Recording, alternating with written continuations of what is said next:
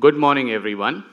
It's truly a delight to see you all gathered here on this joyous occasion. May I request the audience to kindly turn their phones into silent mode. May I request our Honorable Vice Chancellor and respected Pro-Vice Chancellor to kindly usher our Chief Guest and Guest of Honor on the dais.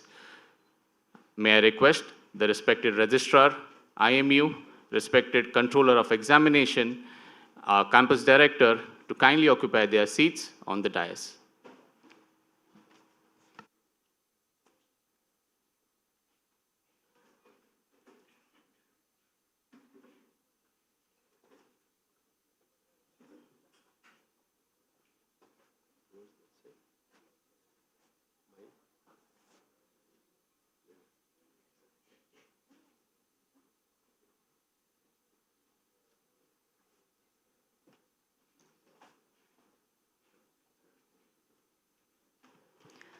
With the permission of the dignitaries on and off the dais, may I formally commence the inaugural session of Azimuth 2026.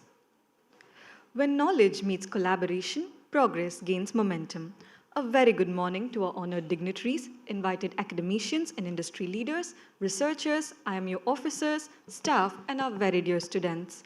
I, Shruti Narasimhan, along with my co-host Akash Devrekar, am honored to welcome you to Azimuth 2026, an international conference hosted by the Indian Maritime University. The acronym Azimuth stands for Academic Zeal for Innovation in Maritime, Understanding Transformation and Horizons. Today marks the beginning of 2 days of intellectual exchange, research deliberations, and a forward-looking dialogue aimed at shaping the future of maritime management in a rapidly evolving digital landscape. The maritime sector is at a defining crossroads where technology, sustainability, and governance intersect. As digital systems transform ports, shipping, and logistics, the need for adaptive thinking and innovative management has never been greater.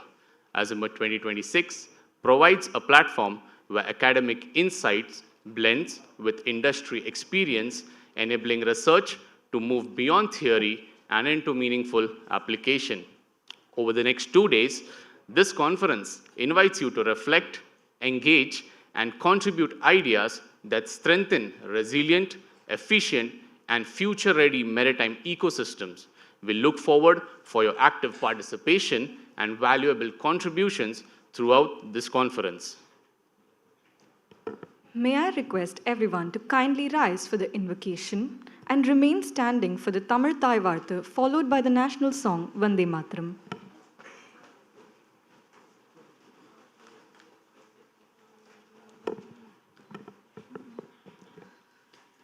நீராறும் கடலுடுத்த நிலமடந்தை கெழிலொழுகும்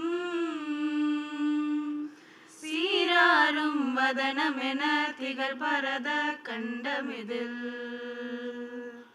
தெக்கணமும் மதில் சிறந்த திராவிடனல் திருநாடும் தக்க சிறு பிறை நுதலும் தரித்தனரும் திலகமுமே அத்திலக வாசனை போல் அனைத்துலகும் இன்பமுற எத்திசையும் புகழ் மணக்க இருந்த பெரும் தமிழனங்கே தமிழனங்கே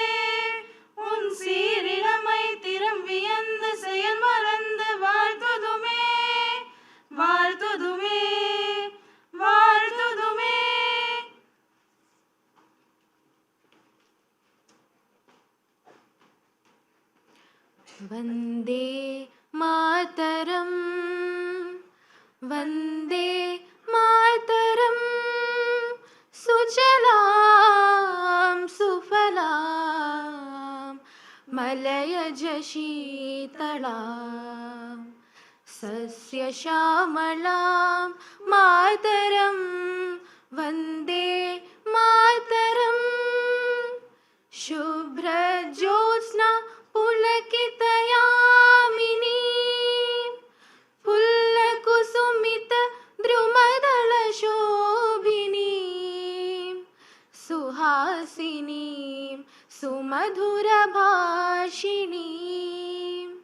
सुखदां वरदां मातरं वन्दे मातरं Vande Mataram.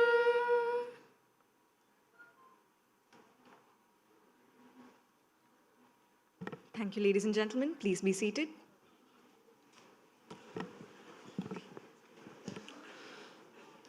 The tradition of lighting the lamp marks a new beginning and journey, signifying wisdom, enlightenment, and prosperity. May I now request our chief guest, Srimati Irene Cynthia, IAS, and our guest of honor, Shri Madhu Nair, to graciously light the lamp. I also request respected Vice Chancellor and other dignitaries on the dais to kindly join them.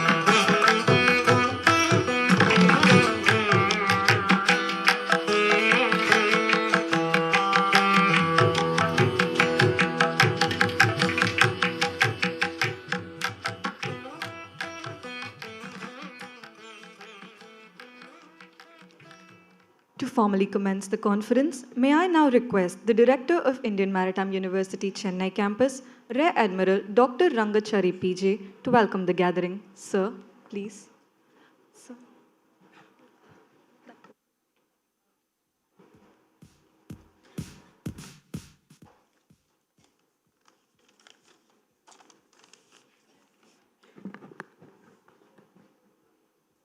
Good morning, ladies and gentlemen. At the very outset, on behalf of the Vice Chancellor of the Indian Maritime University, I extend a very warm welcome to Srimati J.P. Irene Cynthia, IAS, Managing Director of Kamarajar Port Limited, who kindly consented to be the chief guest for the inaugural.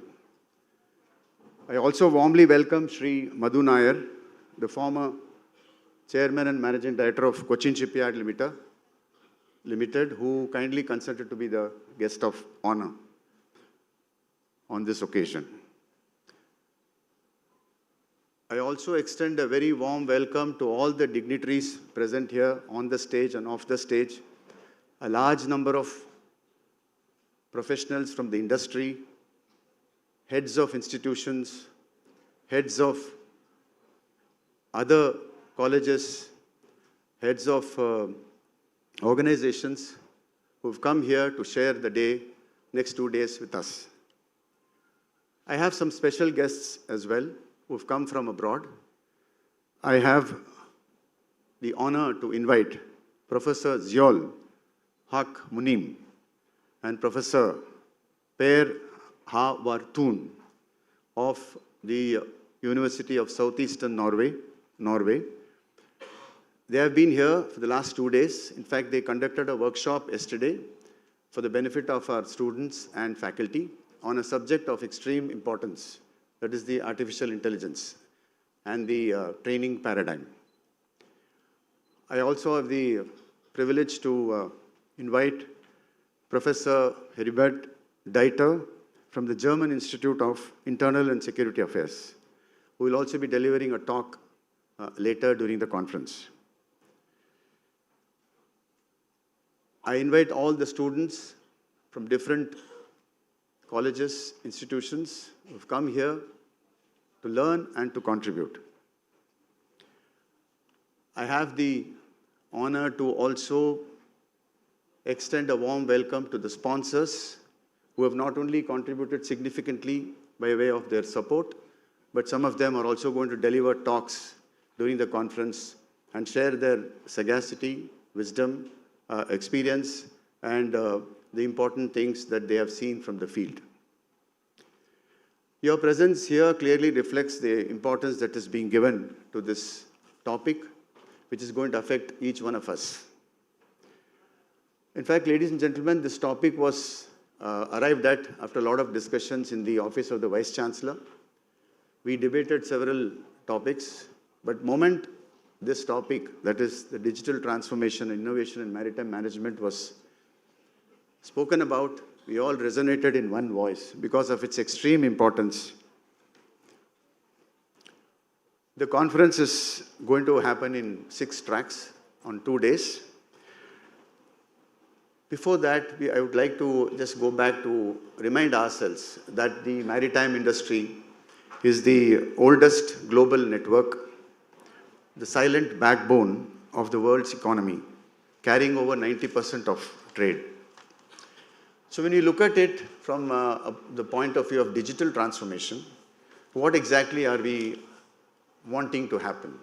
We know that the contemporary and future times is going to definitely have all the maritime operations, both at sea, ashore, and even in hinterland, in a smart, safe, and sustainable manner, and also at high speed, under a very stringent regulatory framework.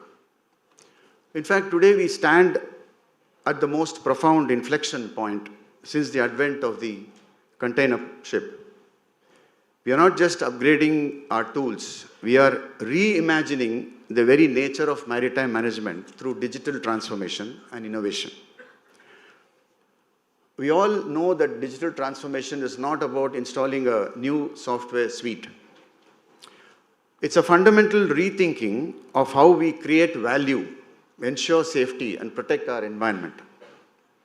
It is a convergence of data, connectivity, and intelligence to make our ships, our ports, and our logistics chains smart, resilient, and sustainable. Now, why has this been necessitated? We are aware that a lot of advances that have taken place in technology and many tools and techniques are available to us. But at the same time, we have had some kind of a data deluge, if I may say.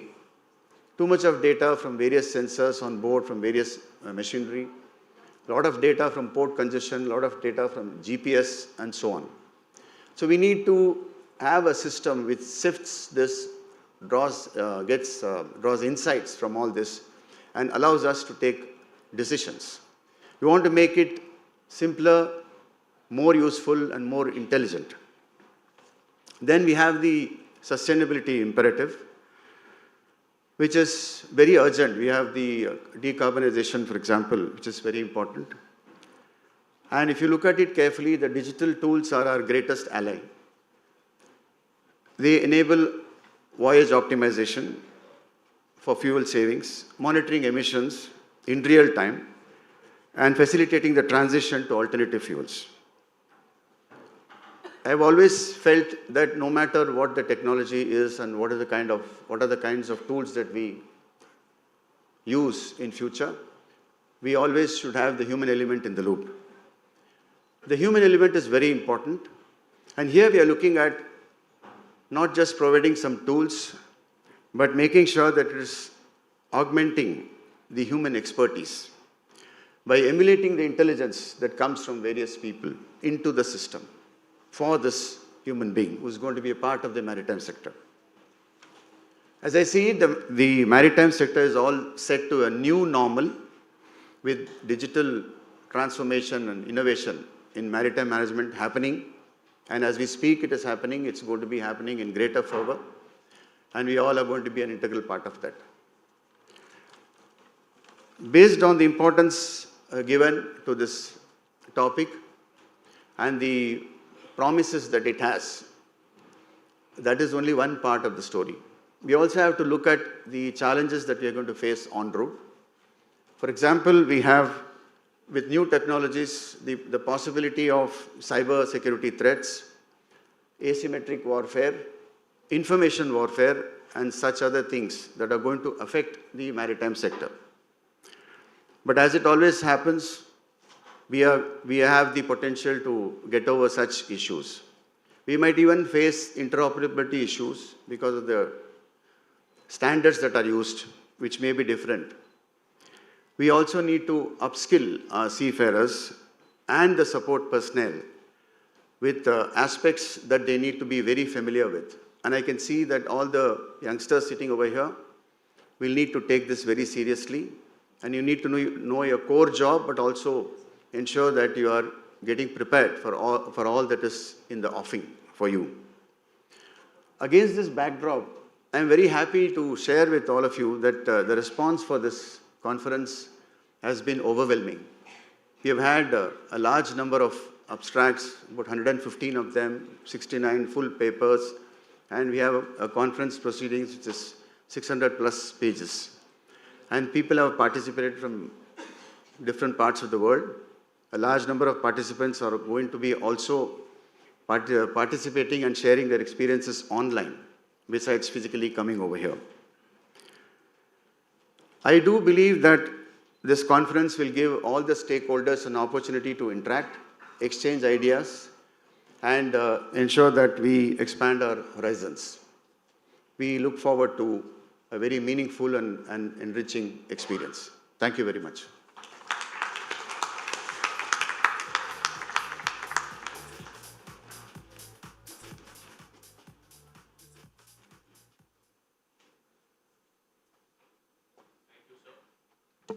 Thank you, sir. It's our honor to felicitate the dignitaries who have joined us today.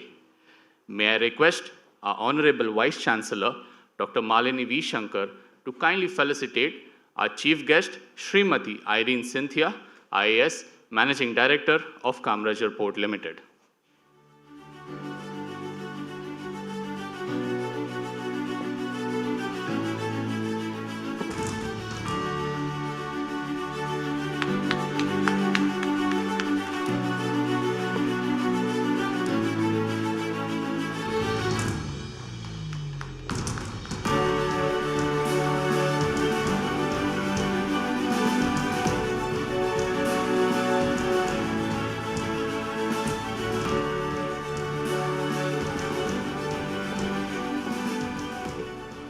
Thank you, ma'am. May I now request our Pro Vice Chancellor, Dr. Raju Balaji, to felicitate our guest of honor, Shri Madhu Nair, former Chairman and Managing Director of Cochin Shipyard Limited.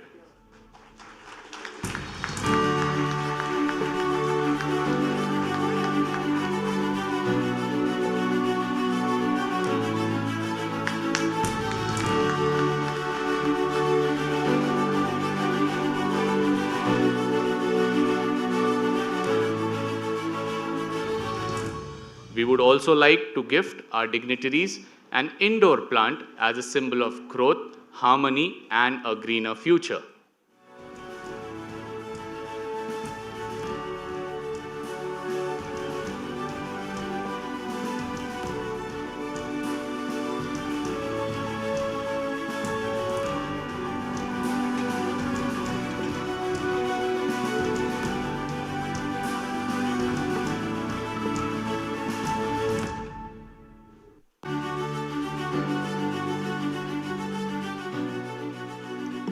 Ladies and gentlemen, it is my privilege to introduce our Honorable Vice Chancellor. A distinguished bureaucrat from the 1984 IAS batch, Dr. Malini V. Shankar has served in several pivotal capacities, including as the Director General of Shipping, Government of India, where she played a key role in steering significant maritime reforms. As the Vice Chancellor of the Indian Maritime University, she continues to inspire the maritime community and all of us present here today through her vision, leadership, and unwavering commitment to excellence. Ma'am, may I request you to kindly address the gathering and set the tone for this prestigious conference?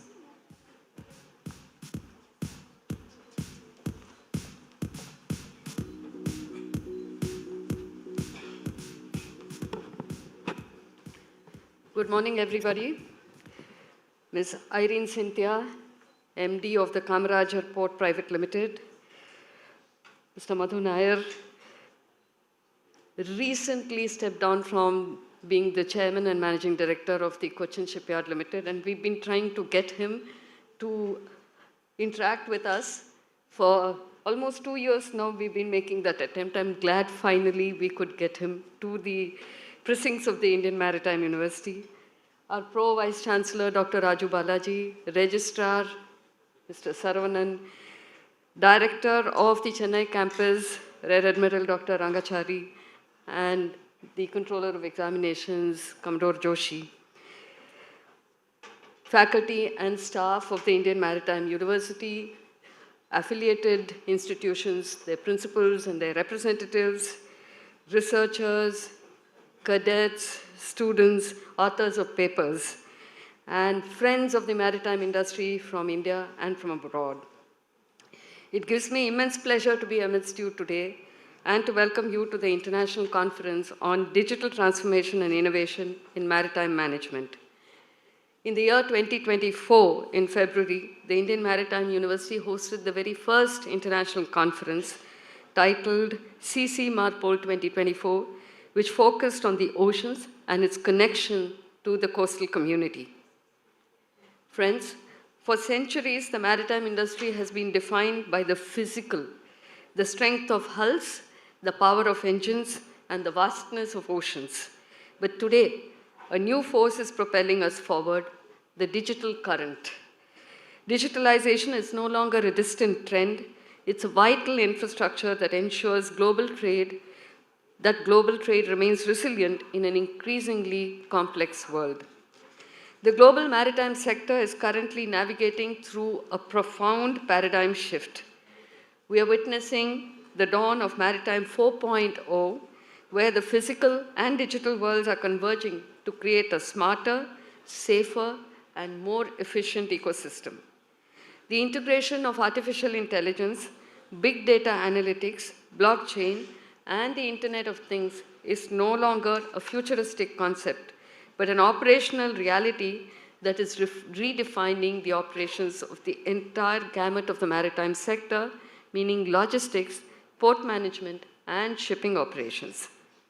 However, with the advancement comes new challenges. The industry's transition requires not just technological adoption, but a fundamental transformation in management practices, regulatory frameworks, and sustainability protocols. Innovation must be steered towards the blue economy, ensuring that our digital strides also contribute to decarbonization and the preservation of our marine environment. This conference and its papers span a wide spectrum of issues and aspects that are not only topical, but also critical to the future of the maritime sector. And the 5 tracks or verticals include 1, smart ports, logistics, and supply chain technologies. 2, maritime data science and predictive analysis. 3, cybersecurity and digital governance. 4, shipping markets, autonomous shipping, and smart navigation. 5, sustainability, circular economy, and digital maritime solutions. And lastly, integrated transport economics. The mainstay of a university is its commitment to academic excellence and the enhancement of the quality of research. As a premier institution dedicated to maritime education and training, the Indian Maritime University plays a pivotal role in bridging the gap between industry requirements and academic research. Conferences such as this are vital platforms for intellectual exchange. They bring together policymakers, industry leaders, academicians, and researchers to deliberate on the roadmap for a resilient maritime future. The conference this year has been organized by the director Chennai campus and his team of faculty and staff. Commendable effort has gone into the exercise of deciding the academic tracks, inviting papers, and scrutinizing and selecting the qualified authors, and extensive as well as intensive end-to-end coordination for the entire event. The term Azimuth was very carefully selected by the group of people, the organizing committee, and the group of directors. And if you haven't already noticed, the IMU, we needed to bring in the IMU into the Azimuth and actually have a word that is relevant for maritime. So that's a kind of attention that has gone into selection of not just the conference, but the theme. On behalf of everybody here, I wholeheartedly appreciate the time and energy that the director, Chennai campus, and his team, entire team spanning across all 6 campuses, have consecrated to make this happen. I'm confident that the research papers and deliberations compiled in this volume will offer significant insights and practical solutions to the challenges facing our sector. I commend the organizing committee, the faculty, and the staff for their dedicated efforts and extend my congratulations to all the authors and contributors for their valuable intellectual input. I wish the conference every success and hope that these proceedings serve as a valuable reference for future research and innovation in maritime sector. And lastly, my special personal thanks to both Ms. Cynthia and Mr. Madhu Nair for gracing the occasion today. Thank you.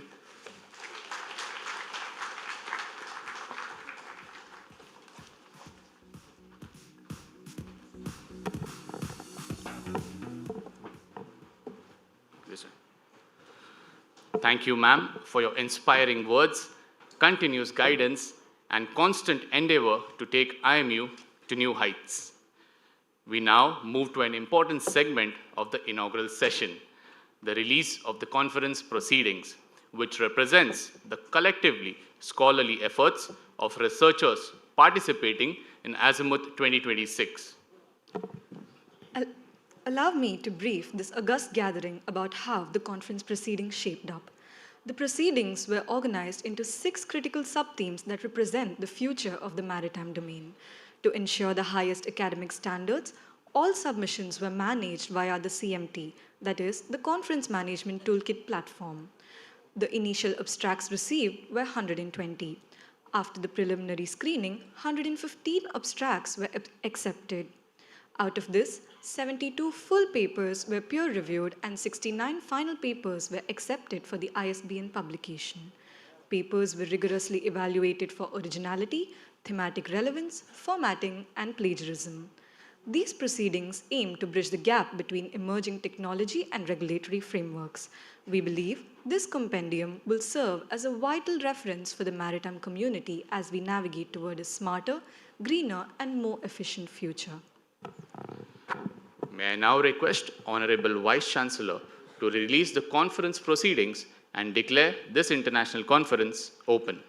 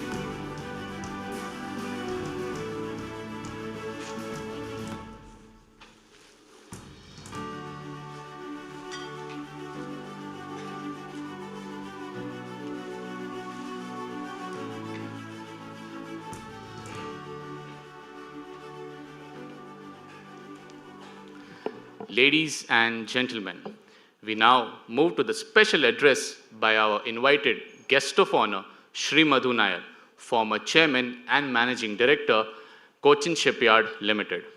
It's my honor to introduce Shri Madhu Nair. He is a highly esteemed maritime professional and the former chairman and managing director of Cochin Shipyard Limited.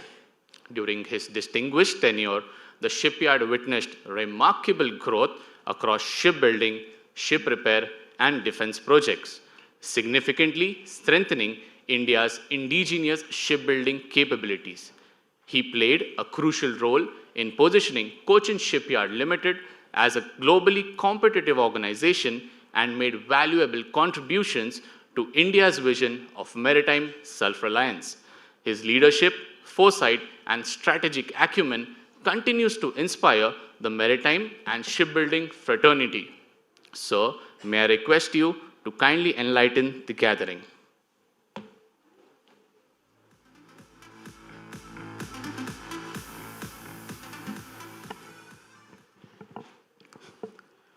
Good morning. Respected Vice Chancellor, Dr. Malini Shankar, Chief Guest of the Day, Srimati Irene Cynthia, MD, Kamraja Port, distinguished guests on the dais, of the dais, faculty members, dear students. At the outset, warm greetings and wishes on the occasion when Azimuth 2026 is being inaugurated. Very important international conference here at IMU Chennai campus. It's my proud privilege, and as respected Vice Chancellor mentioned, it's been quite some time that I've actually been wanting to come to this campus, and probably, as they say, there's a time for everything. I'm extremely happy that IMU has chosen to have this conference at a time when, as respected Vice Chancellor has mentioned, the entire maritime world is going through a profound change. And this is a topic which I always feel deeply connected with, because this change, this profound change, as we say, probably every generation would like to talk about a profound change which comes in when their generation is actually at the helm of things. But this time around, this change that's happening, if you look back into the maritime history, shipping, ships, there have been significant revolutionary changes that's happened in the past. There was a brief mention during the welcome talking about how containerization changed the industry. But even prior to that, two of the largest transformations that happened in the maritime industry, one was connected with safety of life at sea, as they call it, SOLAS, because it was not very clear when you go out to sea whether you come back safe, but then SOLAS changed things. And then we saw that we were polluting the seas, so MARPOL, as we call it, marine pollution, was the second massive transformation that happened. So with SOLAS and MARPOL, we thought we had the maritime field under control. We were moving forward, trade was moving forward, and now we are seeing this so-called profound change. But if you really look at it, this particular change has got something very fundamentally different from the earlier changes, whatever we have seen, because all the earlier changes came from reasons within the maritime fraternity. Or as I say, like it came from something to do with the oceans, or with the seas, or with the ships. These changes, what we are seeing now, is coming from something different. This is coming from a set of changes which is impacting the entire lives of each and every human being on the planet. And these are triggered by two large themes, which has got nothing to do with the maritime field at all. And these are, as again was briefly mentioned, the sustainability discourse, or the green discourse as we call it, and the digital and the AI discourse. And these two are not coming from the maritime fraternity, but it's touching each and every walk of our life. And the beauty is that these are unfurling at the same time.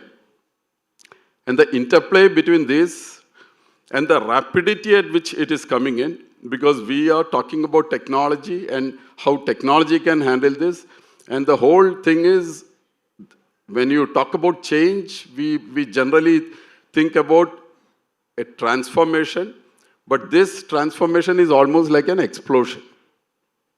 So, all these words and all these themes, which over the next 2 days will be discussed over here, whether it is sustainability, whether it is autonomy, whether it is unmanned surface vessels, or autonomous underwater vehicles, or electrification, alternate fuels, it's all stemming from these two large themes that's coming in.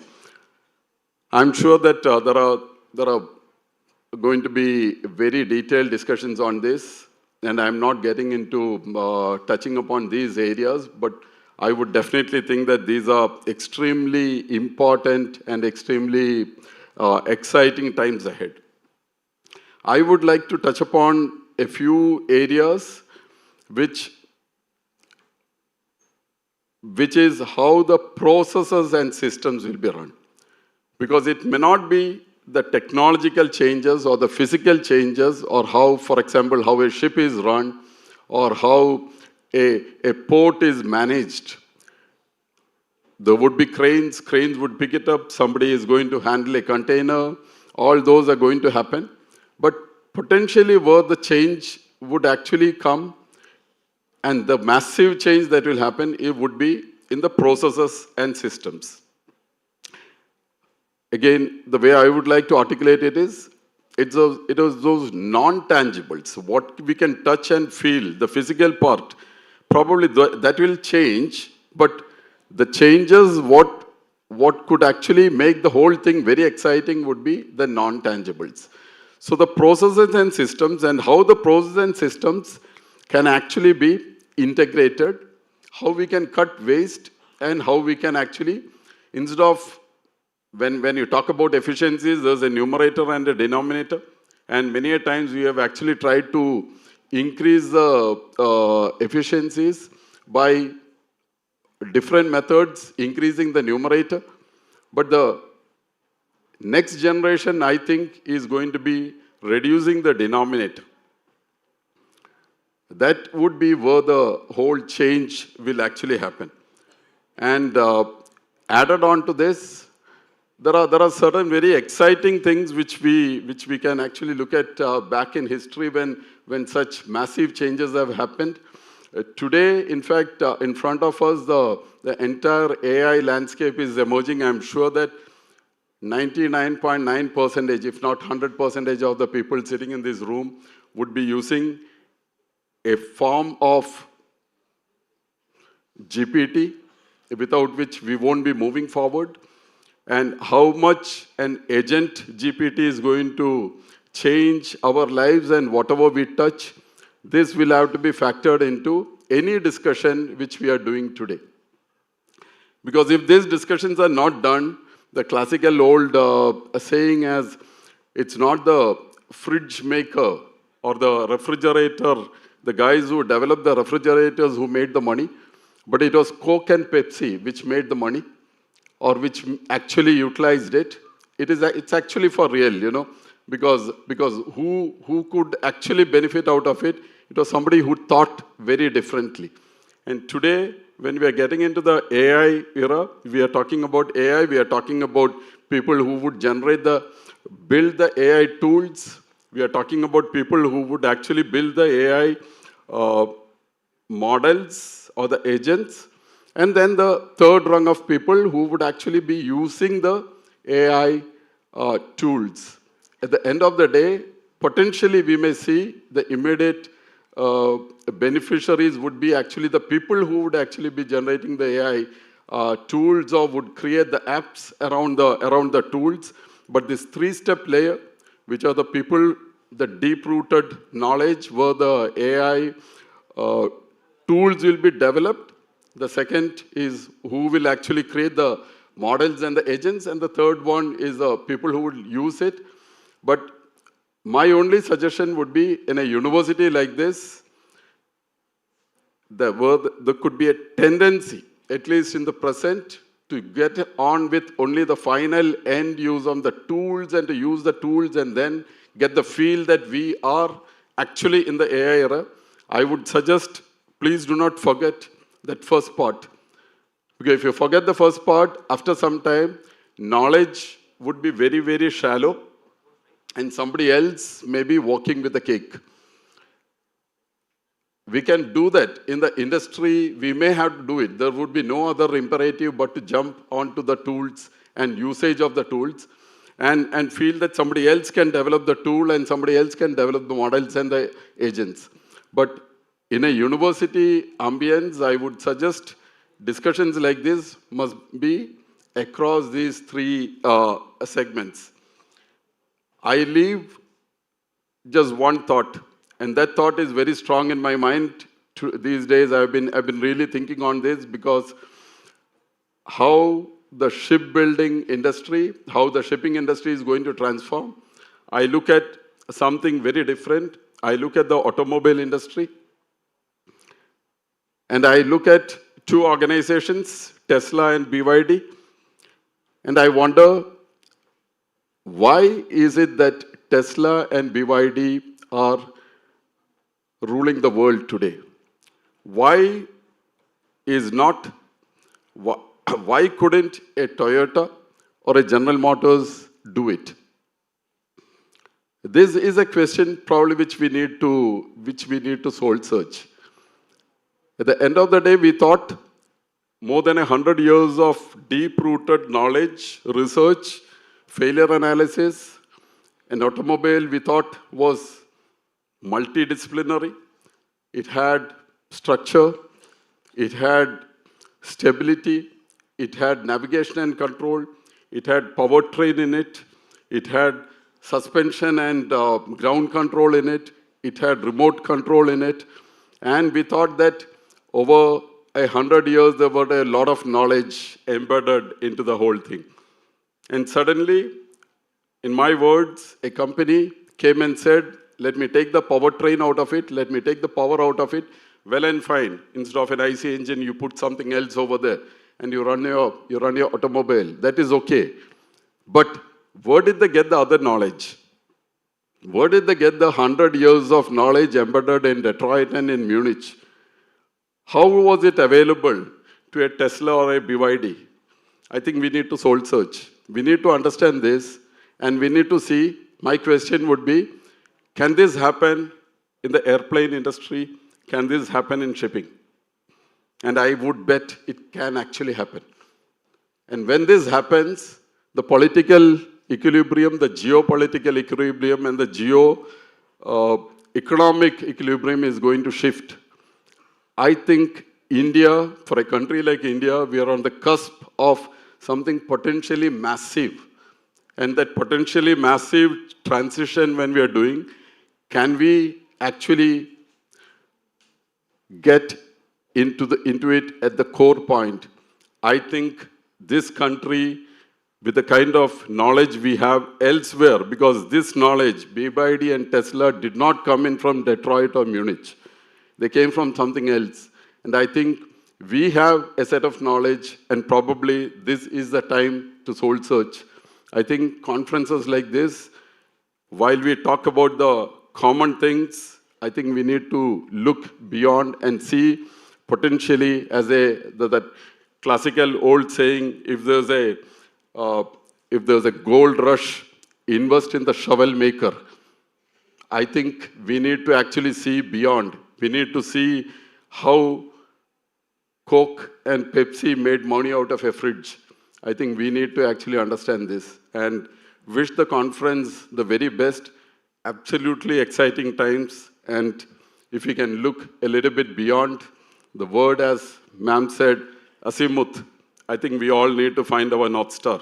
And that is for sure, the direction is very clear. Thank you.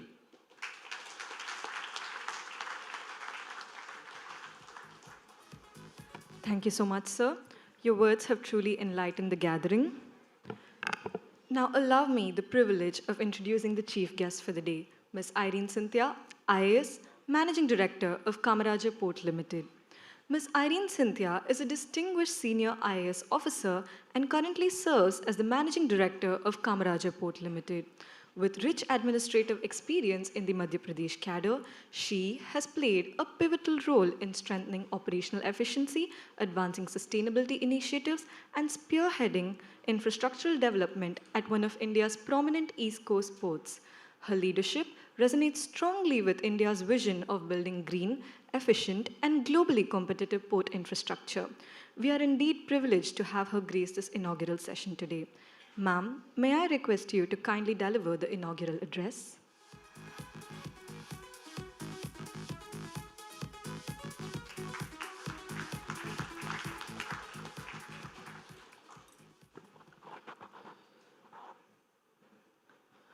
Good morning.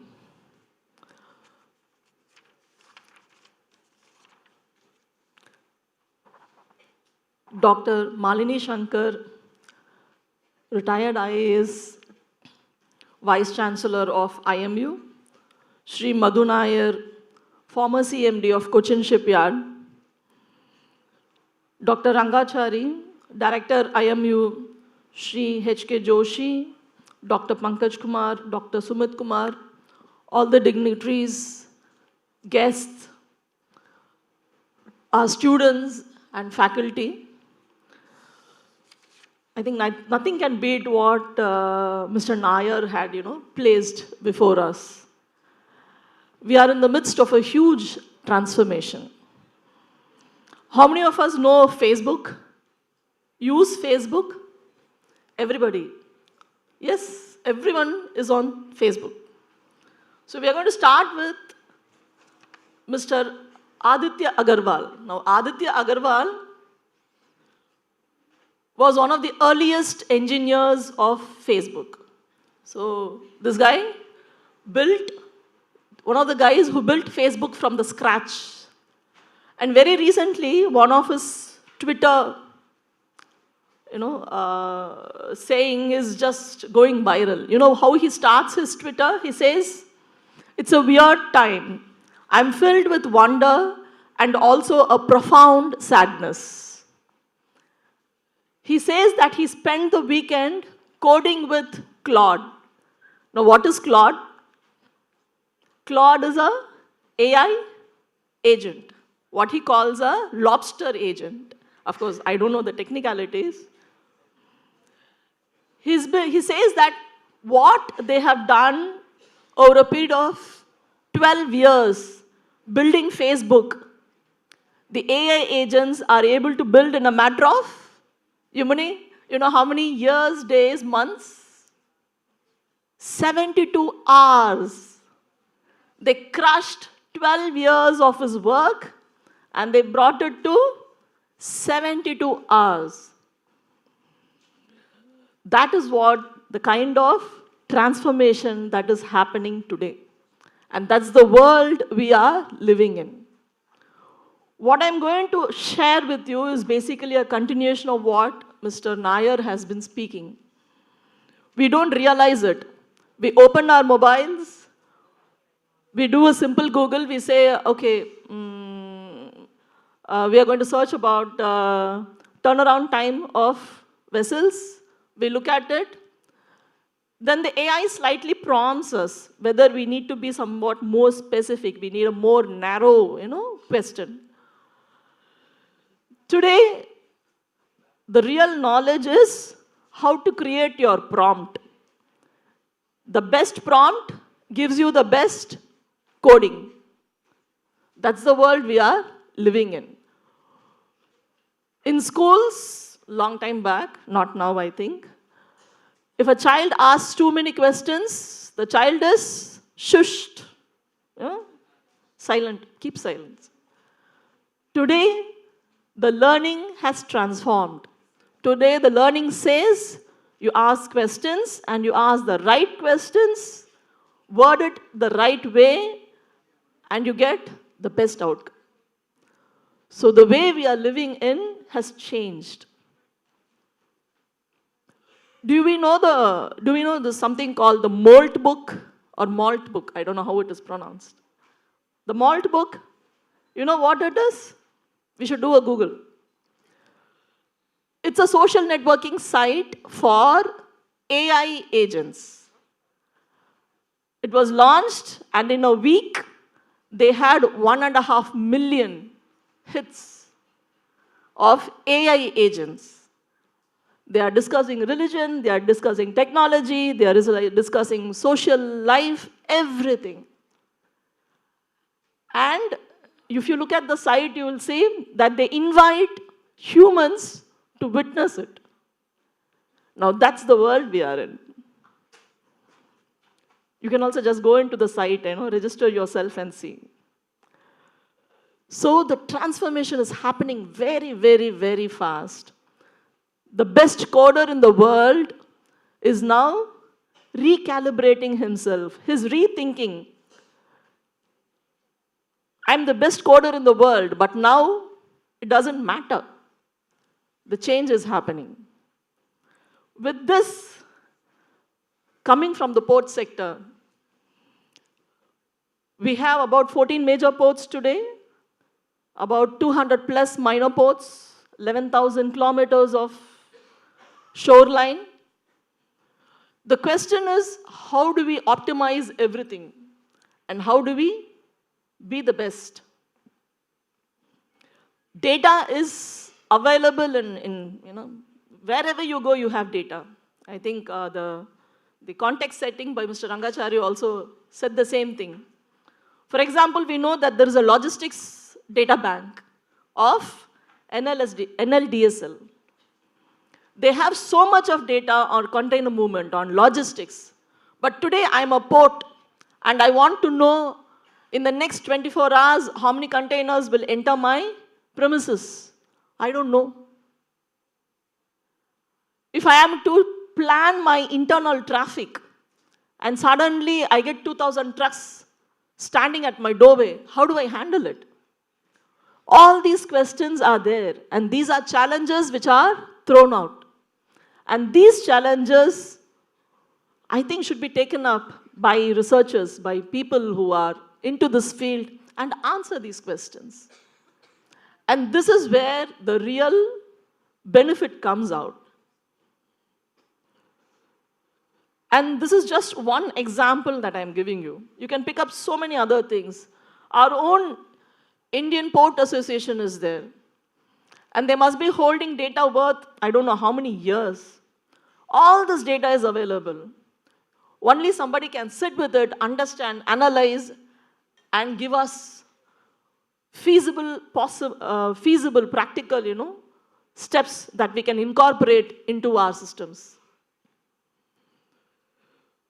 It can be turnaround time, it can be improving the OSBD, it can be just-in-time vessel arrival. Now that is another interesting area. I was also looking at the papers. Voyage optimization. My GM Marine Services, he opened a website, I'm forgetting the name, it's on Marine. And he showed me at a particular point of time how many vessels are moving across the world. Trust me, it was not in thousands. I think it would have been in lakhs. You can actually visibly see the vessels moving. So I told him, show me Malacca Strait. Just in and around Malacca Strait, there would have been thousands of vessels moving. So that kind of data is available with us. Now, how do we do voyage optimization? How do I ensure that the ship that has to come to the port arrives only 2 hours before its set time? It should not come, stand for 2 days and pay demurrage. That's waste of money for them, waste of space for me. How do we do that? Now, all these are questions which are there. How do we do voyage optimization? Currently, in our ministry, we are undergoing a process called One Nation, One Process. So it's also linked to One Nation, One Document. The idea is we will relook at our processes, relook at our documents, and see what is required and what can be dispensed with. So for example, in Kamarajar Port, I think we had somewhere around 80 plus documents. So we started doing this exercise. So when we did this exercise, today, I think we are standing at around 50 plus documents. So we could shred out about 20 plus documents. But it's not going to end here. We are again relooking at it. We are seeing what can again be removed. All these iterations are continuously happening. When we relook at a document is not just a document, it is also part of a process. So that process has to be re-engineered. So all these everyday things are now being looked into, and I would say that we are today in a very critical position, especially for India, with this aspiration to become a maritime nation. The possibilities are immense.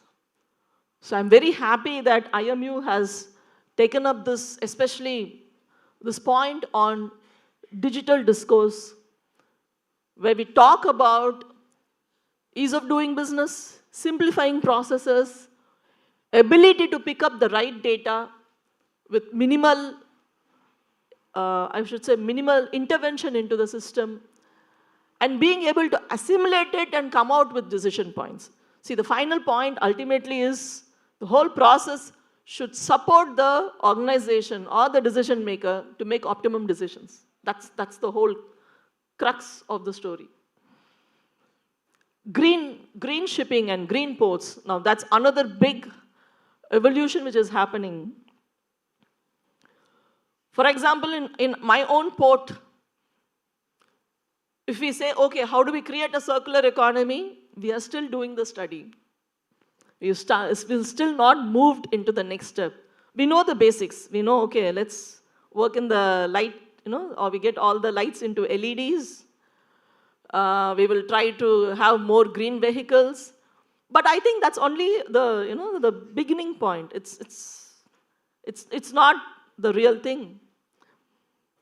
Yesterday we were discussing with a shipping line. So we were asking them, how are you moving forward? What will be your future vessels? So they said they are in the process of procuring 4 LNG-powered vessels. Now, I asked myself yesterday, is my port ready to facilitate an LNG-powered vessel? Do I have bunkering? If they have some minor repairs, will I be able to support them in-house? Now, all this technology will have to be evolved inside the port. He was telling me that they don't have much work at Singapore, but they still spend at least a day in Singapore. Why? Because there will be minor repairs and there will be bunkering.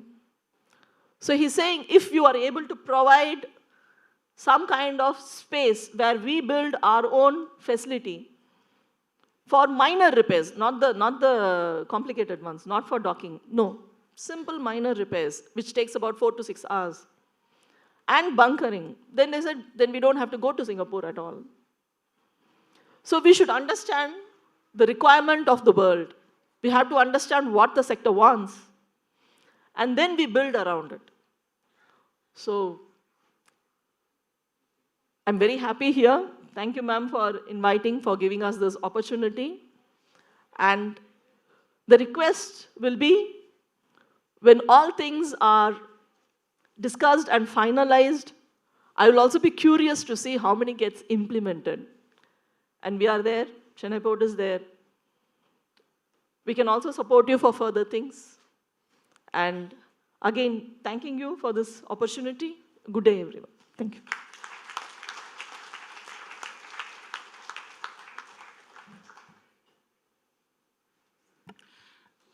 Thank you very much, ma'am. Your words on AI, green shipping truly resonate with us, especially the young people seated here today. As we come to the close of the inaugural ceremony of Azimuth 2026, we request Dr. M. Shekhar, convener Azimuth 2026, to kindly deliver the vote of thanks. Hello. Vanakkam. Respected Chief Guest, distinguished guests of honor, our Vice Chancellor, esteemed statutory officers, revered faculty colleagues, delegates, and dear students, good morning to one and all. It is my honor on behalf of the School of Maritime Management and the organizing committee of Azimuth 26 to extend our profound gratitude to all who have graced the inaugural function and rendered it truly memorable. At the outset, I convey our deepest appreciation to our chief guest, Ms. Irene Scindia, IAS Managing Director of the Kamarajar Port Limited, for her inspiring inaugural address. Madam, your words have illuminated the path ahead, reminding us the maritime sector stands poised at the threshold of the digital renaissance, where adaptive governance and renovation must advance in unison. Our hearty thanks are due to our Vice Chancellor, Dr. Malini V. Shankar, whose opening remarks have provided both vision and encouragement, setting the intellectual compass for this conference. We are equally indebted to our guest of honor, Sri Madhu Nair, former CMD of Cochin Shipyard Limited. Your presence and perspectives have enriched this gathering, bridging the domains of industry, diplomacy, and technology with rare insight. I would be remiss if I did not acknowledge the steadfast support of our Pro-Vice Chancellor, Dr. Raju Balaji, the Registrar, Controller of Exams and Finance Officer, whose guidance and commitment have been instrumental in shaping this conference and ensuring its smooth execution. A special tribute must be paid to our Director, Dr. P.J. Rangachari, my faculty colleagues and the organizing committee. Sir, your meticulous planning and seamless execution have ensured that this inaugural function reflects the stature of IMU as a national beacon of maritime education and research. Our student volunteers deserve particular commendation. Your enthusiasm, discipline, and professionalism have infused today's proceedings with grace and vitality. You are indeed the true custodians of IMU spirit. We extend our gratitude to the delegates, researchers, sponsors, and industry participants who have joined us from across India and abroad. Your presence affirms the relevance of Azimuth 26 as a platform to deliberate on maritime autonomous ships, underwater autonomous vehicle, blockchain, cybersecurity, digital twins, artificial intelligence, and big data analytics. Together, we are charting a course towards a future where technology augments operational excellence, environmental stewardship, and global competitiveness. Finally, I thank each one of you in the audience for your attractive participation and attentive participation as we now proceed to the seminar deliberation. Let us carry forward the inspiration of this morning address and the collective resolve to redefine the maritime domain through innovative and collaboration. To leave you with a final thought, I would like to share a couplet I composed for this occasion. Across the seas, new horizon, gleam, innovation steers the maritime dream. Together we voyage towards a brighter stream. Thank you, Nandri.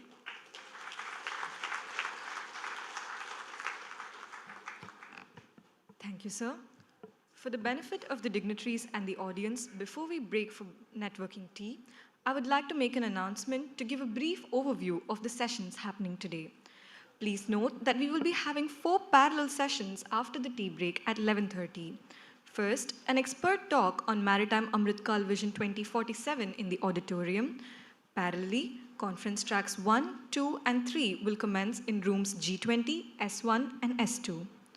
We now request the gathering to kindly break for networking tea. Please reconvene at 11:30 a.m. for the various tracks and seminars. I request the volunteers to kindly guide the dignitaries and guests to the dining space on the upper right side of the dais. Faculty members, staff, and delegates kindly proceed to the rooms S3 and S4 for refreshments. Thank you, everyone.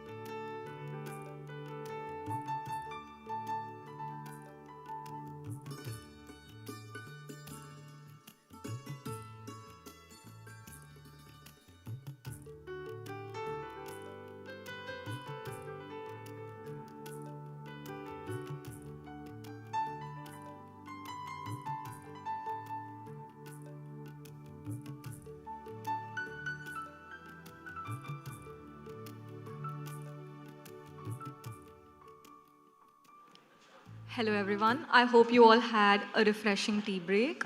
Before we proceed to the session, we have a small, relaxing entertainment session planned for you all. So allow me to welcome Afzal and Varnika, the power.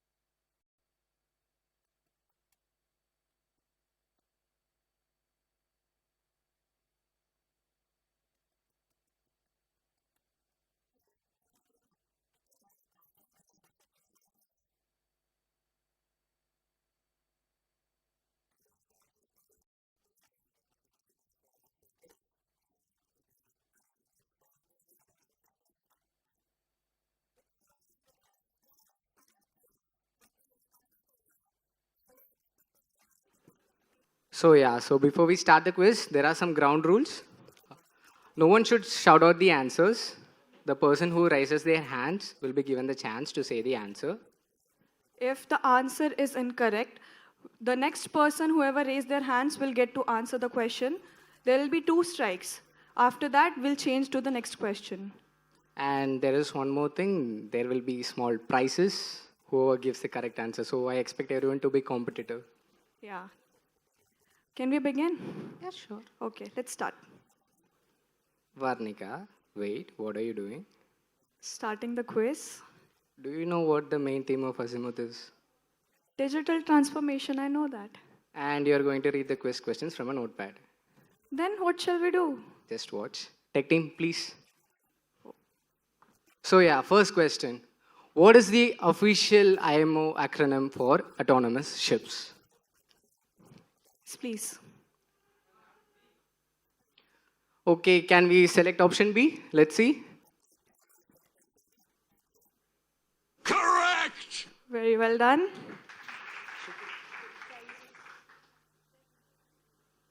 Okay. Next question, Next please. question. Which is the level of autonomy defines a ship that is fully autonomous? Can I have hands? Anyone? Yeah. Yes, please. Option D. Yes. Okay, next question. A digital twin primarily relies on what to function? Anyone? Yeah. A. Tech team, please. A. It is correct. It is correct, thank you. Okay, the next question. Which technology provides a tamper-proof ledger for maritime documents? Please do not shout out the answers. The one behind, yes. Please And raise your hands. C. Team C. Correct! Very nice. Next question. What is the primary goal of predictive maintenance? We have already given one answer. We'll Option give D. chances to others as well. Okay, good. D. Option D, please. Yes. Correct. Next question.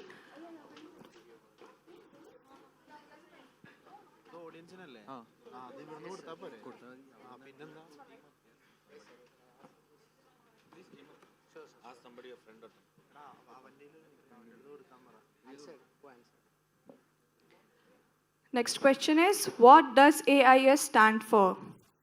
Okay, go Sir. ahead. B. Team B. Yes. Let's just wait Yes, it is till correct. everyone gets their prizes. Yeah. Just whoever gave the right answers, show your hands. Whoever gave the right answers, please. So we Volunteers can distribute the kindly prizes. distribute the prizes.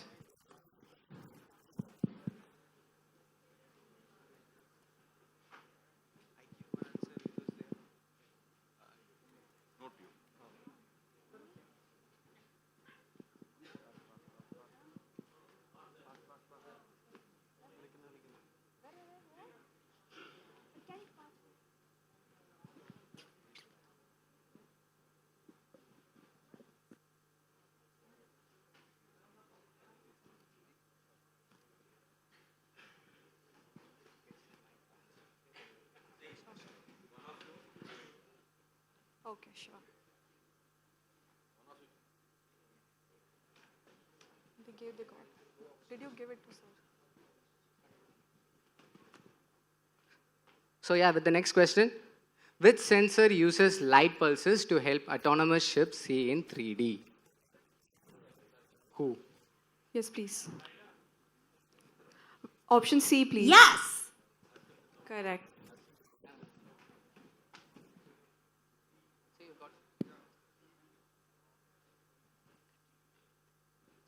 The next question is, in bridge navigation, what does AR stands for?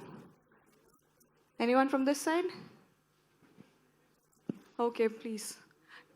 Whoever have not answered, you can answer yes. Option D, please. Correct! Okay, very well. Yeah, can we please have round of applause for the ones who are giving correct answers? Next question would be, AI route optimization can save approximately how much fuel? Anyone? Yes. Option D, please. Oh, it is correct. Last question. Okay, with this, last question is here. The ability to recover quickly after a digital attack is called. Okay, yes, please. Option B. B. Option B, please. Yes. Correct. Okay, we have such a good crowd. They got every option in this first try. We have planned for very well, sound systems for wrong answers. But But no you one didn't did. give us any chance for the wrong answers. So very well done. Thank you so much. Let's have a big round of applause for all who have Yes. answered right. We'll join you guys shortly whenever you feel bored.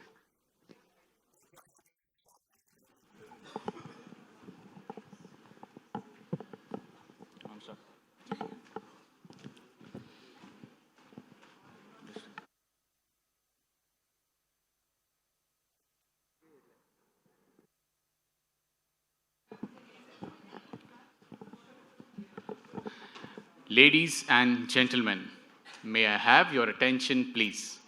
We now move into the most forward-looking and significant sessions of Azimuth 2026, the expert talk on Maritime Amrit Kal Vision 2047 here in the auditorium. As India progresses towards the centenary of its independence, Maritime Amrit Kal Vision 2047 sets a bold and transformative roadmaps for ports, shipping, logistics, and maritime governance. This vision emphasizes sustainability, digital leadership, infrastructure excellence, and global competitiveness. The maritime sector today stands at a unique intersection where policy, technology, innovation, and human capabilities converge. Maritime Amrit Kal Vision 2047 is not merely a long-term policy framework, it is a call to reimagine how India positions itself as a global maritime leader in the decades ahead. This session invites us to look beyond the present and engage the ideas that shape the maritime trade, smart ports, digital ecosystems, green shipping, and workforce transformation for the future. To guide us through this visionary framework and its implications for the maritime ecosystem, we are privileged to have with us esteemed speakers. Allow me to introduce the first speaker for the day. Ms. Manisha Jadhav is a senior maritime professional currently serving as the General Manager at Jawaharlal Nehru Port Authority, India's premier container port. She brings with her extensive experience in port operations, infrastructure development, policy implementation, and maritime administration. With a strong understanding of the evolving dynamics of ports and logistics, she has been actively involved in initiatives aimed at enhancing efficiency, capacity, and sustainability in port operations. Her work reflects a balanced integration of operational excellence, strategic planning, and digital modernization in alignment with India's maritime growth vision. I request Ms. Manisha Jadhav to kindly come up to the dais. And may I now request Captain Mihir Chandra, Director, IMU Navi Mumbai Campus, to felicitate Ms. Manisha Jadhav.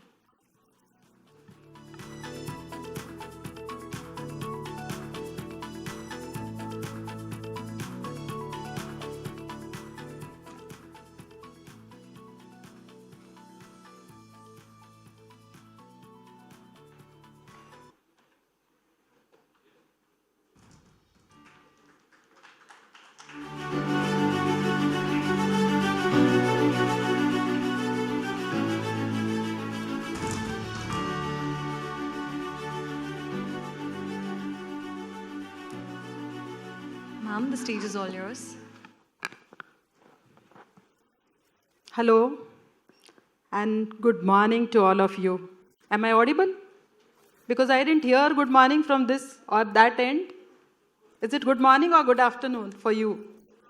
Good morning, okay. So there I see the spirit, the young generation, okay. So I was just mentioning someone today morning that when I see the young cadets here, we remember our college days. And I was just talking the same to my other colleagues, the panelists. And today I'm going to talk about a very, very important topic, that is role of major ports towards achieving Maritime Amritkal Vision 2047. So as you know that Amritkal Vision, it's a flagship program, and this is the, if you see, can I, this is working? Okay. So when we talk about the Maritime Amritkal Vision, then how India plays a very important role in the entire system of Amritkal Vision. Basically, I would like to specify that and highlight that how Jawaharlal Nehru Port Authority is acting as the primary execution engine for many of this national vision transformation of premier container port, as we have transferred from as a premier container port to a landlord model. So you will see a lot of things which resonate with JNPA, like these are the three important pillars. If you see Amritkal 2047 vision, it represents a transformative roadmap for India's maritime sector. So this is basically the flagship program. This was unveiled by our Honorable Prime Minister, Mr. Narendra Modi, at Global Maritime India Summit 2023. You all must be aware, I think the Indian Maritime University was also one of the participants in India Maritime Summit 2023. And this ambitious initiative charts as investment pathway. So if you see, there are three important pillars. What is that? One is building the success. The second is global leadership goal, and third is comprehensive transformation.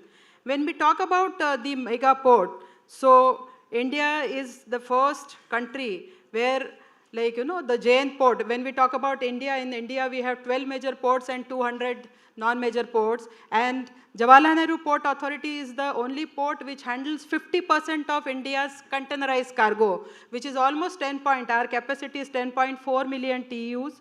So as of now, we have handled 7.4 million TEUs, but maybe a year or so, or maybe in a year or so, we'll be completing our capacity, and that is 10.4 million TEUs, and that is why the government of India felt the need to come up with the new port, which is Vadhavan Ports, which is going to be a game changer for the entire country. And currently, if you see, we, like, you know, when we talk about the port is having like its expansion, the port is transforming.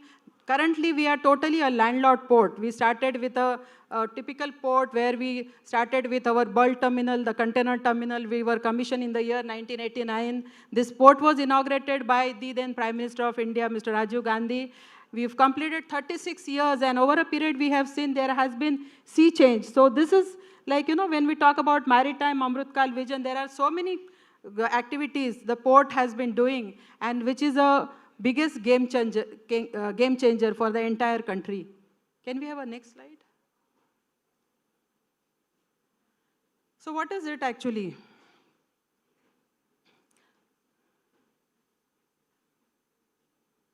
The slider is not moving, I don't know.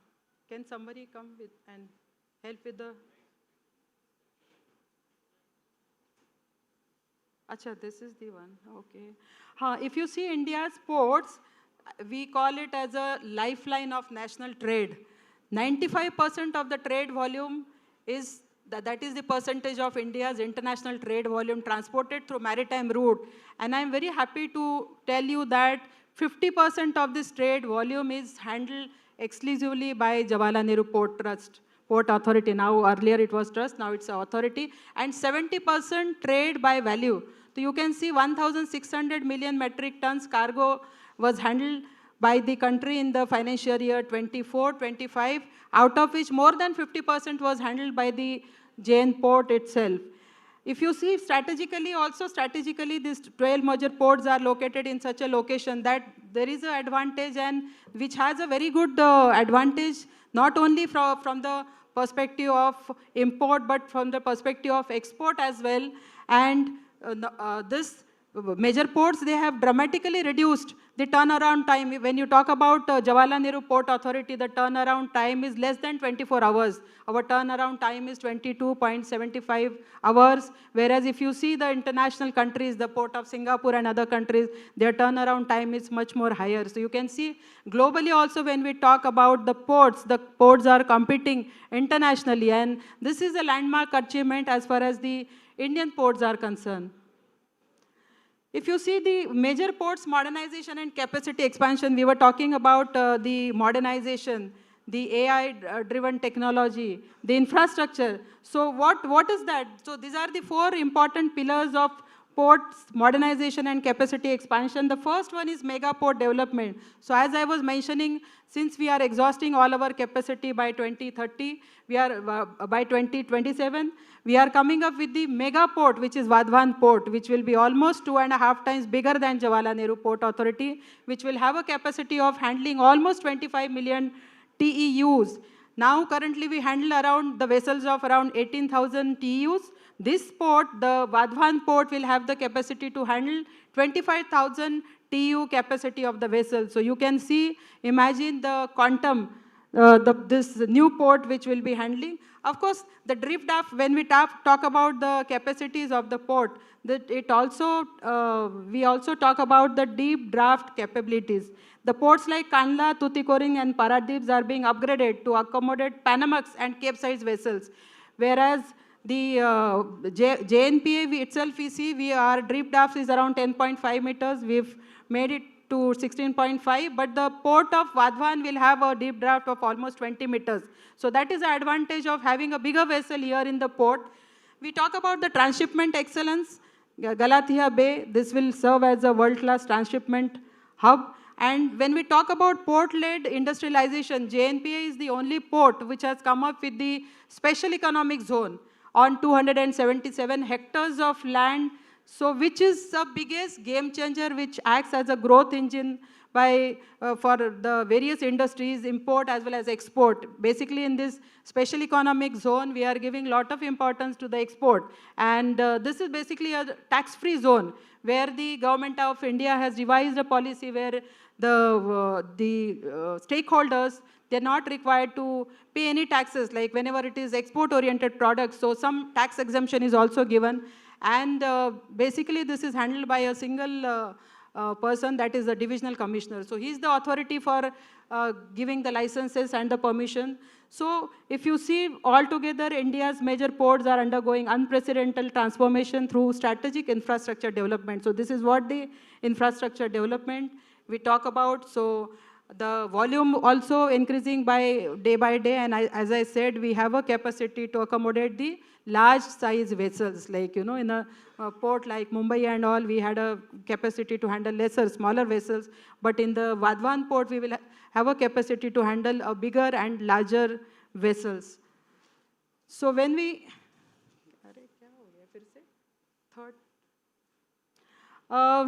so when we talk about technology, so this is the basically digital and smart port ecosystem. When we talk about like some, in the previous session also, they were mentioning about the smart port technologies and the digital. So when we talk about the JNPA, so this National Logistics Portal, that is NLP Marine, this has been implemented there in JNPA. We see, like the Cynthia ma'am was also saying, ki nowadays children, they are all AI generated. If I see the crowd here, I think most of your answers would be AI driven. It is either on ChatGPT, most of them will agree with me. So this generation, I think basically they are not, I wouldn't say, but it's basically advantages, like technology has its advantages as well as disadvantages as well.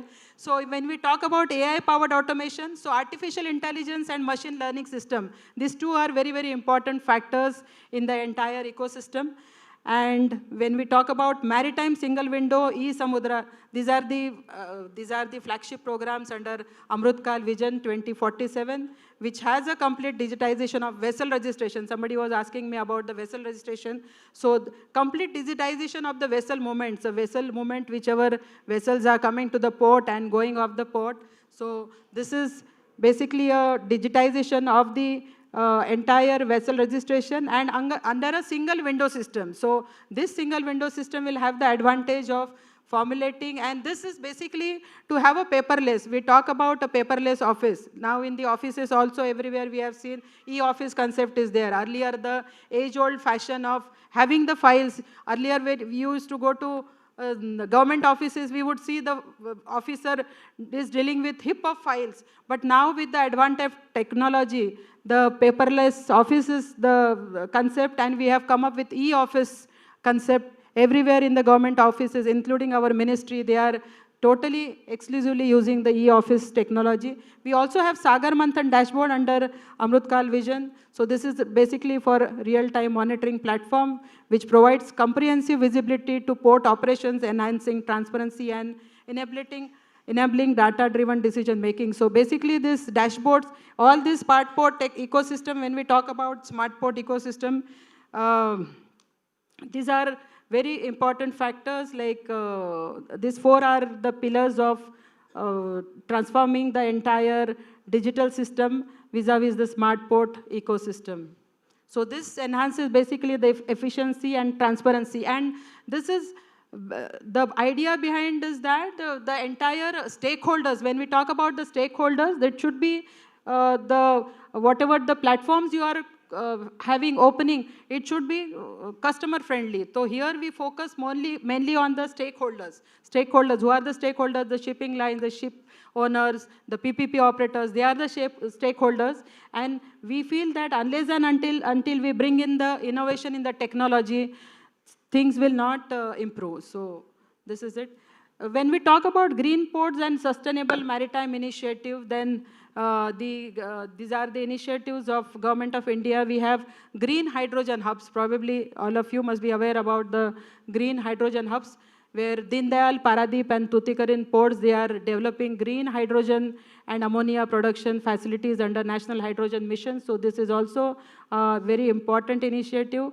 Green Tug program, wherein there is a systematic replacement of conventional tugboats. In JNP also, we are going in for this green tugboats. We are hiring 70-ton bollard capacity tug. They will be getting it by 2027. So this is very important. Harit Nauka guidelines. These are the comprehensive framework for creating sustainable inland waterways transport across India's waterways. So if you see the efforts of country as such, then India is committed to environmental sustainability through this Sagar Harit initiative. So these are the initiatives of the government. Then we also, when we talk about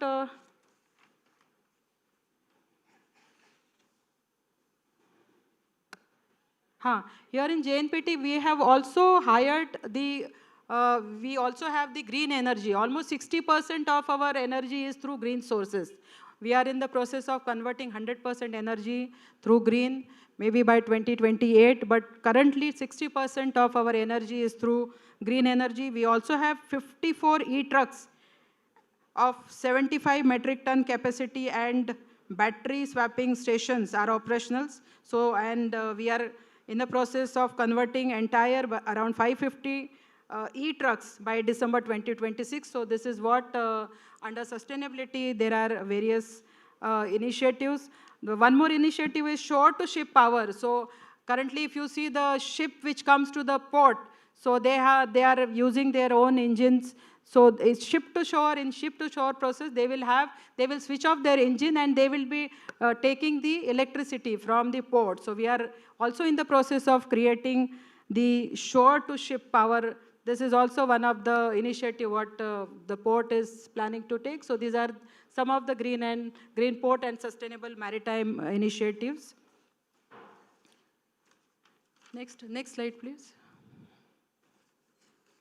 So when we talk about multimodal connectivity and inland waterways integration, so under multimodal connectivity, we have developed the dedicated freight corridors. If you see the port connectivity plan, which is basically for enhancing dedicated rail corridors, expressway connections, and water links. Unless and until the port connectivity is there, people will when we are targeting the customers, we need to have a proper connectivity.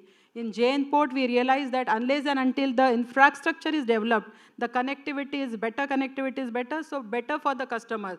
So we are also widening the roads, making it 4 to 6 laning of roads, and connecting it all to all the highways. So interconnectivity is very, very important factor as far as the port infrastructure is concerned. And we also have 6 new waterways. If you see Amrit Kal Vision 2047, there are 6 new waterways which will be operationalization.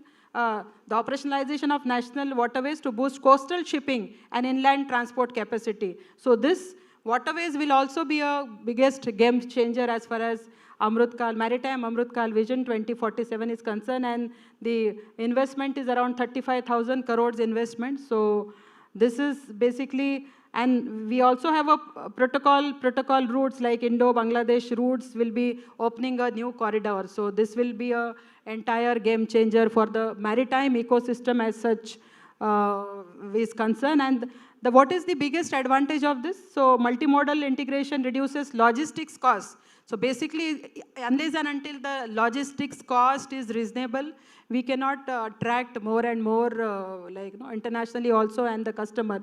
So multimodal integration, the cost will also reduce from 14% to 8% of the GDP, making India's exports more competitive. So unless and until the export is more in number, so when we talk about global market trends, unless and until we increase our export, so we cannot we'll be more successful if the export is increased. So this will, multimodal connectivity and inland waterways integration will also have a major role in the entire system. Next slide, please. Cruise tourism. So these are also, this is also one of the very important factor in Maritime Amrit Kal Vision 2047, cruise tourism and maritime skill development. When we talk about the workforce, we say that human resources is the biggest capital. When we talk about workforce skilling, so comprehensive training programs for maritime professional across all specializations and skill level. Here in JNPA, our main focus is on skilling. We also have a MOU with Port of Antwerp, Belgium, where the Port of Antwerp, Belgium is our knowledge partner, and they are imparting training programs for the officers of major ports. We started this program in 2021. We've imparted the training to almost 1,100 plus officers of the major ports, and in various fields, like whether it is PPP, whether it is infrastructure, IMDG code, smart port technologies. So these are some of the areas where we are imparting the training.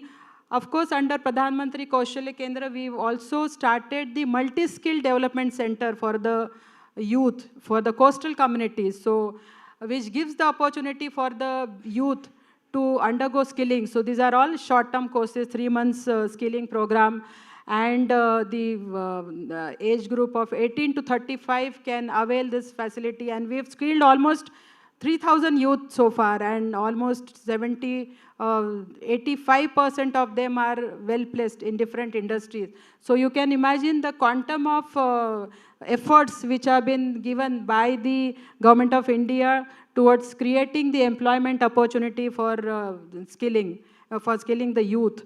So this is also very important, MSME support, so the targeted assistance for small, and the thrust under Amritkal vision is also for supporting the MSME enterprises, because unless and until the MSMEs are supported, these are basically MSMEs in maritime sector. There are many MSMEs, so the more and more thrust of the government is to encourage these MSMEs to take up the various jobs in the service sectors, maritime service sectors. And again, there is one more important factor, which is education expansion. So enhance maritime education infrastructure and seafarer training to build global leadership capacity. This is also one of the very important factor in Maritime Amritkal Vision 2047, because education is paramount unless and until the best of the best education. Here in IMU, I'm very happy that IMU has curated so many courses in different discipline, and maritime is such a sector which is sky is the limit, we say, because these courses will always be there in demand. So this is also very important. Under Cruise Bharat Mission, the Cruise Bharat Mission represents India's strategic initiative to position country as preferred cruise tourism. So Mumbai Port, they have also come up with a cruise terminal, and the ambitious target is double the cruise passenger traffic by 2029. And India is also investing in world-class infrastructure, including 6 new international cruise terminals at key coastal locations. So this is also envisaged in Amritkal Vision 2047. They are coming up with 6 new international cruise terminals at various locations. And can we go to the next slide? So strategic impact, India's global maritime ambition. When we talk about this strategic impact, India's port modernization efforts are yielding remarkable results. If you see India as a country, we are positioned as a nation, as a formidable player in global maritime trade, and we are evolving. Every day we are evolving, and the transformation is evident in operational metrics. If you see 3 days container dwell time, this figure indicates 3 days in container dwell time, 3 days, significantly lower than many developed nations. When we talk about the turnaround time in JNP, it is less than 24 hours. It is 22.75 hours. So if you see a strategic impact, how India's global maritime trade is changing, you can see the impact we have in GMIS 2023. We have signed almost 360 MOUs for comprehensive development with various ports, not only the national but the international people as well. And 10 lakhs crore investment is committed for port modernization and green projects. So you can see the entire focus of the government of India is also to take the country to the next level. When we are talking about the country where we have to compete with the developed country like US and all, unless and until our infrastructure is developed, the country's growth, the entire maritime sector's development, the growth of maritime sector is very, very important. And public-private partnerships are accelerating infrastructure development and technology adoption. In JNP, if you say, this is the only port which is done as a landlord port. So now, currently, we don't handle anything. We are totally a landlord port. All the operations, port operations are dealt by our PPP operators. And we have the operators like the Dubai port. We have operators like Port of Singapore, Gateway Terminals India. We have international participants who are our partners in the PPP. So this is also the thirst of the government to convert more and more port as a landlord port. Not only from the perspective, but from the perspective of the better economy or better growth of the country as such in total. So if you see the strategic alignment which ensures coordinated development across transportation modes, maximizing, what is basically important is maximizing your efficiency, minimizing logistic cost, because unless and until the logistics cost is competitive, the minimum is the cost, more benefit you will get out of it. So Indian business is competing global. They are also competing with the global markets. Can we have the next slide? So conclusion, when we talk about the entire thing in toto, major ports are the pillars of maritime Amrutkal vision.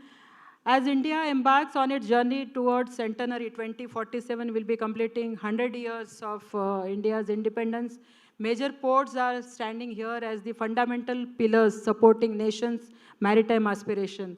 And these gateways to global trade are not merely infrastructure assets, they are catalysts to economic growth, sustainability champions, and enables India emerges as a global maritime powerhouse, because unless and until the country emerges as a powerhouse, that is what has been envisaged in Maritime Amrutkal Vision 2047. So these three important factors are very important. One is the economic growth engine. So major ports drive trade facilitation, gives employment. It generates employment not only on the not only a regular employment, but through the contract. Because now you see the shift of the government is also changing. As in a landlord model, we have less number of regular manpower, but we are creating more opportunities and engaging more people on contract, not as a regular, but on contract, but they are also given the facilities, the statutory benefits and other allowances on par with the regular employees. So more and more thirst is creating the employment, and the regional economic development is possible if the employment generation is there, and this is basically a biggest contributor in India's GDP growth, as you see in total. Then the important fact is also sustainability leadership. Green transition initiative, as I said, when we talk about sustainability, though ports, more and more ports are going towards green ports. More and more ports are going globally also. If you see, the green ports are emerging, and they are the sustainable maritime, not only there in terms of the infrastructure, the productivity, but more and more ports are turning a sustainable ports. We have to, unless and until we nurture the environment, we create the sustainability initiatives, ports cannot progress. And the last important factor is digital innovation. Smart port technologies and digital integrations are setting new benchmarks for operational excellence and stakeholder collaboration, because this is a very important fact. And when we talk about digital innovation hubs, more and more ports are going digital. They are creating the innovative hubs in their areas, in their ports. And Maritime Amrutkal Vision 2047 charts as ambition yet achievable course for India to become top-tier global maritime nation. Because when we see India as a country, we strive to become the top global maritime nation, top-tier global maritime nation. So how it is possible, why and how we can make it possible? So this is possible only through the sustained modernization, green transformation, technological advancement, collaborative partnership. India's ports will navigate nations towards prosperous, sustainable, and globally competitive ports. And I feel when we talk about the country, then I would like to mention that JNPA is not just a participant, but a pillar of Maritime Amrutkal Vision 2047, and through Vadhavan Port mega project, through the port-based special economic zone, we are striving to become a part of, and we are the major stakeholders in Maritime Amrutkal Vision 2047, the flagship of the Honorable Prime Minister. I feel more and more, if you see the latest budget also, there are few important factors which has come from Amrutkal Vision 2047. They are also talking about establishing new dedicated freight corridors connecting Dankuni in the east to Surat in the west. So these are the initiatives which are talked about in the budget, also latest budget, and we have to operationalize 20 new national waterways over the next 5 years. And training institutes more and more training institutes will be set up. So this is what I thought maybe the recent budget which is declared. So these are very important. And the ship repair, ma'am was mentioning about the ship repair system, because why would you take the ship for the small repairs to Singapore. Why can't we create? So under the new initiative of the government and as declared in the budget also, so coastal shipping and the ship repair ecosystem basically will be created in order to see to it that the ship owners or the shippers, they need not wait for the small repairs. It can be done in-house here in the country. Since we do not have facility, government's focus and thirst is creating more and more facility. And we are also launching a coastal cargo promotion scheme for incentivizing a model shift from rail and road. So this will definitely increase the share of inland waterways and coastal shipping from 6% to 12% by 2047. So these are some of the very important things which has been highlighted in the recent budget. In fact, I am thankful to Indian Maritime Institute for giving me the opportunity, although this is basically not my topic because human resources is my domain area, and this is as told by my guide because I am also pursuing my PhD in IMU. So sir said that why can't we talk about something different which is out of the syllabus. So this was the smaller efforts from my side. Thank you so much for inviting me and giving me the opportunity. Thank you so much.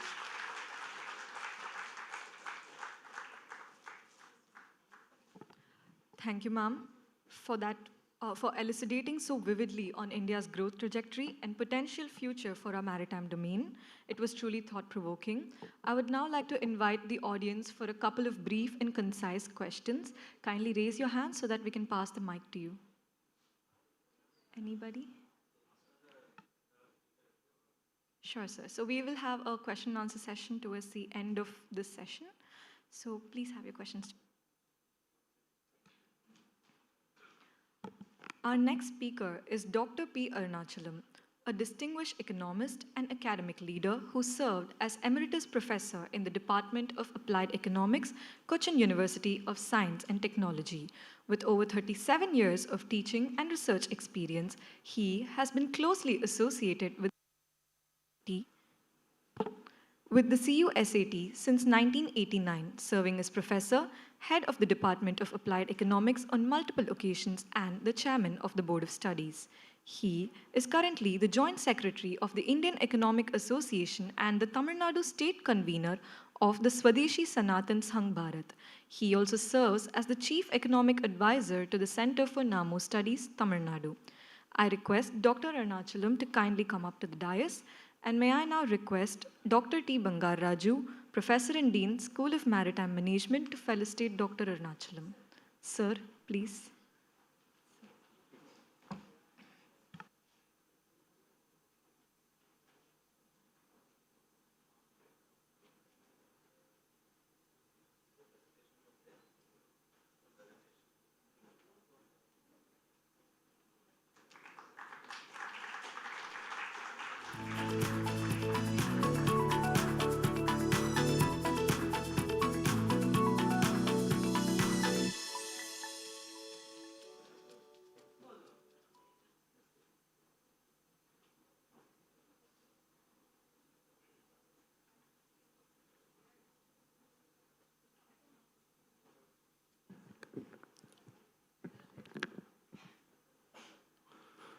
Good afternoon, one and all, who present here for this international conference. Really, I prepare a note about the Amrit Maritime Vision 2047 myself. But whatever I wanted to present here, discuss with you, presented by ma'am in an excellent way. Whether I could present like that, I could not imagine. So, different people have different views regarding one particular area. And from an economist point of view, how we look into the Amrit Maritime Vision for 2047 is different from scholars from administration of ports, shipbuilding, ship repairing, and inland waterways, green development, or safety and security of the marine professionals, etc., we can say that. Recently, our Prime Minister Modi ji made a statement. If you look into our national flag, there's a chakra. blue color chakra.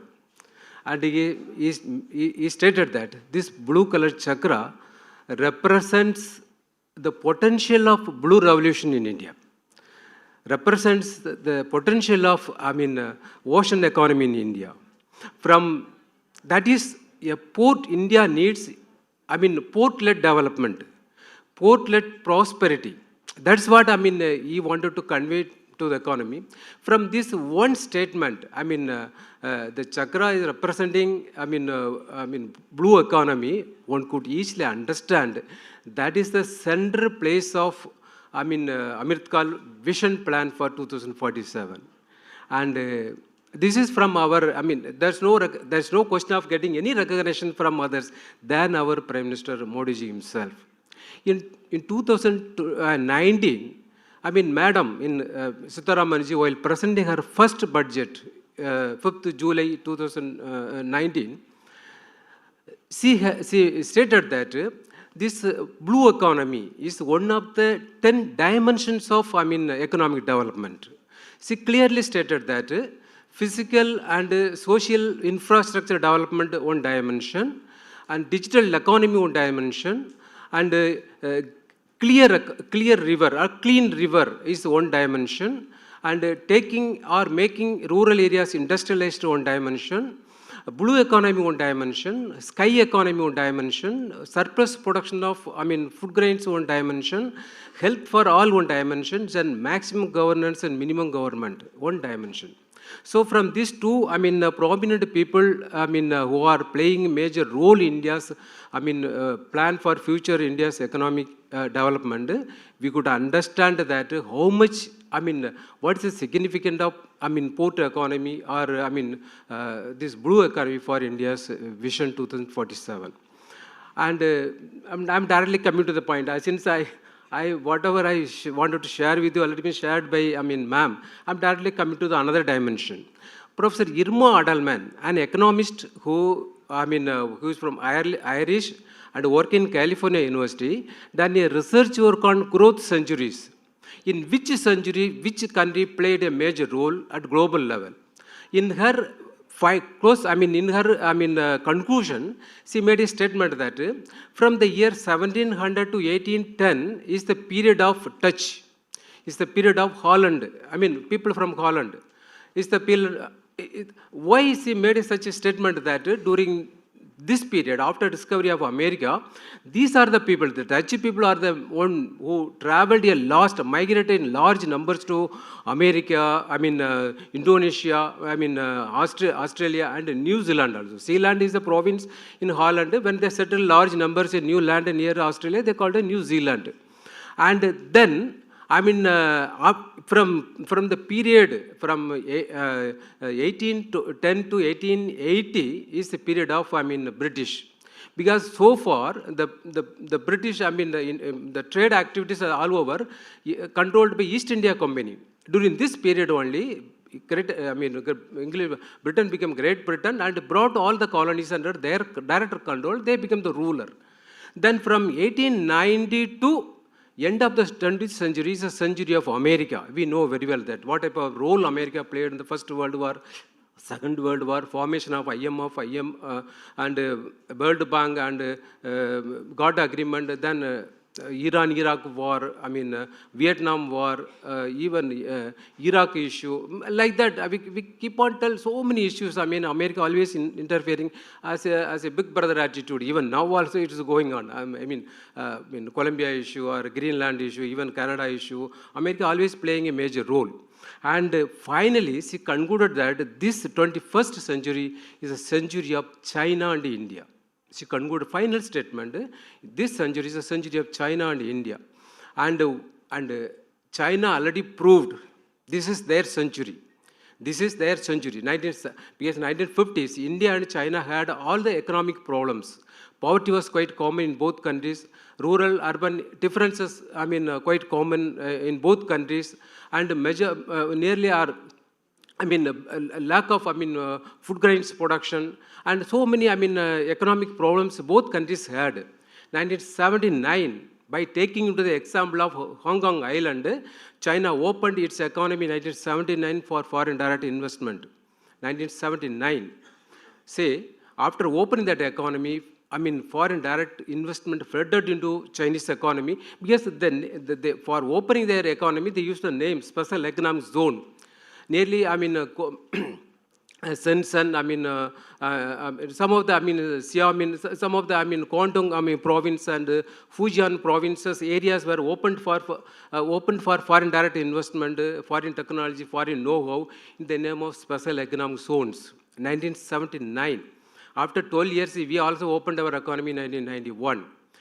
And within this, after opening its economy, foreign direct investment flooded into, I mean, China's market. And it created, I mean, a pace for industrialization in China.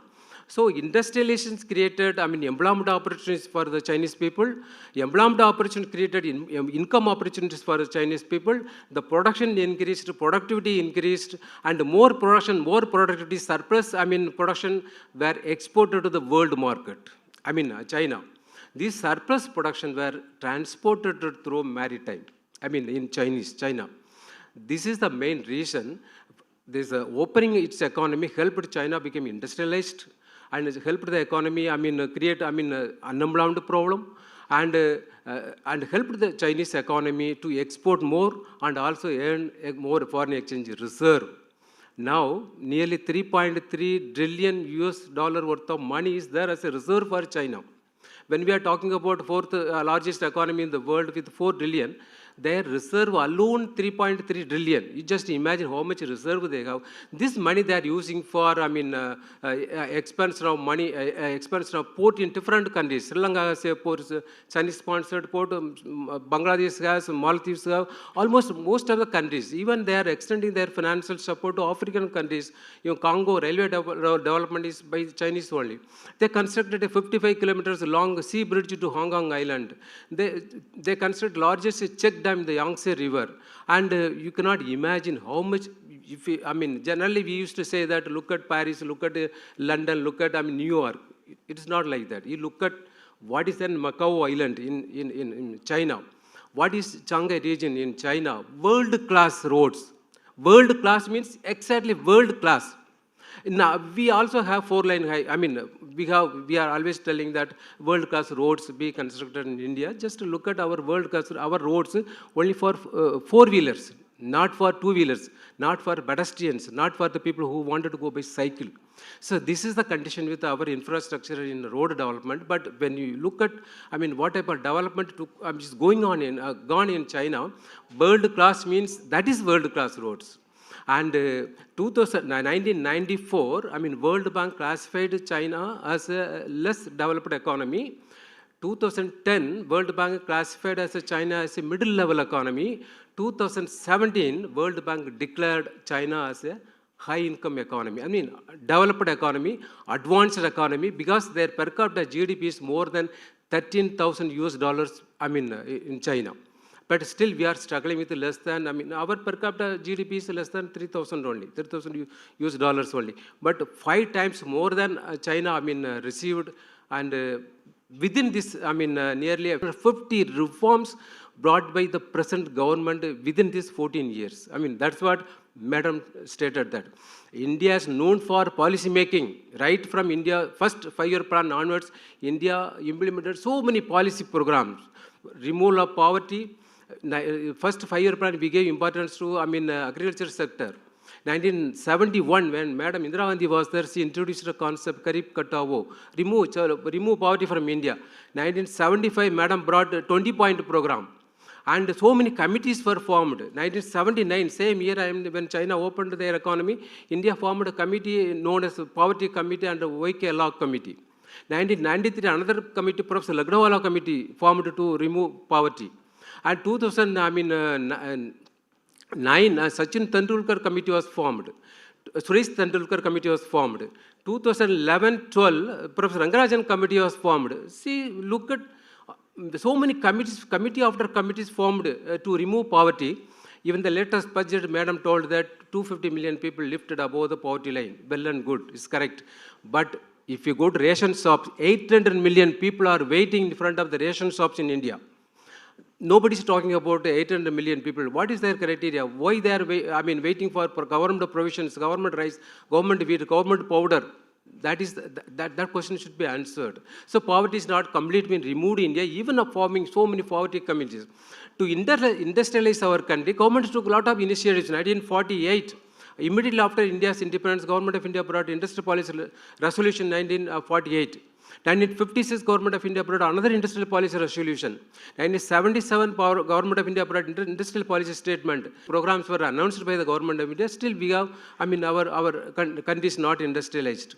And here problem comes. Suddenly, when 2020, when India was affected, like other countries during the Corona period, and government wake up.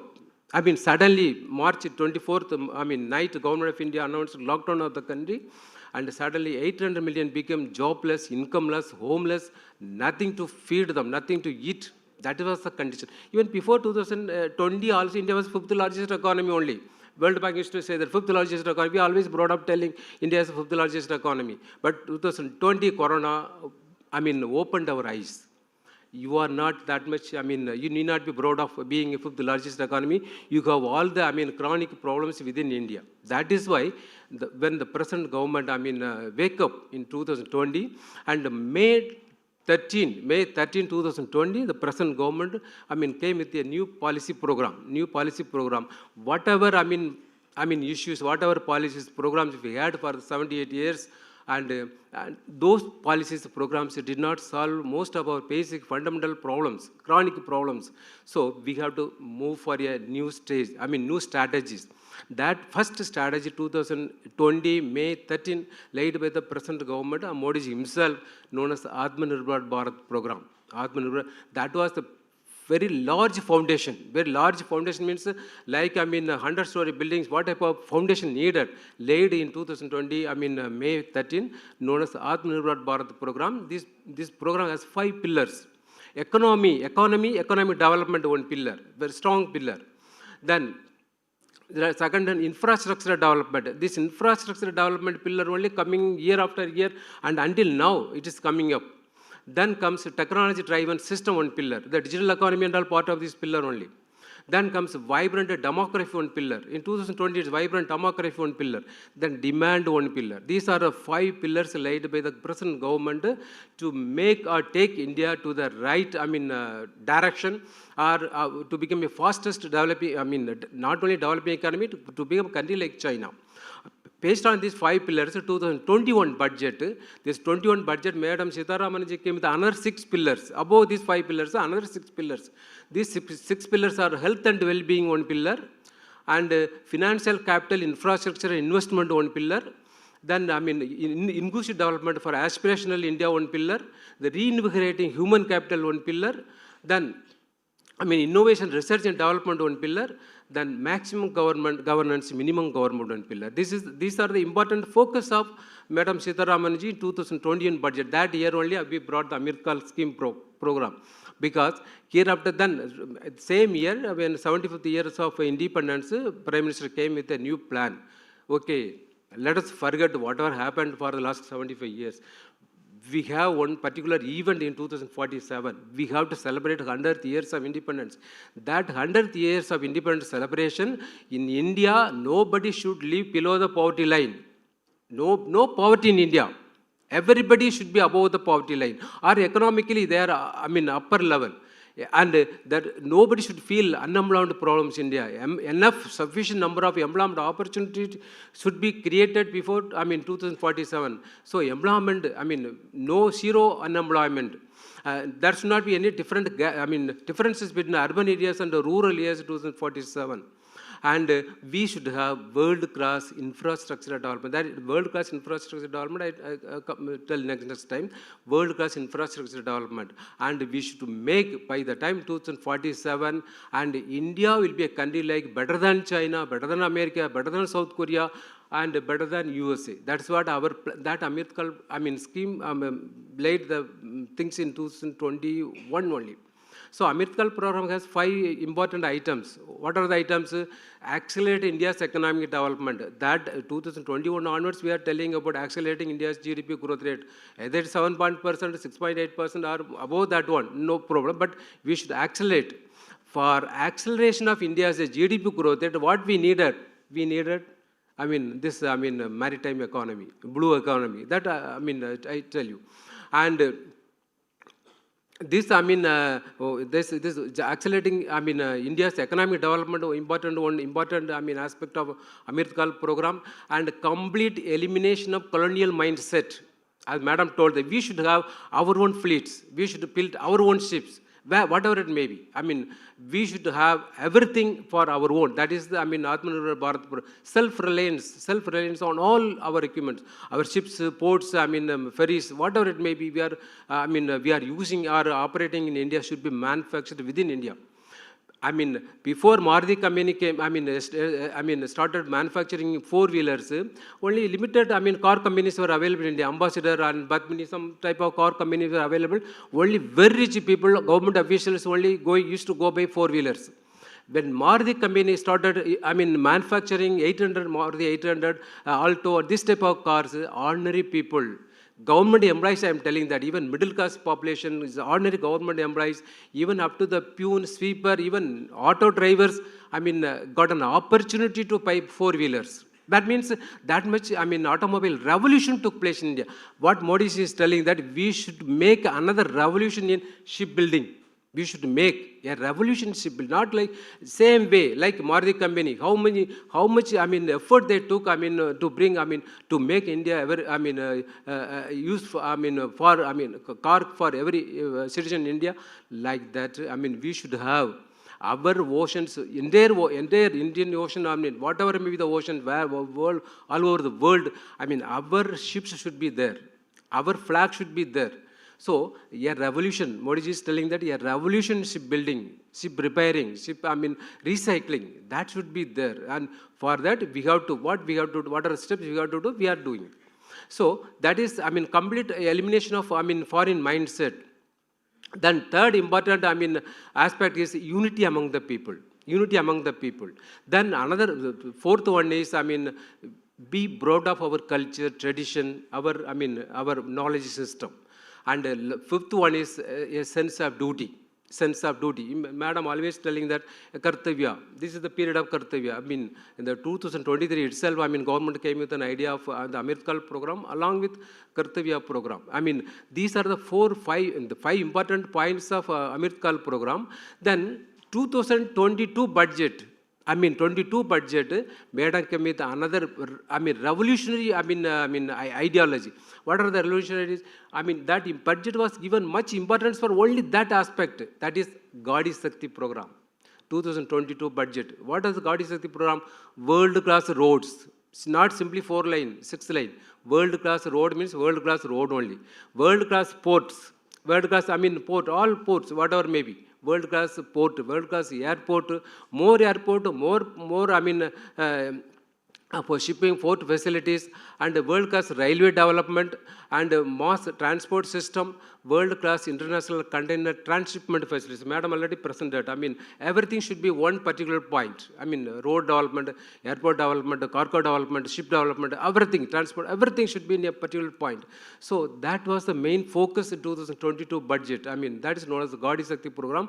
And one of the focus point of Gadi Shakti program is port development. Madam already presented clearly about that.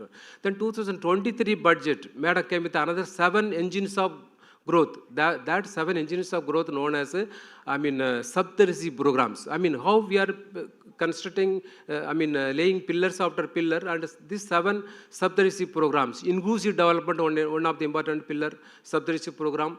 Youth development on the Saptarshi program, and green development on the Saptarshi program. Infrastructure investment on the Saptarshi program. Reaching the last mile on Saptarshi program. Unleashing the potential on Saptarshi program. Then financial capital, another important, pillar of this aspect of Saptarshi program. Based on these 7 Saptarshi programs laid above the, Gadi Shakti program. Then, in addition to these 7 Saptarshi programs, another 2024 interim budget. And again, Modi ji and the officials discussed which are the core problems India is always facing. That should be eliminated before 2047 too, because when we say India is an advanced country, these are the problems should not be there. And 4 important problems were identified: socio-economic and political empowerment of women in India. That was the 2024 interim budget. Then socio-economic development, socio-economic and economic development of farmers, because 44% of the farmers are in the agriculture sector. Still, they are the people who are not getting praise for their products. 30% of what we are producing is simply wasted due to lack of godown facilities, transport facilities, marketing facilities, and this type of export opportunities also. Then third important chronic problem is poverty. That I already told. Poverty is still haunting India.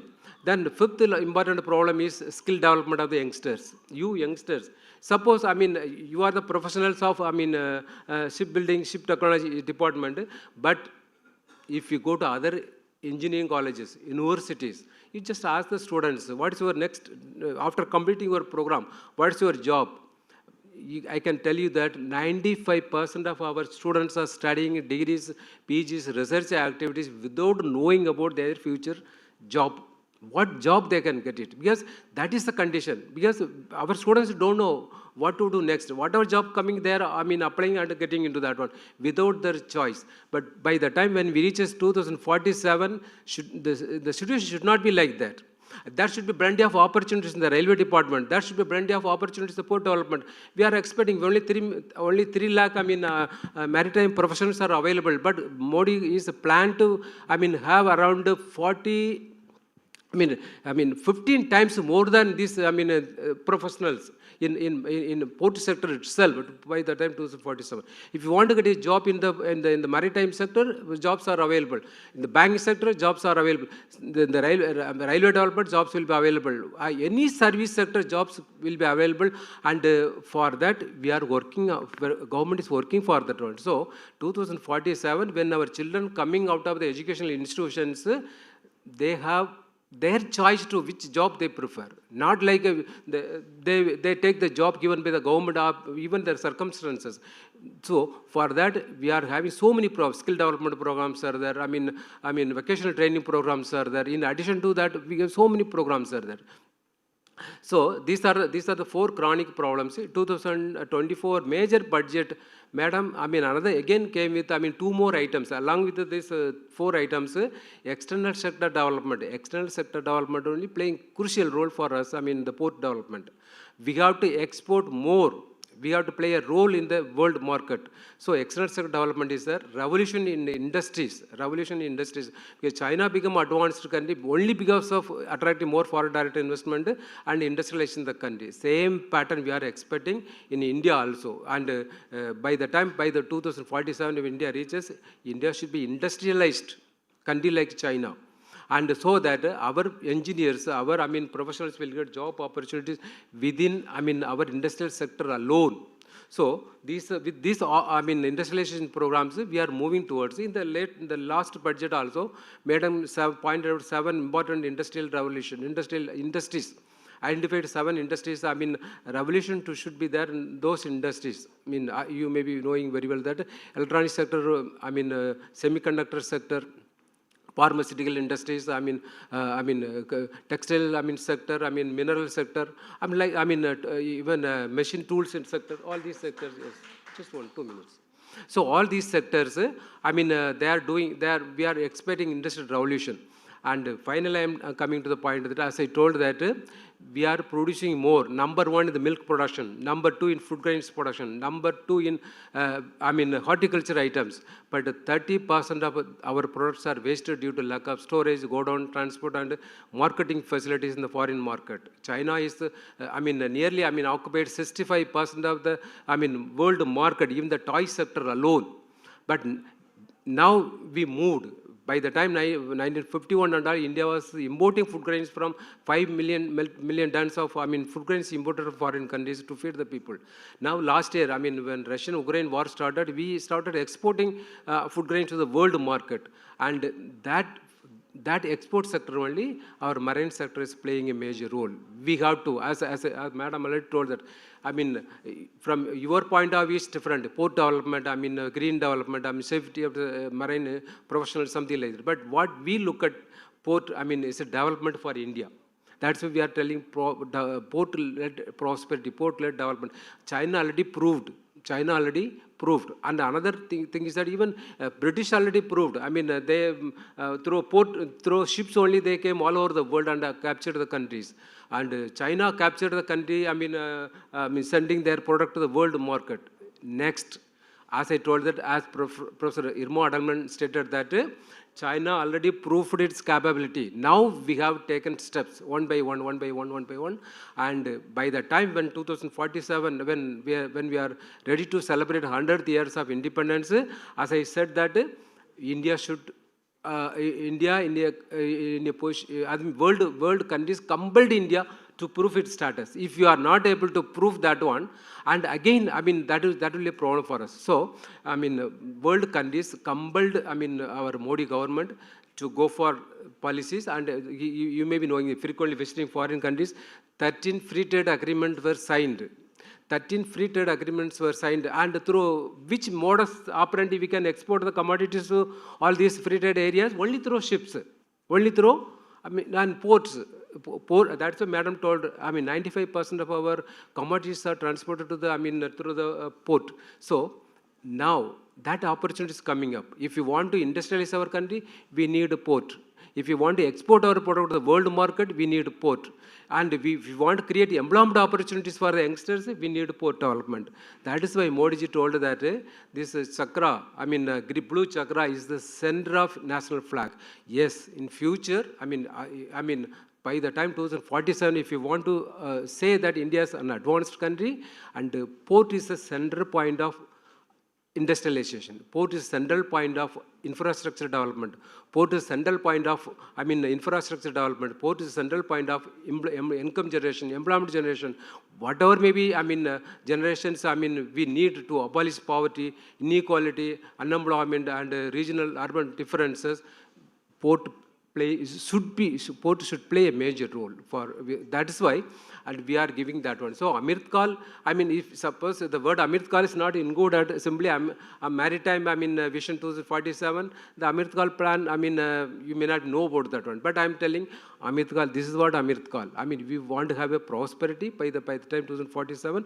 For that should be port-led prosperity. And with this, I'm very much thankful to, I mean, Maritime University for having given me this very good opportunity. I'm not very much associated with, I mean, port and other, I mean, ship areas, but my university, we have one ship technology department, Cochin University of Science and Technology, a well-known department, ship technology department, you might have known. My one friend only is a syndicate member here, Professor Prasyo Prasad, and I did a research work on, I mean, engineering goods exports at that time, 1991 period. That much association only I have with the port, but I am very much associated with Amrit Kaal. I am now at present, I am doing a research, I am doing a work on Amrit Kaal for the government of India. And only, I mean, we are doing covering all areas, not only, I mean, blue economy or port-related development, but we are preparing, I mean, a complete research work on Amrit Kaal, all sectors. So with this, I am very much thankful to everyone and I mean, people from the university, and also very much thankful to all the participants. Thank you.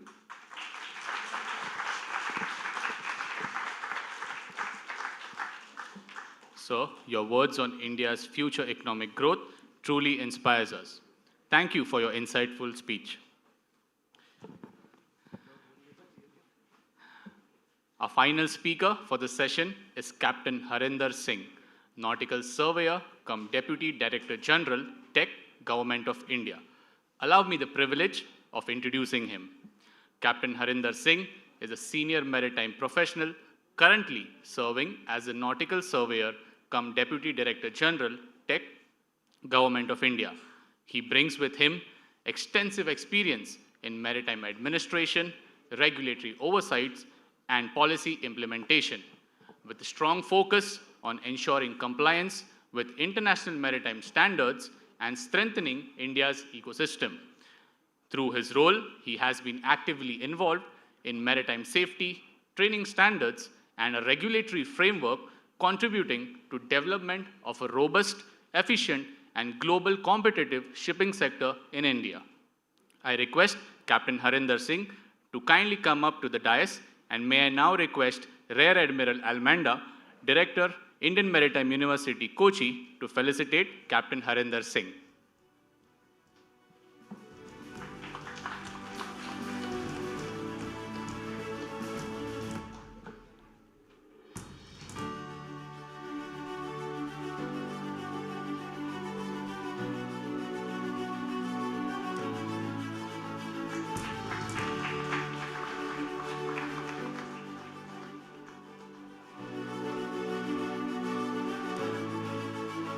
Sir, the stage is all yours.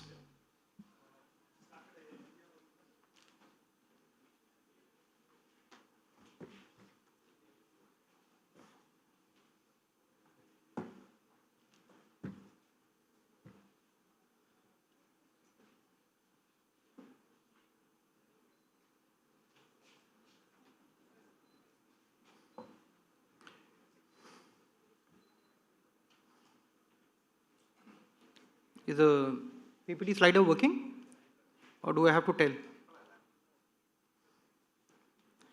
Very good afternoon, respected faculty members, dear students, and ladies and gentlemen. It is both an honor and a privilege to be present here at the Indian Maritime University today. I sincerely thank the university for providing this opportunity to interact with such a distinguished gathering of maritime professionals, academicians, and future seafarers. Indian Maritime University has been at the forefront of maritime education and capacity building in our country, shaping the next generation of maritime leaders. Addressing such a vibrant and knowledgeable audience is truly inspiring. I'll be giving a brief presentation starting with the Maritime Amritkal Vision 47 before I move to the core area, the Maritime Knowledge Cluster, which is being developed by the Directorate General of Shipping. Next slide, please. Maritime Amritkal Vision 2047 is a comprehensive long-term roadmap developed by the Ministry of Port, Shipping and Waterways. It addresses ports, shipping, logistics, coastal shipping, and transshipment while aligning closely with the India's blue economy objectives. The vision has been shaped through extensive stakeholder consultation and global benchmarking, ensuring it is both aspirational and implementable as well. Its emphasis is not only on infrastructure, but also on knowledge, skills, sustainability, and global competitiveness. Next slide, please.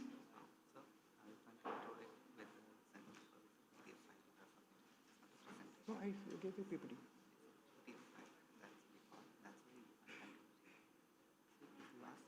Yeah, okay. Yeah.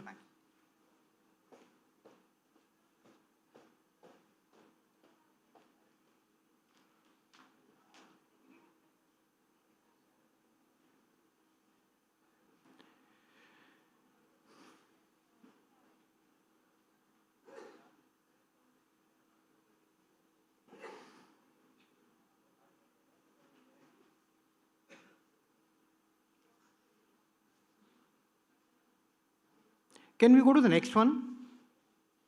Next one. No, in fact, there were two PowerPoint presentations which I had submitted. The latest one is not here. If you can please have that one. I submitted to Ms. Laya today morning. Today morning.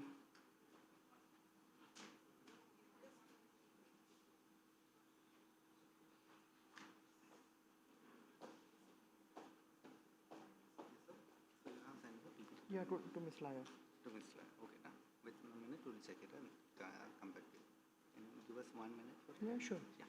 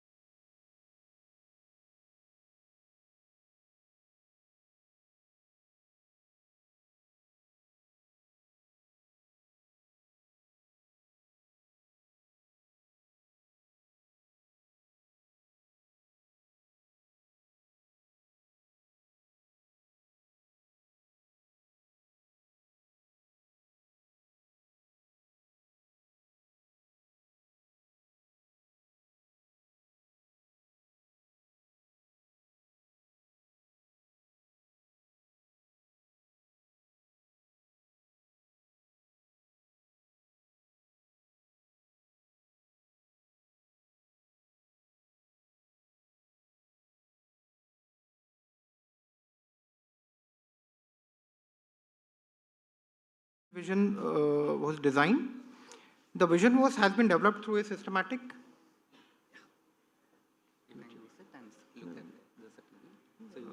which is forward and now? Forward, backward. Okay. The vision was developed through a systematic assessment of India's existing maritime ecosystem, identifying gaps in capacity, capability, coordination, and competitiveness. Global best practices were studied to understand how leading maritime nations integrate policy, research, industry, and innovation. Strong emphasis was placed on sustainability, digitalization, financing, and Atmanirbhar Bharat. Importantly, the vision follows a phased approach, allowing gradual capacity building and while keeping the 2047 end goal clearly in sight. The core focus area of Maritime Amritkal vision. This slide highlights the broad strategic pillars of 2047, which have been covered quite in detail by the previous speaker, so I will not dwell much upon this. So these include green and sustainable shipping, which Madam rightly talked about, world-class ports, which she covered, maritime education and training, technology and digitalization, maritime clusters. So this area is one which I'll be covering a little later, and enhanced global presence.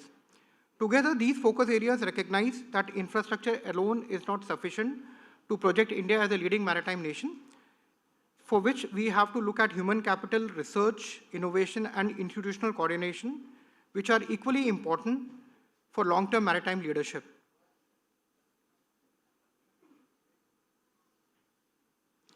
So now we talk about the measurable outcomes by 2047. The vision translates into tangible outcomes. These include carbon neutral major ports supported by green fuel infrastructure, which has been covered previously, expanded inland waterways and cargo movement, leadership in ship recycling, shipbuilding, deep draft transshipment hubs, and full public-private partnership across ports. This outcome reflects a truly balanced approach, combining economic growth, environmental responsibility, and global competitiveness.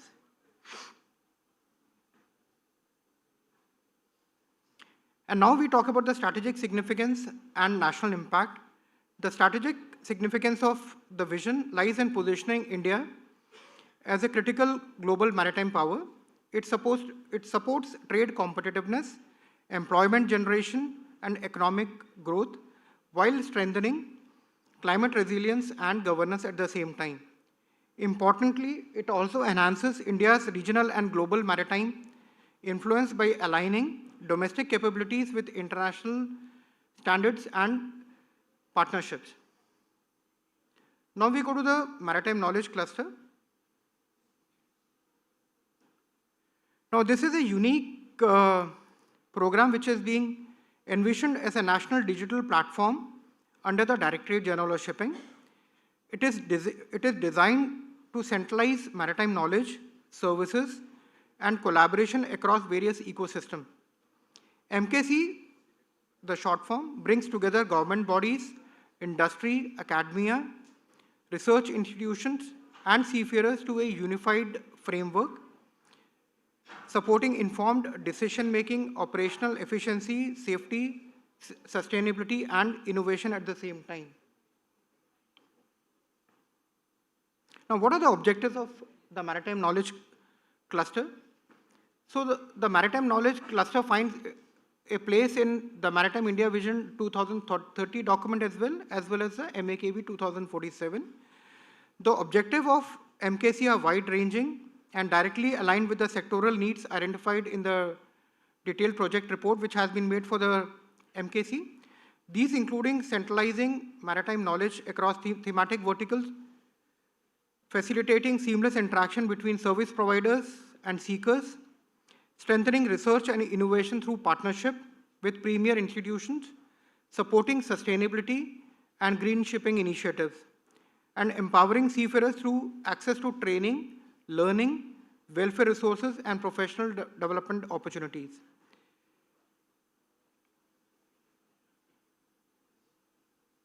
Now, we talk about MKC as recognized under the Amritkal Vision 2047. The vision acknowledges that India's maritime and education and research ecosystem currently operates in silos. There is no integrated platform connecting education, training, research, faculty, and innovation. So to address this issue, collaboration between institution, industry remains limited, which has to be enhanced, and innovation effort lacks a structured ecosystem which has to be created. MKC is specifically envisaged to address these critical gaps by creating a coordinated, cluster-based knowledge framework. Now, what is the purpose of Maritime Knowledge Cluster, which is envisaged in MAKV 2047? The purpose is to establish a collaborative platform linking academia, industry, ports, regulators, and research bodies. It enables structured research, innovation, and knowledge exchange, promotes information, and accelerator for maritime startups, and strengthening India's ability to develop and deliver world-class maritime education and training. Now, what is the strategic intent of the Maritime Knowledge Cluster? The strategic intent of MKC is to transition from fragmented institutions into a coordinated maritime knowledge network, which currently is not in place. It supports innovation-led growth, development of an integrated maritime innovation ecosystem, partnership with leading international maritime institutions. In doing so, the MKC becomes a key institutional mechanism to support India's aspiration of becoming a global maritime power by 2047. Now, what will be the likely implications of the MKC? The implementation of MKC marks a paradigm shift from a fragmented research and knowledge efforts to a cluster-based model. It will enable centralized coordination of maritime research, creation of dedicated funding mechanism for research and development, and stronger global academic integration through international collaboration, joint programs, and partnerships. Now, this is also divided into various phases.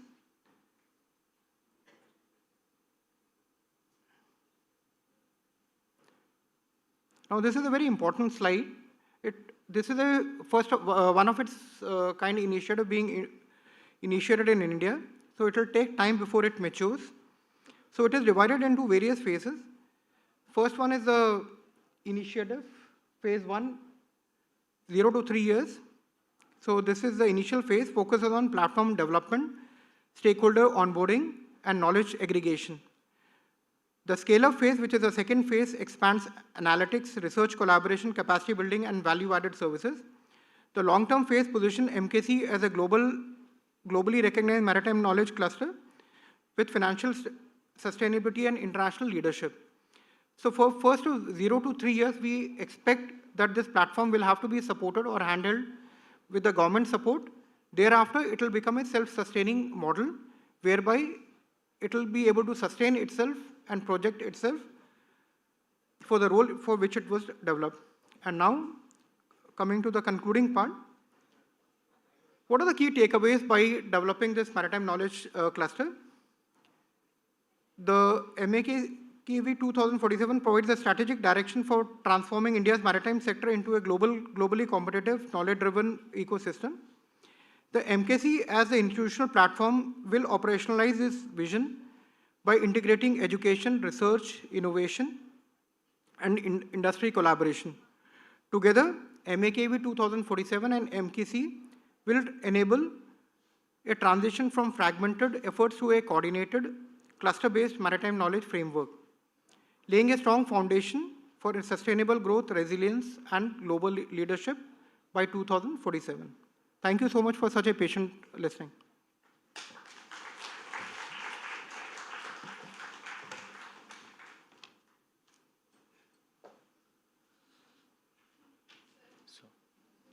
Thank you, sir, for that informative session.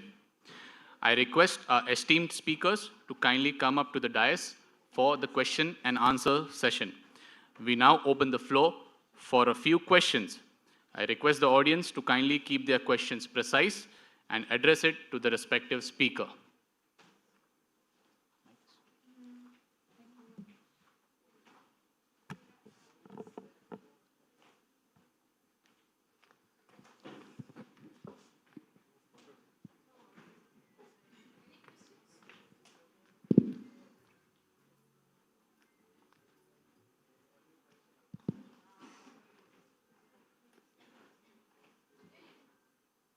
Good afternoon, ma'am.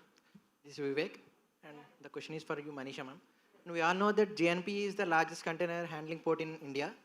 Ma'am, is that JNPA have the ability to match the demand to supply container maintenance and container repair and empty container depots? Can you please, could you elaborate on that? Yes, when we are talking about, your question is precisely about the empty containers. Yeah, ma'am. The empty container repairs. Empty containers and container repairs or container maintenance, the supply to demand abilities JNPA Yeah, currently having? yes. Container repairs and container maintenance. We are coming up with a new project. We have recently awarded the contract to one agency. So they will be developing this entire unit on a parcel of around 5 acres of land. So this is also underway. We have around 33 container freight stations across in and around JNPA. And there they have various facilities, like whether it's a container repair and all. But JNPA as such, dedicatedly in our premises, in our area, we have given it on contract to one agency. Yes, so this will be done. Thank you. Thank you.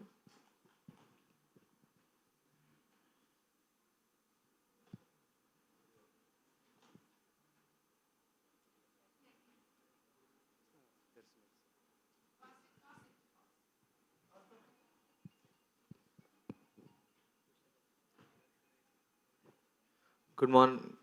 Good afternoon, ma'am. This is Anand Sahai from HIMT. Ma'am, my question is that you told that you have been associated with the human contribution towards the maritime industry, and you said about the contribution of AI also during your delivery of speech. So, ma'am, I just want to know about your vision that what would be the percentage or ratio of contribution towards the voyage of a ship or working of a ship by AI and humans? Will AI be working as an assistant to humans on board, like looking after the watch, like that equipments and all, or AI would be handling everything and there would be just human supervisors? Very good afternoon. Very difficult question to answer rather because AI cannot take away human interface, because of course unless and until you need a human being to at least programming in the system. So that's a very, very tricky one. When we talk about AI, it is like, when we talk about the technology and the AI-driven technology, it's a bit difficult, but more or we have seen that we are coming up with certain technologies where the human intervention is like minimizing. So more and more technological driven innovatives have been taken up by the ports in that field. Yes. Yeah, I'll And just intervene. he also wants to support something. 1 minute. Yeah, that I think he's the right person. And I'll also inform you, we have a speaker from Maersk coming up post-lunch. And he's on the same digitalization he's talking. So please join post-lunch and you can ask this question to him also. Okay, sir. Yeah. Your question is actually very interesting, and it's bordering between digitalization and Human work. and autonomous ships. Probably your intent is whether humans will be totally replaced on board. So Yes. that is still at a stage of infancy. Even the ships which are being built now, they are still manned ships. Of course, the number of seafarers on the ship have gradually reduced, but we have reached a certain level beyond which it is not going. And these ships which are being built and delivered now will be in service for next 25 years. So this autonomous ship is still not in vogue. And regarding AI, slowly there will be growing use of that. Whether it will totally replace or not replace is another question, because the ships have to be manned with minimum number of seafarers, what you call the minimum safe manning. You have a document on board. So the introduction of this AI technology is to reduce the burden of seafarers on board. It is not currently is not to replace you. The intent is to reduce the burden of seafarers. If I really address your question. Thank you so much, sir. Or did I further confuse you? No, sir. It actually solved my doubt.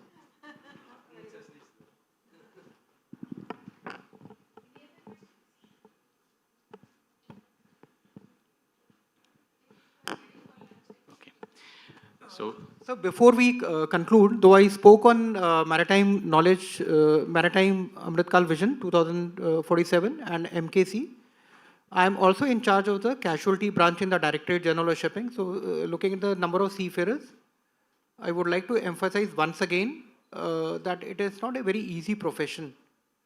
You have to keep yourself fit. You have to keep yourself safety conscious because the number of casualties being reported amongst the Indian seafarers is on the rise. And our vision is to increase the number of Indian seafarers, which is currently at 12.8% globally, to 20%. So while we are aiming that enhanced number for increasing employment opportunities, we also have to ensure that we are looking at a safer shipping with safe and competent seafarers on board. So DG Shipping, we have come out with safety videos. Whenever you have time, please go through the safety videos. We are the only maritime administration in the world who has taken this initiative for your welfare, for your safety. So please go through that. Thank you. thank you, sir. With that, we come to the conclusion of this session. I would like to thank our esteemed speakers for gracing us with their presence and giving us a thought-provoking session. Your insights have offered us a clearer understanding of how policy vision, innovation, and strategic planning will collectively shape India's maritime future as we move forward towards 2047. The session has truly inspired us to think long-term, act responsibly, and innovate boldly. We now break for lunch. We request all the delegates to join us and return for the afternoon session. Lunch will be served at the campus dining area. May I request our volunteers to guide the dignitaries and guests to the upper right side dining area. Other invited guests, IMU faculty, staff, and student volunteers are requested to move towards rooms S3 and S4. Thank you, everybody. We wish you a pleasant lunch.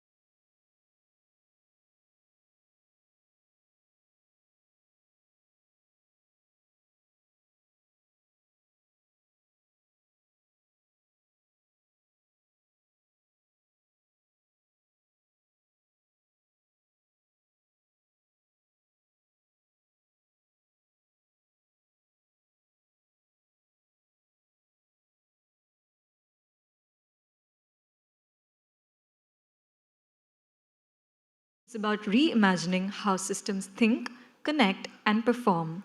The maritime sector is experiencing a profound shift driven by intelligent technologies, digital platforms, and data enabled decision making. From smart port ecosystems to automated logistics networks, digital transformation is redefining efficiency, connectivity, and resilience across maritime domains. This seminar focuses on how emerging digital tools, innovative management approaches, and technology enabled decision frameworks are influencing the future of ports, shipping, and maritime governance. To help us understand this significant transformation, we are privileged to have with us esteemed speakers. Allow me the privilege of introducing the first speaker for the session, Dr. N. Karunation, Director IAPH.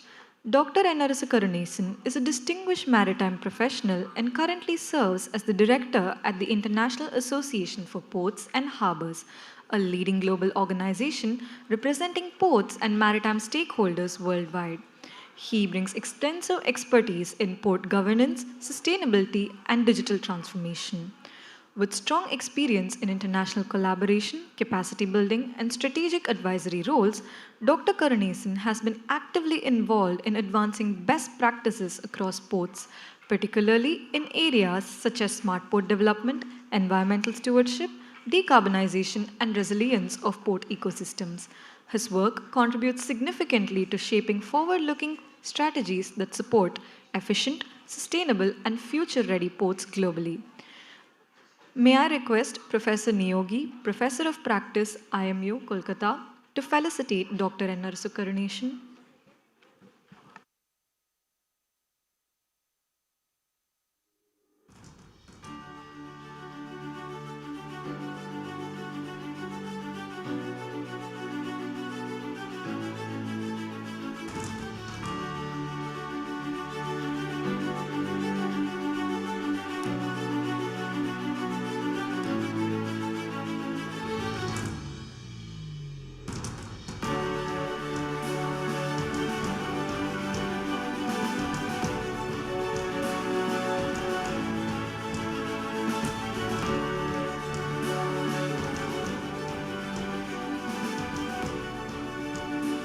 Over to you, sir.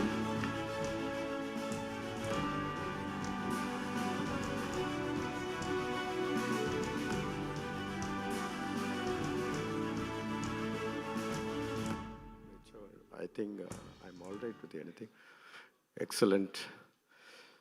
At the outset, I thank Almighty and my parents for this wonderful day. I also sincerely thank Indian Maritime University Vice Chancellor Madam Malini Shankar IAS is always a pillar of support for this industry since she has taken over this Vice Chancellor position. She transformed this university to a global level. I'm very glad to see that today the seminar the conference has been on the international scenario which has been taking place. And also thank all the faculties, the students taking interest, connecting the globe and bringing all of us together, and this making a very clear direction setting for IMU as well as the industry standards. So I really warmly welcome all of you for the evening. Yes, it's a very difficult session after the lunch, but nevertheless, I have colleagues speaking definitely make you more, thrilled to see how the industry, because they are all the industry practitioners. Mr. Karthik is here. I think Mr. Ashok also is here. And I also very happy that Controller Examination sir is here, Joshi sir is here, very happy. And Segar and HOD sir is here, all are excellent, all are here.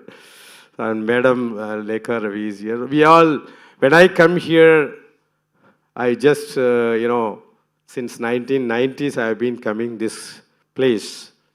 So before IMU, when it was NIPM, so that's where absolutely I'm very always fascinated. And my journey has really taken very well because of this academic side inputs has made me to this level. So I'm also welcome all the overseas friends from various countries being part of this wonderful session. And I don't want to take much of your discussion and much of your time. And this is the time for us to move on how the geopolitical situation is really taking us a very challenging scenario. So digital is the one which really is going to take us to the next level.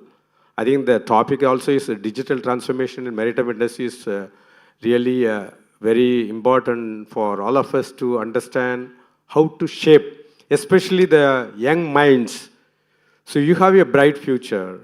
Yes, one side the IMO is setting greenhouse gas reduction measures, decarbonization effects, and digital twins in the port sector, shipping, digital corridors, so many things are there. So you don't have to worry about your jobs.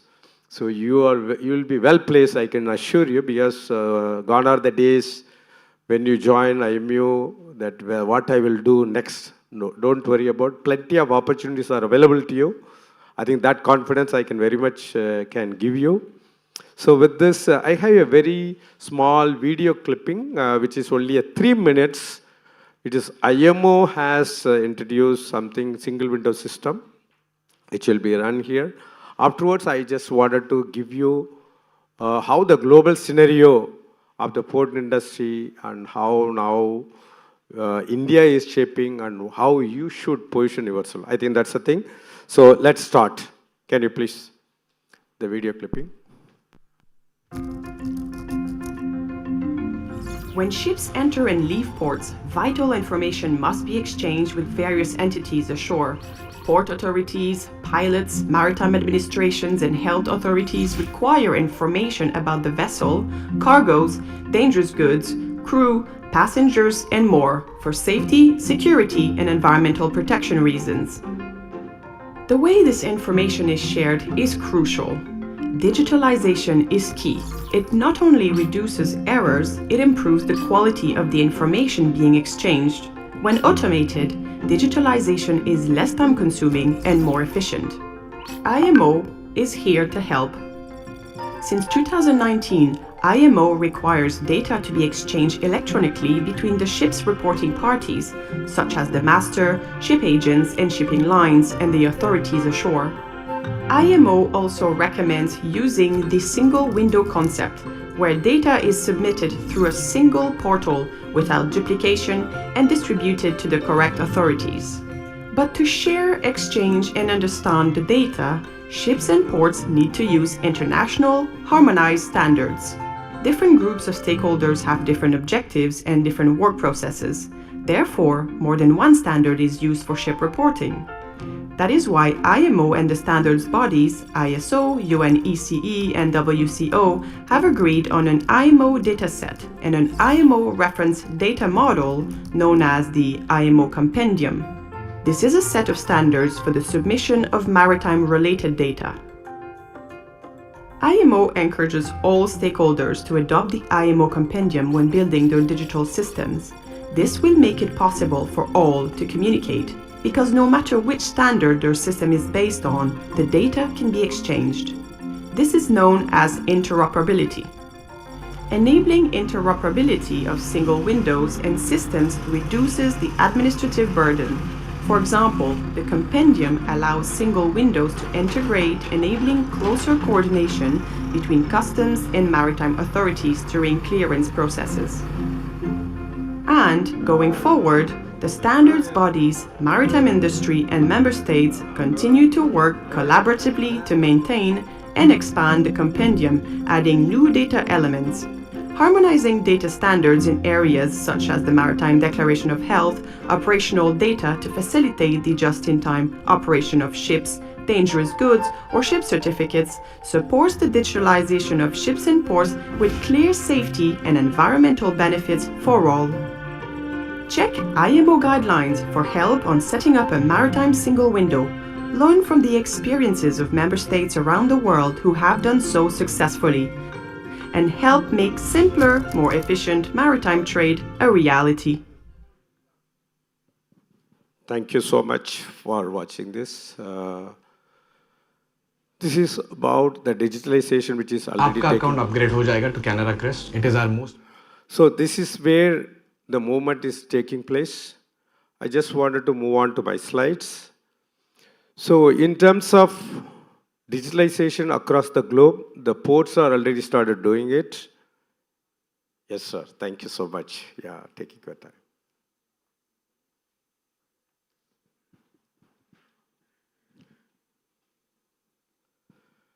So you all, I just let us move on to our topic, digital transformation. Before, like to move on to understand how the global dynamics which is happening. So IAPH is the one which is International Ports and Harbors. This is the only forum which is available for all the global ports community. So which is founded in 1955, which has more than 350 members. So 200 ports and more than 150 global associations.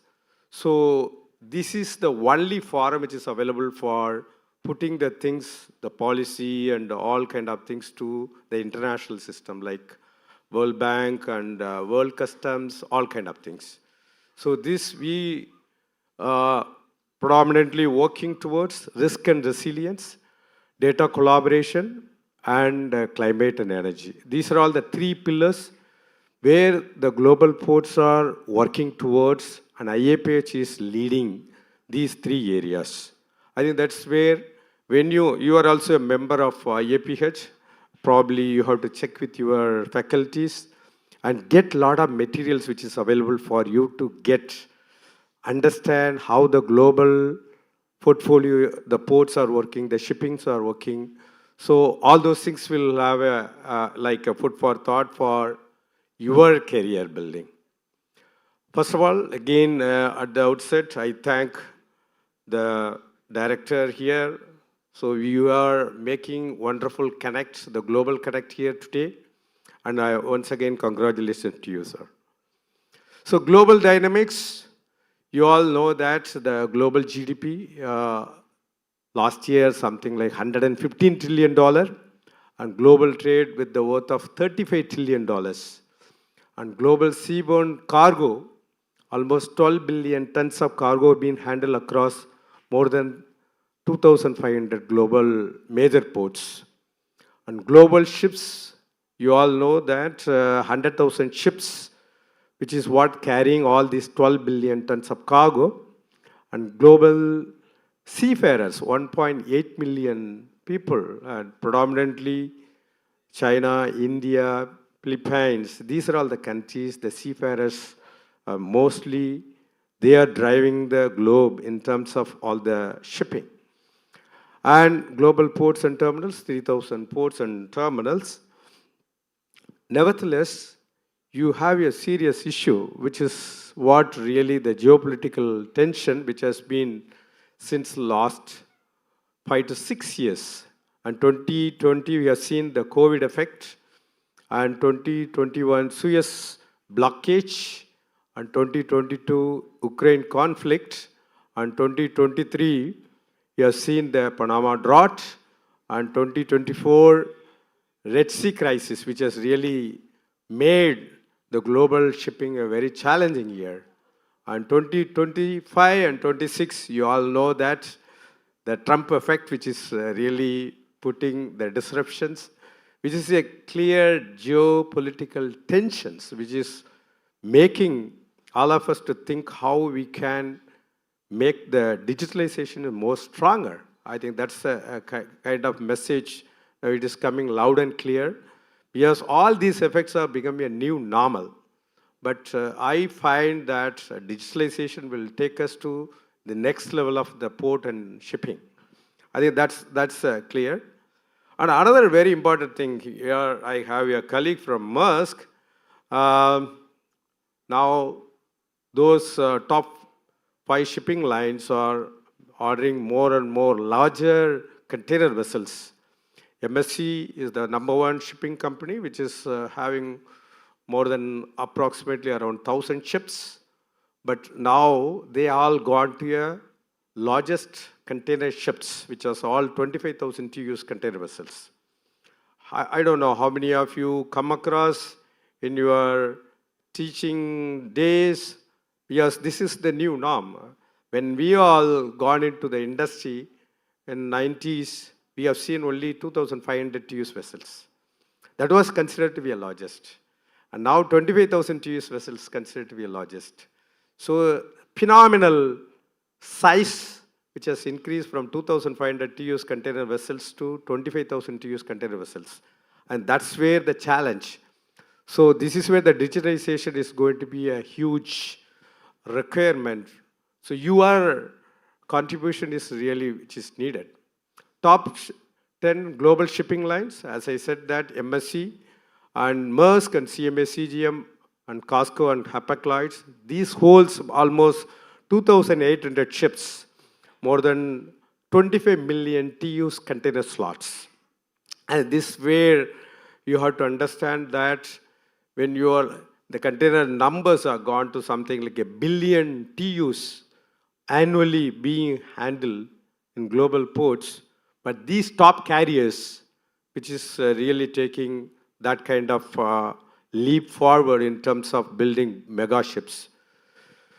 How many of you know that India still not reached in the top 30 container ports? We are only, you see the ranks. Actually, it is 2025 rank. Actually, I have not updated the first column. But these are all the numbers, which is yesterday, despite my challenging day, but I made it for you. This is the top 10 global ports. If you see that all the background color of yellow, this is all from the China. So the China is almost out of billion TEUs of containers, 350 million TEUs being handled at China. So I think that's where India has to take the message. I'm very glad, and today the news is Bharat Container Shipping Line, which is being launched by the Honorable Prime Minister, probably in the morning session would have been spoken. I think we are also taking leap forward in terms of building mega ships and also creating bigger shipping line. Probably India is going to be a Bharat shipping line, which is going to be the future for India. So when we have all those things, definitely we'll be in the top 10 global ports soon. We are also building a lot of ports, which is in the next 10 years. So you don't have to worry about your future, but you have to work hard to align yourself to the future things. The 21st century new norms are something like smart, resilient, and digital ports. It's anticipate, adopt business continuity, and green and sustainability. I think that's where it is taking time. And ports are transition. 1940s, we have seen the ports are more on like mechanic ports. It's 1960, the containers after 1956. So can anyone tell me who found the container mode of transportation? Any idea? Yes. Any from ports and shipping management? MBA, port shipping management? Tell me. McLean. Okay, McLean. So good. Let us give you a big round of applause to him. So you understand 1956, 26 April 1956. That has really transformed the entire shipping sector, the container mode of transportation, which is the most efficient mode of transportation in the maritime sector. So that's kind of things. And 1980, containers have come, standardization have come, unitization has come. Now the next one was moving towards how the EDI can, electronic data interchange, can take the lead and connecting all those things, the speed of actions, the speed of transportation can be much more effective by introducing EDI. And now internet port in 2000, now we talk about IT-enabled digital ports is what the 2020 scenario, which is what the transformation which is happening. From standalone within the four walls, the ports are moving from from port gate to customer gate. So you take all the customers on your fold. The ports are not just going to be mere within the four walls. So why I say here, students, community, please walk through with the stakeholders, not only the port, you also have to work with the transporter, freight forwarders, and exporter, importers, the warehouse operators, like that. So you have plenty of opportunities to connect all the stakeholders. That's the message we would like to give here.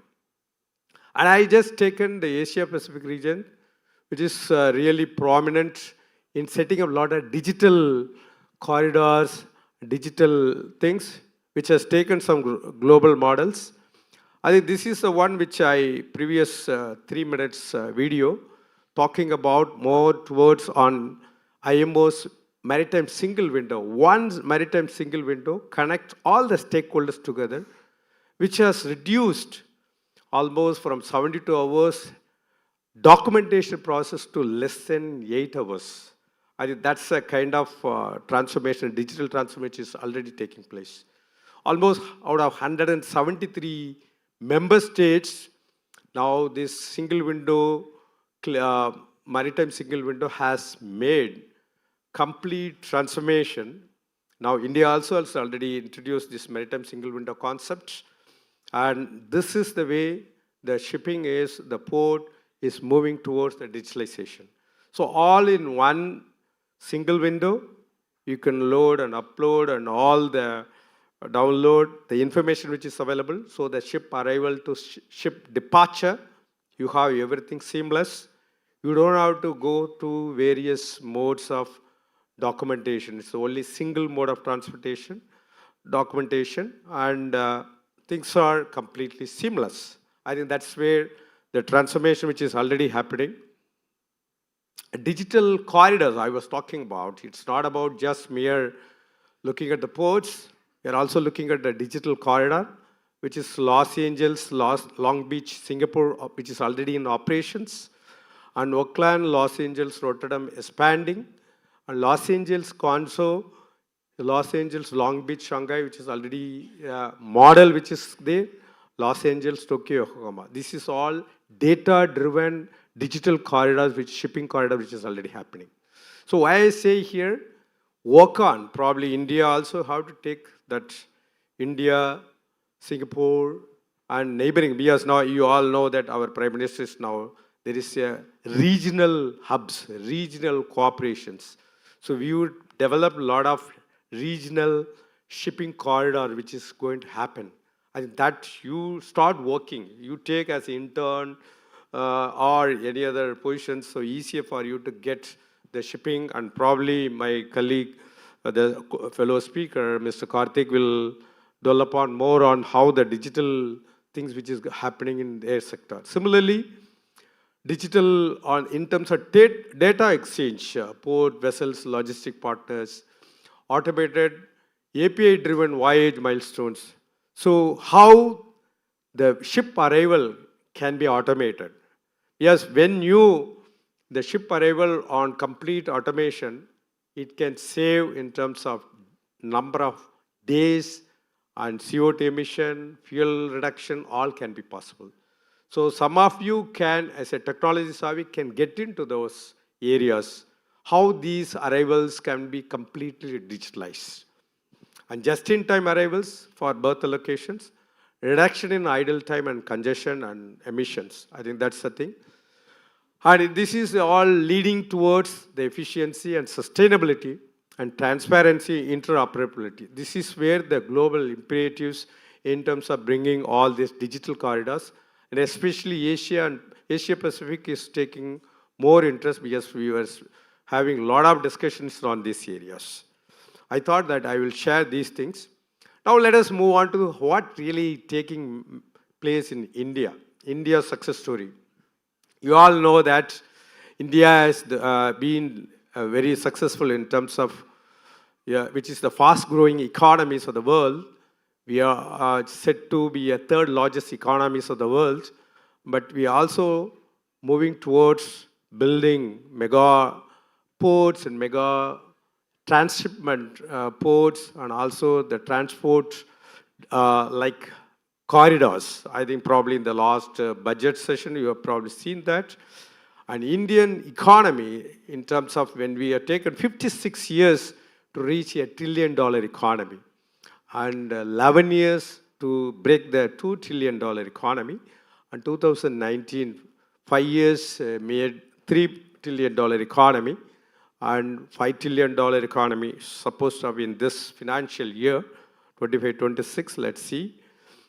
And 2035, we are like $10 trillion economy. I think that's where we have to be proud, that in terms of how we have to build our, in terms of economy and as well as in terms of our maritime sector.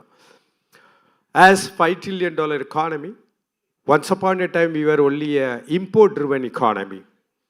And make in India for make for the world. This is what the self-reliant economy. And exports to value-added exports we are moving. Raw materials to finished goods exports. So we will be like a 500 billion. We are targeting $1 trillion exports by 2030. I think that's where plenty of opportunities available in the maritime sector. Moving to manufacturing and clean fuel system. You all, how many of you visited Jawaharlal Airport in this? So only not the student side, anyone has visited? You are not visited. So please visit whenever the opportunity to see, witness how JNPA has been performing. Probably I will recommend the faculties, please arrange some trip. Any help you need, please call me also. I will try to help. So I can connect with the chairperson. So you have to take them so they will understand how the transformation which is really taken place for the last 30 years, which is India's largest port in the country. We are also building a 25 million TEUs mega port in the west coast of India, which is in Vadhavan. So you will also understand how this is going to transform. This is going to be completely a digital port. This port is going to be a smart port. This is going to be a sustainable green port, and 25 million TEUs green port, which is what is there.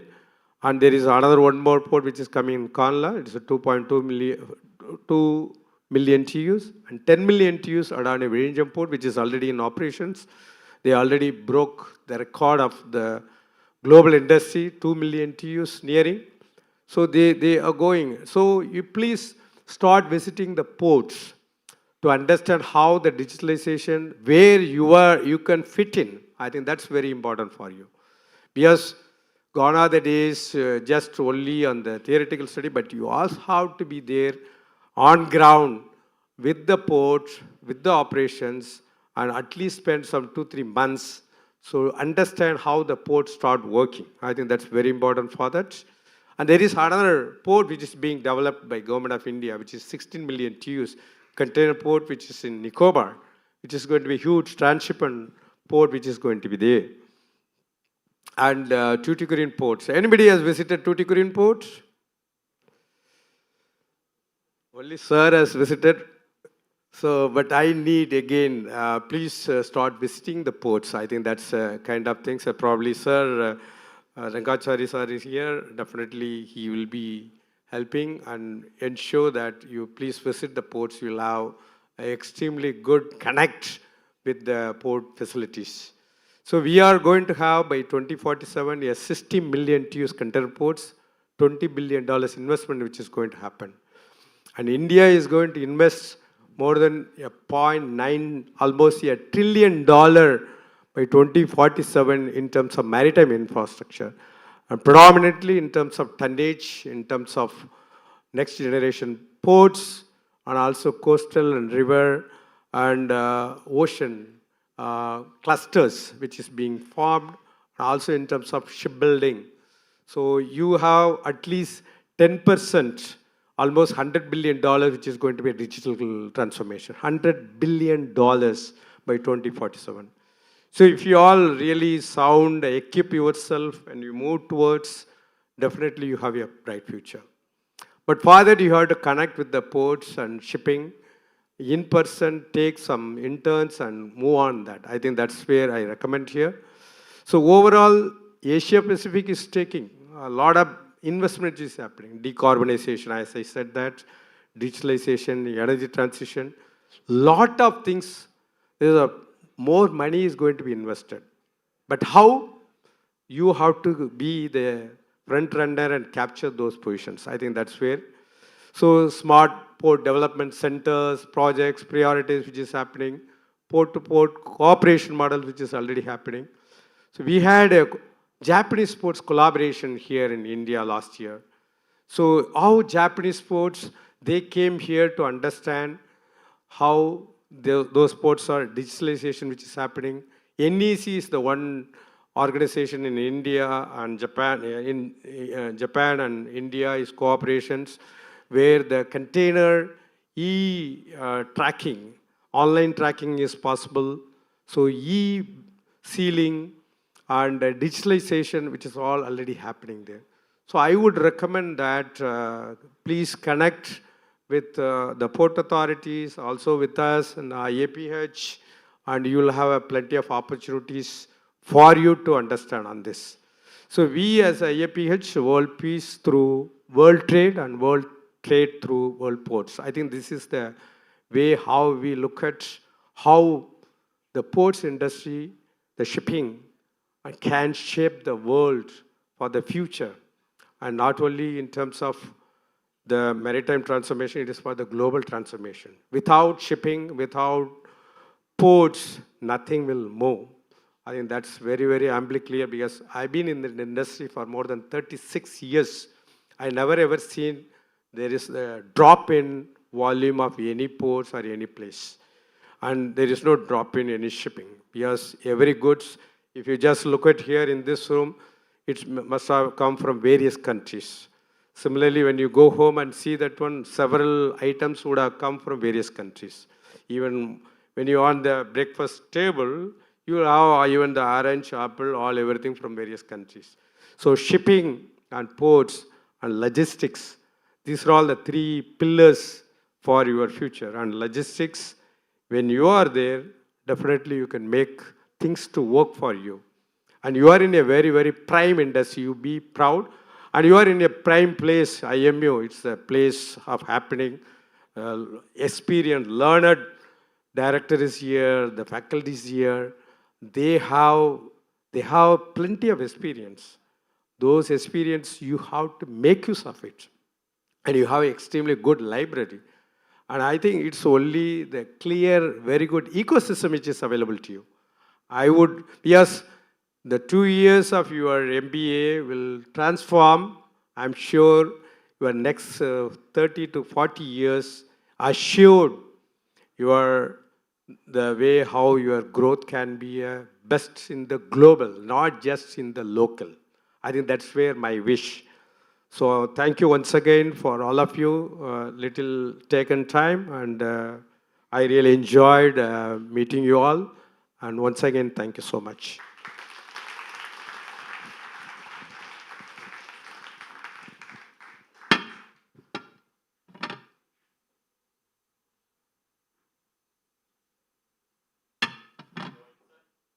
Your insights on global economic and maritime trade, digital shipping corridor, and India's success story has enhanced the knowledge of the gathering. Thank you, sir.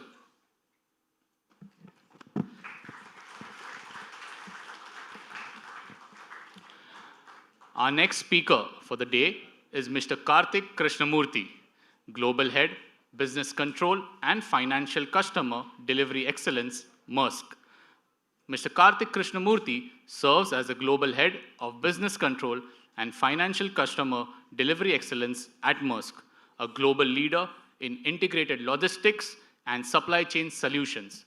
He brings extensive international experience in financial governance, business control, customer delivery excellence at large-scale operations and transformation.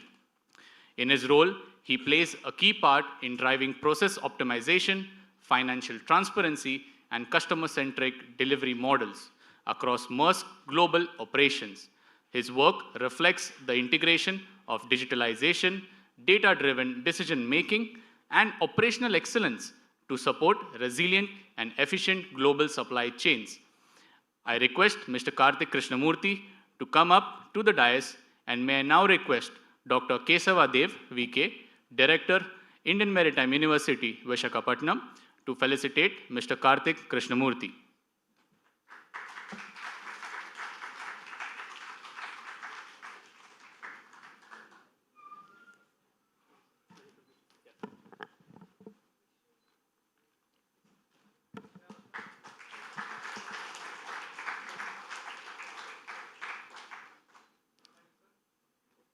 Sir, the stage is all yours.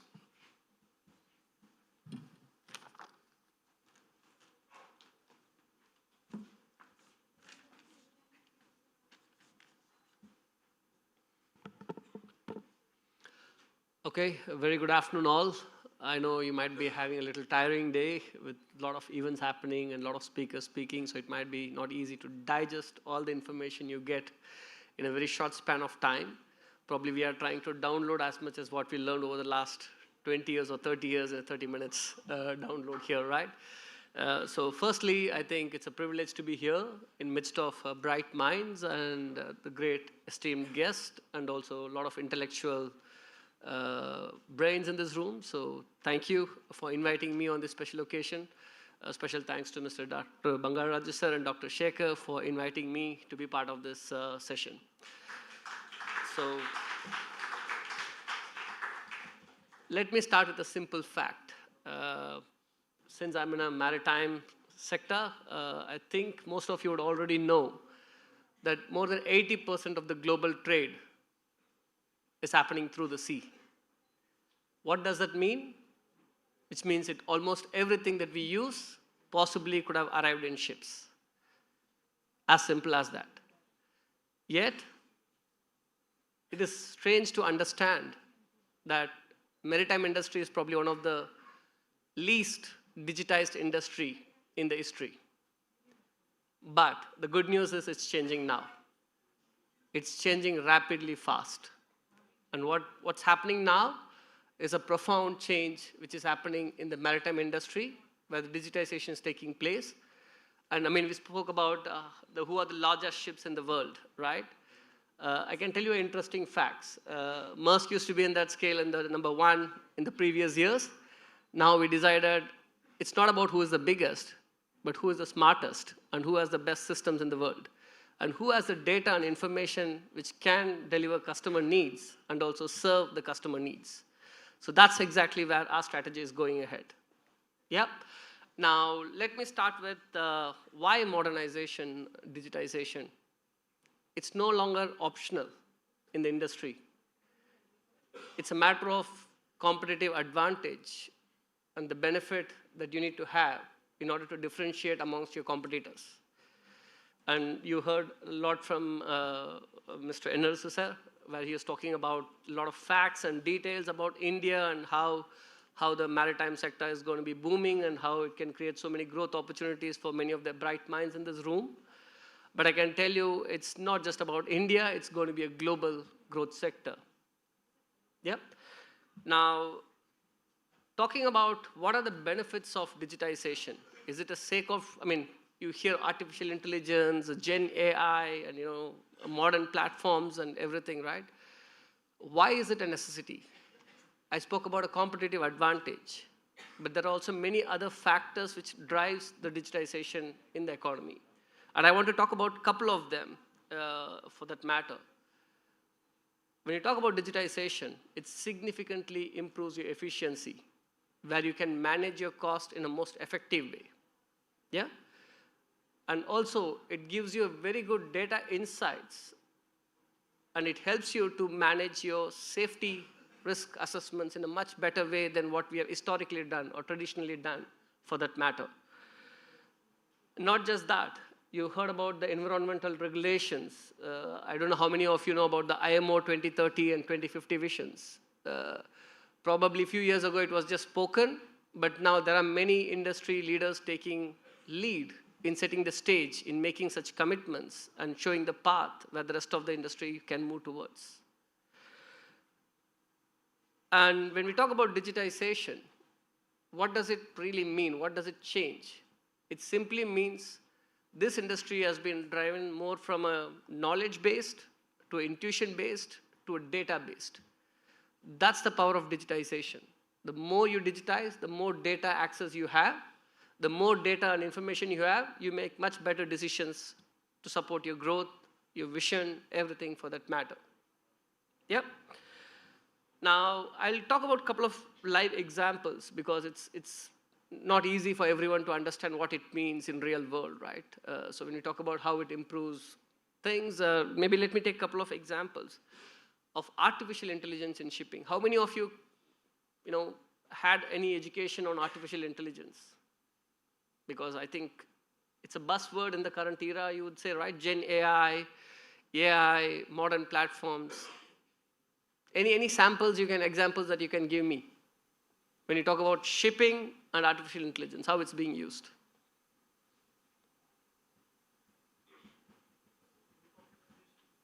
Sorry? Okay, awesome. Yes, absolutely yes. And that's a great example, and just give a big applause for that matter. I think in shipping very specifically, your network optimization and route optimization is extremely crucial. When you do that well, you manage to deliver your goods faster in the most cost-effective way, because fuel is one of the biggest costs when it comes to the shipping business.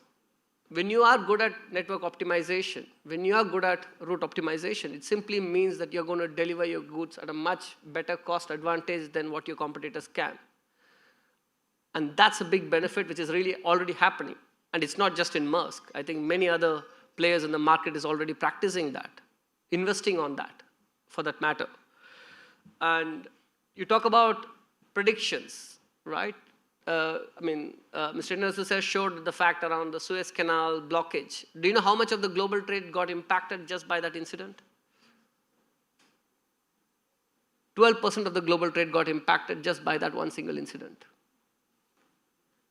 And what that means is obviously the prices go significantly up because everyone has to take a long route to deliver the same goods what they used to deliver in a shortest route possibly, right? So when you have information which is necessary for you to take timely decisions and better predictions and forecasting, it significantly enhances the ability of the organization to meet the customer demands in a safest and simplest way.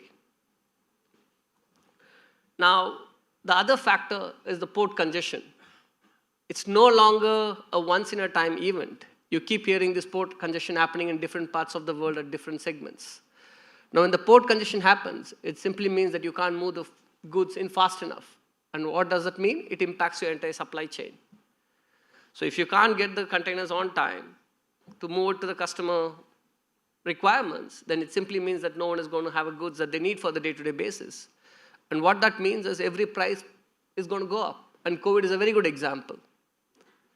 You know how much money every shipping company possibly made during the COVID times? Probably it's 10 times what they could make in a year. And that's what it creates, because especially if you have an imbalance in your supply and demand, it simply means the prices are going to go up, and people are not able to afford it.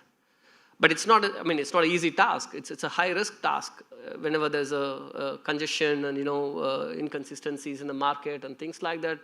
There's a lot of efforts. And where you can play a real difference is actually the access to the data, and digitization is the path to the data. Yeah? And we talk about predictive maintenance. So in the past, you always have a reactive maintenance. You have an incident, then you bring people on board. How do you fix it fast? How do you get it right? How can you solve the problem faster? But the industry is moving more towards a predictive model these days, which means there are sensors all over the board of the ship. You can figure out if the engine is going to go down in the next 30 minutes, you will already know it now. You wouldn't know it after the incident happens. And that's the advantage of digitization. It simply enables you with the information and monitoring mechanisms which helps you to identify and predict what's going to happen next so you can take the timely action accordingly.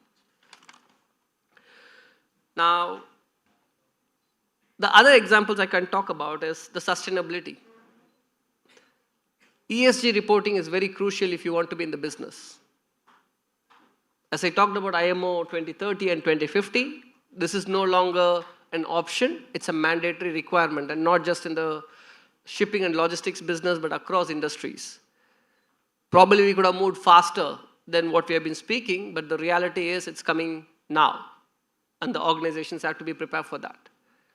And you need a real-time monitoring in order to understand where are your emissions happening, the CO2 is taking place, so that you can take not an action after a year, but more on a real-time basis. We need to predict how I can cut the cost, how I can cut the emissions in a most effective way. In order to do that, it is extremely critical that you do have a digitized model of operating the business to enable you with the information which helps you to make the timely decisions. Now, let me just quickly jump into challenges and risks. So we talk about how big advantage it is to have a digitization in terms of your predictive maintenance, in terms of whatever you call it, let's say the analytical information and the customer needs and so on and so forth, right? But what is the real challenge? Why we are not able to move at speed? The more you digitize, the more you need to be prepared for cyber attacks. And I think many of you would know there are companies which are impacted by cyber attacks in the recent times, right? And what happens in that moment, I had a personal experience myself, is you need to go back to your manuals. How would you run the operations by hands and by looking at the documents and desk and things like that, right? So if you really want to get into a digitized ways of working, it is extremely crucial that you also equally invest in cyber awareness and equip yourself to prepare that you're not going to be a scapegoat for some ransomware attacks happening. Yeah? And talking about the other thing, which is a change management essential, is you can say, resilience to, or resistance to change, not resilience to change, resistance to change. This is how I do it in my past. I know the best, and I'm good at it. When you have these three things in your mind, it's very difficult to change. And the change is not the easiest thing. It's easy to say that change is going to be there forever, but accepting change and embracing that change and taking a lead is an important factor if you want to be successful. And my request to each of you is when you get into your professional careers, enter that career with an agile mindset. It's great that we learn in universities and we have historical practices and things, but look at the circumstance you operate in and take the path, what makes sense at that given point in time. Embrace change at every step of your career. That would be my recommendation to each one of you to build a bright future. And then the more relevant one, skill gap in workforce. When we talk about digitization, as I spoke about, this is not the industry where the digitization already happened in a big scale. It's starting to happen and it's going to happen very fast. If you want to be successful in your career, it's not good enough for you to know your own field. So let's say, for example, you are operating as a terminal operator or sailor for that matter. It's not good enough that you just know about your own core expertise. And I'm not asking you to be an expert in AI, but be prepared that you know how to use AI, how to leverage on AI, right? Because that's the gap that we have today in the industry. I think I met Mr. Bangaraj sir in Madras University where there was a similar topic where I was asked to speak on impact of artificial intelligence. And the most common question you hear in the room is, will artificial intelligence replace humans? And my response to that is, no. It's not artificial intelligence that's going to replace humans. It's a humans with artificial intelligence will replace humans without artificial intelligence. It's as simple as that. So equip yourself with latest technologies, latest developments, and as Mr. Nursus has said already, keep yourself upgraded. Visit the ports, terminals, what's happening in the operations, how the developments are taking place. So you already have one step ahead. It's not good enough just to know our own domains. It's not good enough just to have a theoretical knowledge. It's extremely important to build a practical knowledge towards your career. Now, the other big risk on why we couldn't move at fast is it's not easy because it requires a very high capital investment. Digitization is not a joke. Not every digitization will work either because you cannot digitize something where you don't have a good process. So first you need to get the process right and then you have to digitize it. There are many examples where the digitization has failed because if you start to digitize what you, on a bad process for that matter, then you're never going to get your best outcomes because it's not good enough. So whenever you get to anything that you do, please first take a step back and say, is this the best way of doing things? And once you're convinced that this is the best possible approach, then think about how the digitization is going to help there. So digitization is not first. It's your structure, it's your process first. And the digitization has to enable you to operate in that structure and process. Yep. Now talking about the future of marine and maritime, I think you spoke about, or you heard about fully automated terminals, and I'll tell you Maersk operates in such terminals in Rotterdam, similarly in China. And it's no longer one-off case, right? You see that happening across the world. There are many terminals which are converting into fully automated terminals, which means you can already simulate even before the vessel arrives on a terminal, you can already simulate how best you can manage the cargo and traffic. And in terminal business, time equals money. The more fast turnaround you do, the more rotations you make, the more money you make. And safety is extremely important because it's a high-risk environment with trailers moving, containers moving, everything. And having this pre-planned, simulated, digitized ways of looking at things will enable a significant impact in how we run operations and day-to-day execution for that matter. Now, I think maritime is becoming more of a technology-driven ecosystem more than a traditional paper-based, manual-heavy, human-heavy things. And it's important that you equip yourself and prepare yourself for the future. In conclusion, what I wanted to call out, maritime industry is no longer moving cargo, it's moving data and information. The more access to data, the more information you have, the more clarity you give to your customers, that's where you're going to win. I'll give you a simple practical example in your day-to-day life. If you order your food, do you wait to get a call when your food is arriving, or do you already track where the food is coming? The minute you order, you keep checking through the GPS where the food is arriving, what time I will get it, what time I should get to my door. That's the power of digitization. If you need that for such a small package, imagine a container or multiple containers or hundreds of containers your customers are ordering where the goods are coming. They need access to digitization. They need a real-time information. And that will be possible only when you have a digital ecosystem enabled in the industry. Now, I think I already touched upon it, but I have it in my speech notes, so I will say it one more time. The companies that win in the future will not be the biggest, but the smartest, having an access to data, information, and digital technology. With that, I would say thank you, and thanks to listening to me, and it's been a pleasure here. Thank you.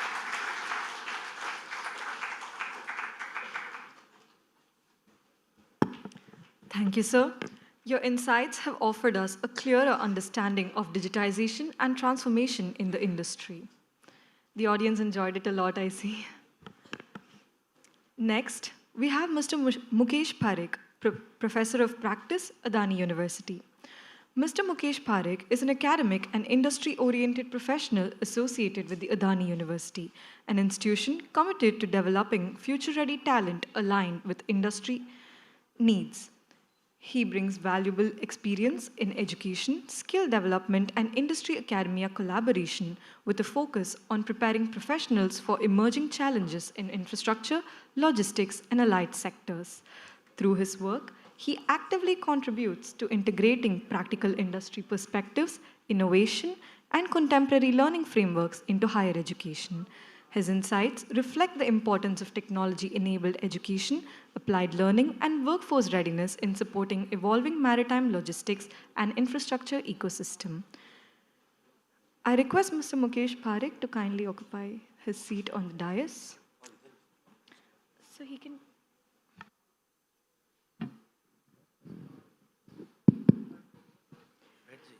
I request Dr. Banu Prasad, Head, School of Maritime Management, IMU Visakhapatnam, to felicitate Mr. Mukesh Parekh.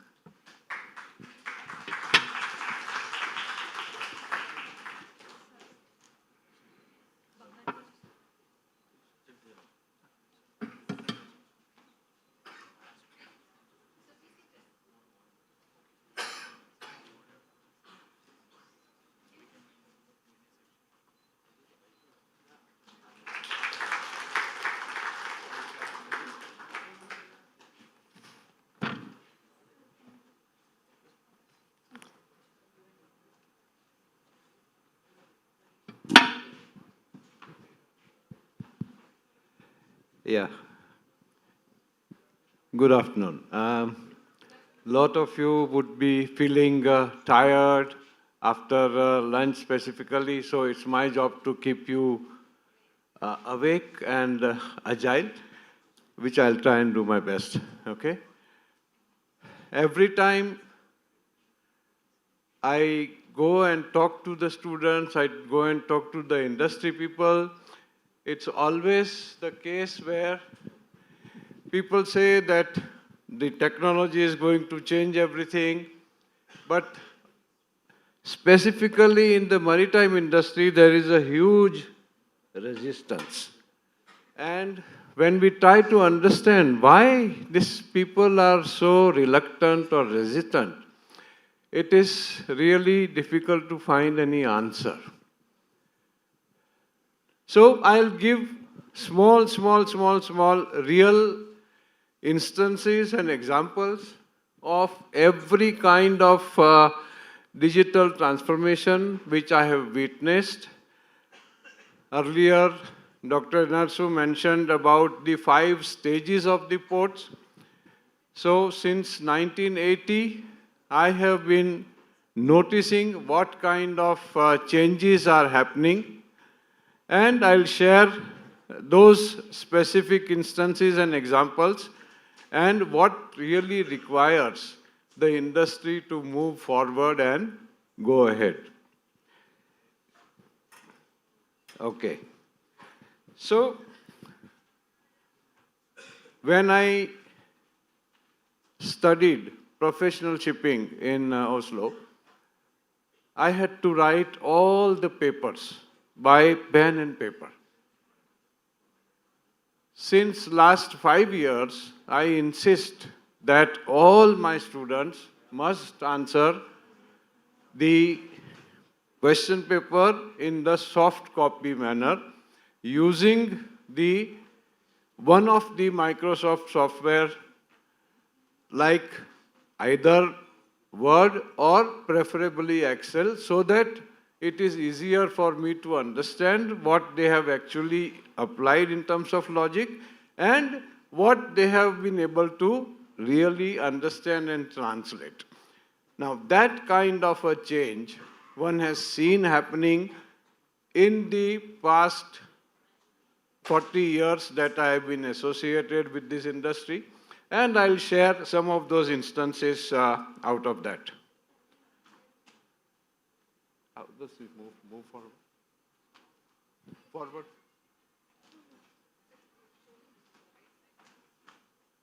Okay. Okay. Thank you. All right. So, how many of you are familiar with the poem which was written by Lewis Carroll in 1871? It is called The Walrus and the Carpenter. It says that the time has come to talk of many things, of shoes and ships, and ceiling bags of cabbages and kings, and why the sea is boiling hot. Way back in 1871. Lewis Carroll. At that time, very well imagined and very well understood that the maritime industry is comprising or basically dependent on the trade and logistics. It is moving every trade by ships through the ports and terminals, taking care of the environment, the last line, why the sea is boiling hot. You can look up this particular poem. It is still being quoted in many of the shipping fora. So,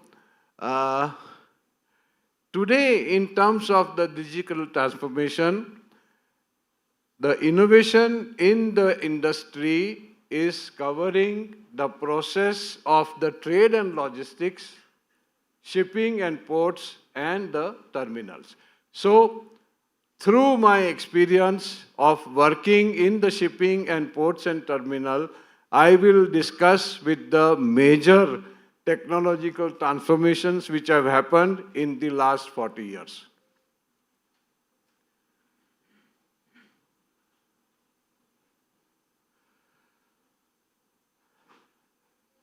Talking about this particular century alone, in the last 25 years, the trade has doubled and it has been growing. It will continue to grow. When we were working in 1980, 90, 2000, majority of the ships, they were general cargo ships, which were known as the twin-deckers and triple-deckers. Today, most of the general cargo ships have disappeared. Only some 4% of the world fleet is today general cargo. The rest of the ships have become specialized, which, by the way, is the largest segment or section of the shipping tonnage in the world. Maritime students. Basically, you have dry cargo, liquid cargo, and containers. So, which is the largest section? Fastest growing is container, but even today, which segment is the largest in terms of the total percentage of the overall DWT? Dry bulk, very good. So, while it is very good to talk about containerization, we must understand the technologies which are involved. Even the dry cargoes are requiring a huge amount of deployment of all the technologies which are required, all the processes of digitalization which are essential. So, liquid, dry, and container equally important for application of the digitalization and the technological innovations. Okay? So, these ships have become specialized in terms of dry, liquid, and bulk, as well as other specialized carriers. Some of them are RoRos and LNG and LPG and so on. And to specifically cater to and take care of these vessels, you have the specialized ports and terminals, and these ports and terminals are required to deliver the customer services in the most efficient manner. You can see here that the trade has grown from nearly 7.5 billion in 2000 to nearly 14 billion in 2024-25, with in between major points of the geopolitical tensions and major points of the different crises which have been faced by the maritime industry as a whole. In spite of that, there is a continuous and steady growth in the overall trade. The biggest fall was in the 2008 and 9 with the Lehman's financial crisis. Then COVID pandemic in 2020 led to another crisis, but other than this, more or less it has been a smooth sailing, barring some of the other geopolitical developments, which have not really had any significant impact on the overall trade or even overall supply and demand balances. In fact, the later crises like Suez Canal blockage and all that actually helped to improve the demand and increase the revenue for the shipping companies. Now, what was the need? Why did the digital transformation become necessary? As you have seen, all of you are fully aware and familiar with how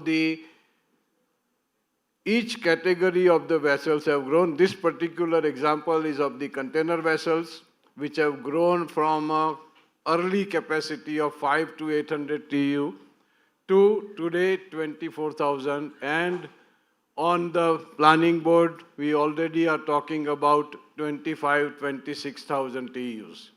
And with that, it is putting a huge pressure not only on the shipping lines' own investment needs, but also on every port and terminal's infrastructure and superstructure needs. You all are familiar with the differences in the infrastructure and superstructure, right? So this infrastructure is basically your navigation channels and berthing circles and the overall marine infrastructure which is required to develop and operate a particular terminal. And the superstructures are primarily dealing with the shore-based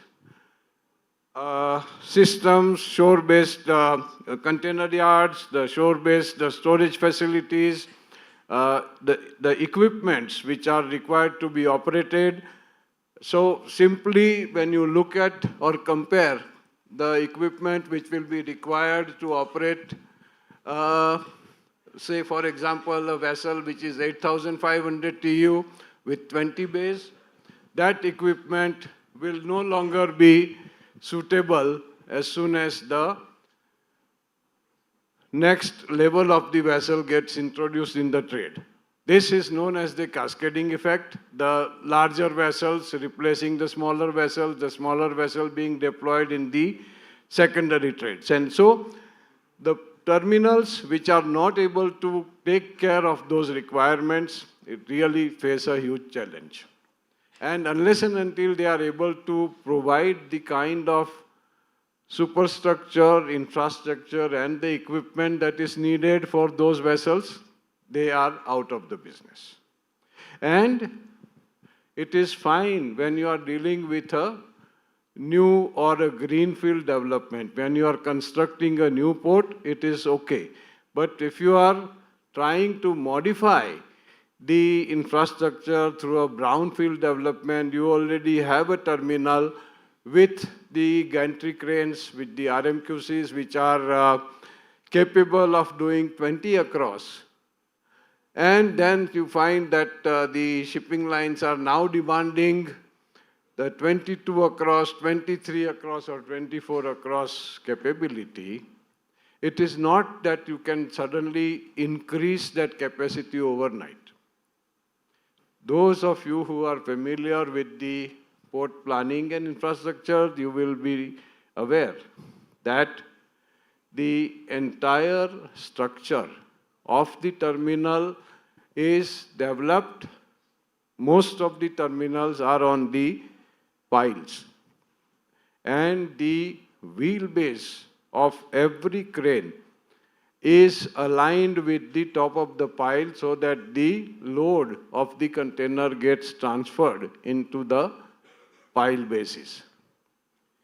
If you have to put up a RMQC which is 20 across, and then you want to upgrade it to 24 across, it is not only the height which is required to be changed or the outreach which is required to be changed, you also have to increase the wheelbase. Now you don't have the piles which are aligned with those wheelbases, so how are you going to install the rails which are required for the 24 across crane.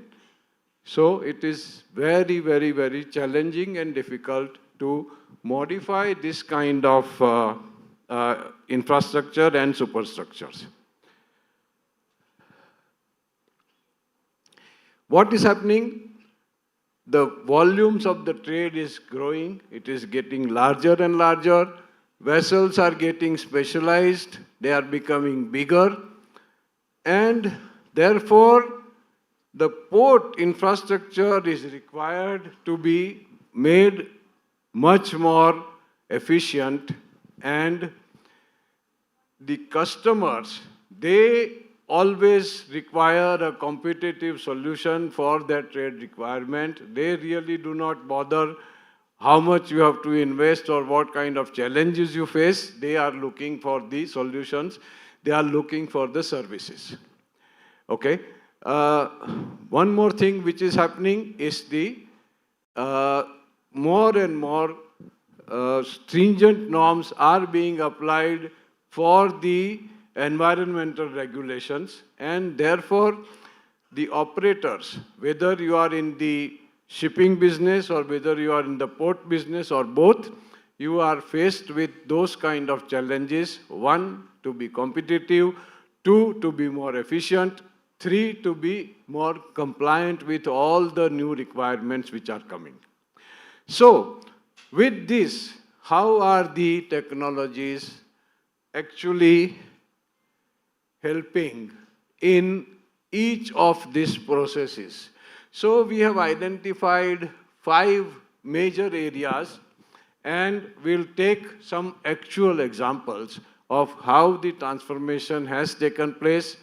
What are the bottlenecks or challenges in implementing those, and what is the future roadway, a future path for the shipping industry, for the port industry, and the overall maritime structure.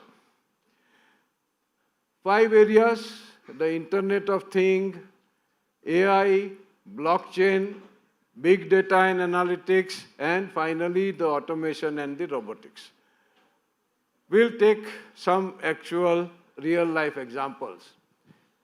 Predictive maintenance.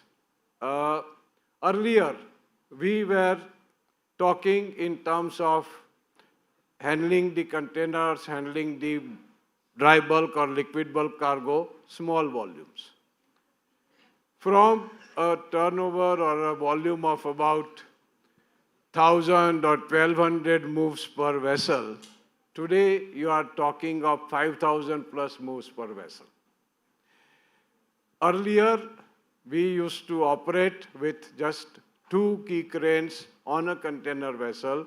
Today, every vessel requires 4 cranes.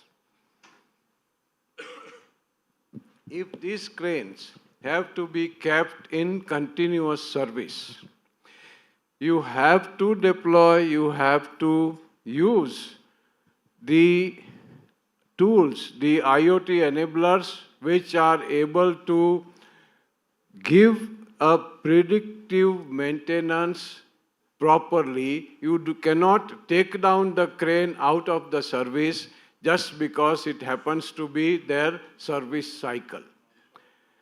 On the basis of the tools which are already fitted onto every crane, you are able to determine and say that which crane is really requiring to be taken for the maintenance. The rest of the equipment will continue to operate. So this actually helps you to improve the performance and the utilization of the assets.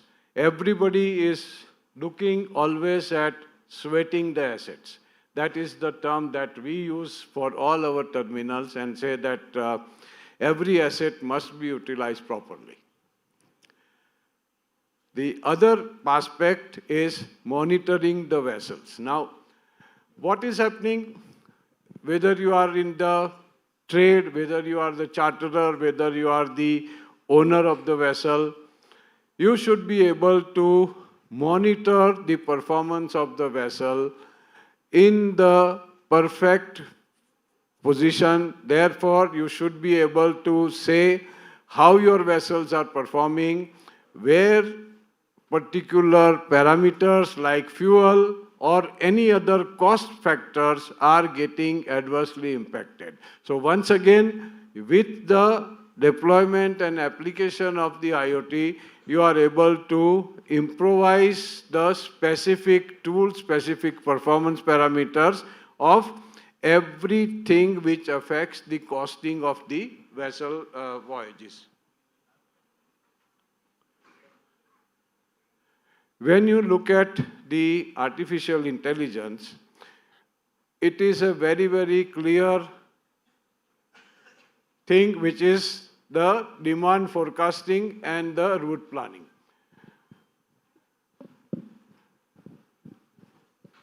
When you want to plan a particular voyage, when you want to send the vessels in a particular direction, when you want to fix the charters, you should be able to understand which are the areas where there is a good and huge demand and plan your fixtures, plan your charters, plan your routes in that particular manner using the AI tools to be able to forecast, to be able to understand what kind of demands are forthcoming, and therefore you will be able to deploy your vessel in the much more effective and profitable manner.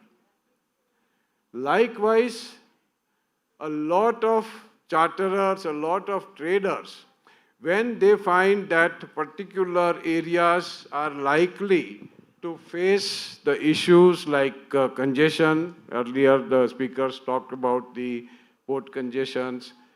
Every time the situation is not always the same. Even most efficient ports also today face congestion. So whenever they find that the port is likely to be congested or face any issues, they can easily divert the route of those chartered vessels in the available, not so difficult, not so congested areas. For example, a lot of fertilizer is moving, both on the East Coast and the West Coast ports. It's all coming in bulk. If the fertilizer charterer finds that a particular location or a particular port is going to get congested before the vessel crosses Suez, they will be able to nominate and say that, no, I do not want my fertilizer to come to Mumbai, I want it to go to Mangalore. So this option is available to the charterer, and once again, the technology which is required, which is deployed, is the AI tools which are able to guide them as to what is likely to be the scenario at port so-and-so 1 week from now. So, based on that information, they are able to nominate the vessels, nominate the ports at the locations where the problems or the congestions are minimal. Blockchain. It is found to be the most ideal solution for the online and secure documentation process. It is also offering a lot of transparency. In spite of this, today the world bodies have to promote the concept of blockchain simply because the users are still not so confident, because they still feel themselves to be very, very conservative. They do not want to accept the changes, right? So now the UNO is targeting that 25% of the documentation should be done on the basis of the online or using the blockchain. So why is this happening? We'll discuss that in a short while from now, but blockchain is here to stay. In fact, Maersk and IBM had introduced the trade lens initiative some time back, and it was supposed to be or promised to be one of the very good initiative, but it had to be stopped after 4 years because they found that it is still not able to reach to the commercial scale. So hopefully when everybody starts accepting this technology as the feasible, workable and viable solution, again it may get reintroduced, but as of now it stands suspended. Big data and analytics, it is basically performance analysis. You have, in the last certain period of time, 3 months, 6 months, 1 year, 5 years, how you have performed, what are the parameters, where you are going right and where you are going wrong.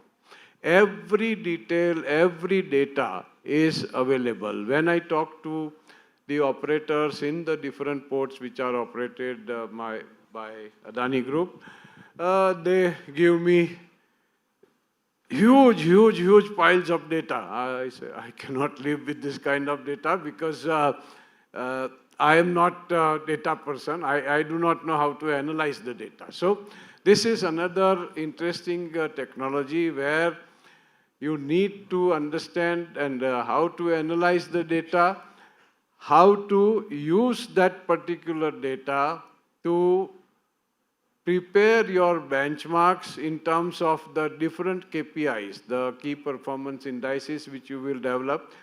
And using that, you will keep on improvising, keep on improving your next level of deliverables, next level of performances. It will also help you to improve your efficiency, thereby ultimately gaining the customer's confidence, the value creation for the customers. Finally, you have the automation and the robotics. Previously, whenever I used to go to a liquid cargo tank farm, there was always a challenge as to who is going inside to do the tank side cleaning. Because whenever you change a product, whenever you change over a liquid, you need to thoroughly clean, thoroughly wash the tank side. Same happens in case of the ship's holds, dry cargo, liquid cargo, all of those ships. Whenever they finish a particular cargo before the next cargo is accepted, the holds are required to be cleaned properly, the tanks are required to be cleaned properly, and it used to be a manual process. And there were many casualties, fatalities because of the inert gases, because of from the previous cargoes left over. There used to be certain poisons which were still remitted in the air, and it used to be dangerous. Over the period, the robotics have come in. Today, you have the tank cleaning robots, you have the hole cleaning robots, you have the underwater inspection robots. So all of these areas are actually changing the way the maritime industry works. It is no longer something which is a luxury, it is a necessity. Without the robots, it was impossible, it was extremely unsafe, it was very dangerous, and people had no choice. Today, you have a choice. You can use the machines, you can use the robot to do all those risky operations which you yourself don't have to do.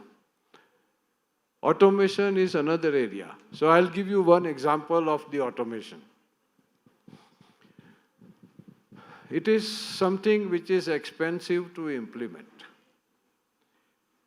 But you can always do the selective automation. One of the places, the operators were saying that we have automated part of the operation. So I said, what do you mean by part of the operations?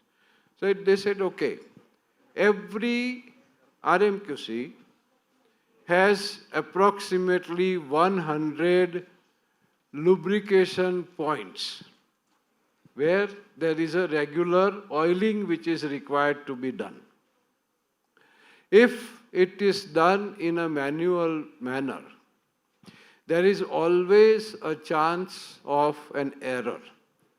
Somebody may not be able to remember each and every point out of those 100 points of lubrication. By introducing the automation in a simple manner that the lubrication of the RMQC will be done through an automated process. It is no longer manual. Every point which is required to be lubricated is identified, and then automatically the amount of lubricating oil which is required will be done at that particular point. So it becomes a smooth and seamless operation without compromising on a single safety parameter. Like that, automation is also another area which is subject to a lot of debates. In fact, everywhere I go, there is always a huge discussion and debate on automation. There are always people who are in favor, there are always people who are not so much in favor of automation. Why? Because a lot of people, they still say that in the countries like India, we have the manpower which is available. So how do you use that manpower? If you automate a simple thing like a terminal automation, if you automate the horizontal movements, if you automate the vertical movements, then there is no further requirement for the crane operators. At the same time, the points in favor of such automations is that it is human from the point of view of the crane operators. Anybody who is earlier, the crane height used to be about 40 meters. Today, you are talking of 80 meters, 100 meters high cranes. Anybody who is operating from that height, looking all the time down onto the containers and continuously loading and unloading, unloading and unloading, what will happen to the cervical? The life of the crane operators actually gets reduced by 5 years by the time the crane operator retires. So this kind of situation is easily avoidable if you automate. So we will discuss that in the next this thing when we talk about the resistance and why the people are not really keen to implement. Basically, there are 4 areas why the digital transformation has become necessary for the maritime industry. When you look at the different aspects or the elements of the maritime industry, the first one being shipping, it is become necessary today in terms of being able to keep a track or check on the emissions and therefore be in compliant with the new IMO requirements which are coming up. It is also helping in improving the efficiency of the shipping as a whole for the particular vessels. From the point of ports, it is necessary to get the better utilization of the equipment, both the RMQCs, the yard equipments, and the entire fleet of equipments which are operating in the ports. It is also helping you to achieve better turnaround times for everything from the vessels to the other vehicles which are coming to the port for either delivery or taking the dispatch or delivery of the cargo. From the point of view of the trade and logistics, the digital transformation is necessary from the perspective of the risk management. When you look at any trader, any balance sheet of any organization, there is nowadays a specific segment which is known as the risk analysis.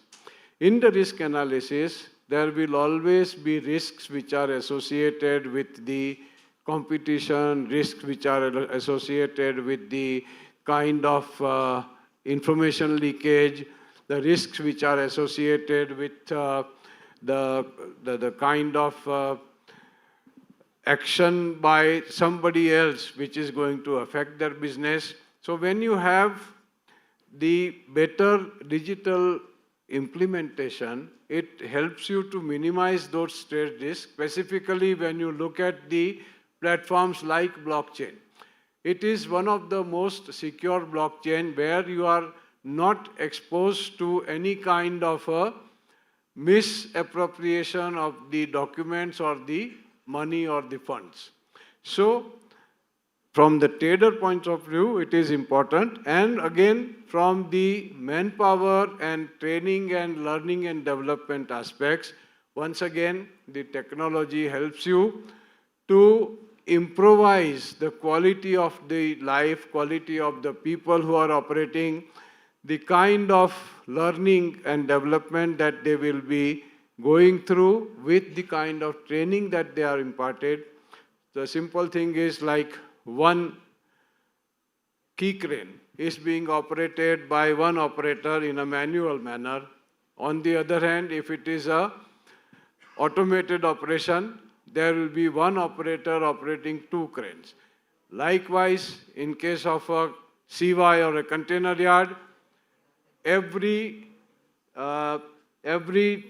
transporter, everything requires one person to operate, whereas an operator sitting in the console can easily operate at least 4 STS at the same time.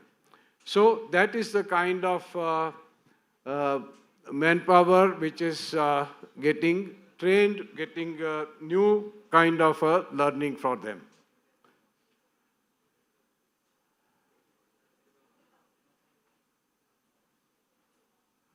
Why are the people reluctant, in spite of the advantages, why are the people reluctant to accept or implement the digital transformation? The first and most challenging thing is the high cost. Earlier speakers also mentioned about the high cost. 10 years ago, one of the top consultants prepared a roadmap and a full report on what kind of technologies are coming and what should the terminal operators actually implement. It was very good, excellent, and every opportunity, every technology and everything was very well identified. And everybody said, yes, we should follow this. Finally, when it went to the higher management, they looked at the numbers and said, why? What is my ROI? The capital cost in Indian scenario is much, much bigger as compared to the manpower cost. So, in terms of the cost-benefit analysis, it doesn't make sense to accept or adopt this technology. This is the scenario 10 years ago. Today, it has changed. Why it has changed? We'll come to that in the next slide. Another big threat is the cyber security. Whenever you are implementing every shipping line, everybody, we have been reading, everybody is facing the challenges of the cyber security, and people have actually paid a large amount of ransom money to retract the situation. It has happened to the shipping lines, it has happened to the airlines. The entire operations get suspended. So that is something where it needs to be made more foolproof. How that foolproofness comes, that again we will discuss. Very big challenge is the mindset. The mindset of the people is that we have been doing well so far. Why should I change?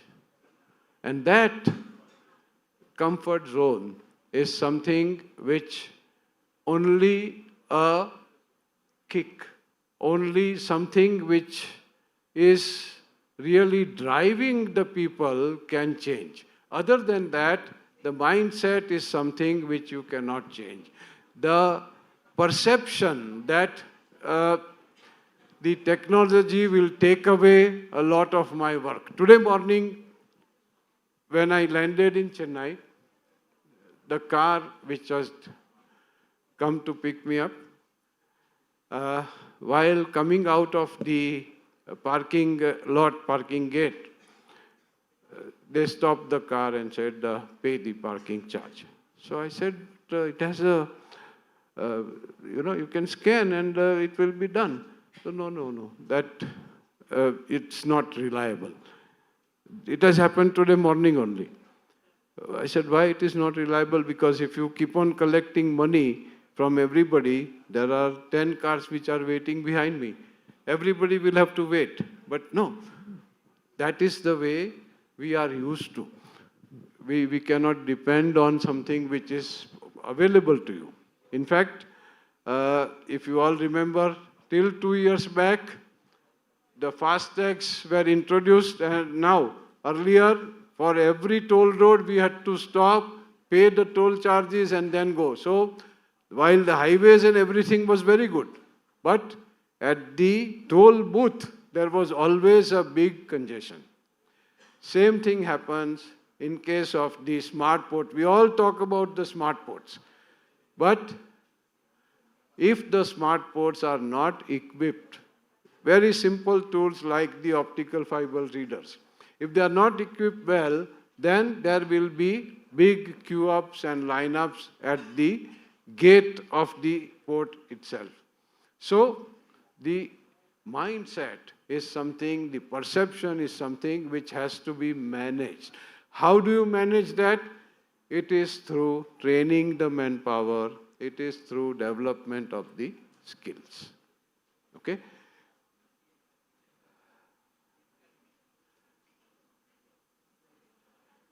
What is the future? We know that traditionally, maritime industry is one of the most conservative industries, very difficult to change. They do not want to accept new ideas. They have been always conservative, both in trade and logistics, in shipping, in ports. In spite of the known advantages of the online documentation and BL, people still say, no, we want 3 sets of original BLs. We only will deal with the hard documents. We do not want any online or soft copy of the BLs. That is the way our mindsets are. The maritime industry, whether it is shipping, whether it is trade, whether it is ports, always conservative. What actually happened? Lot of kicks have happened. COVID pandemic actually changed everything. 2020, one of the punchline which was done by United Nations was keep the ports open, keep the trade flowing, keep the ships running, in spite of the COVID pandemic. And the ports were the only sector other than healthcare which were open and running at that time.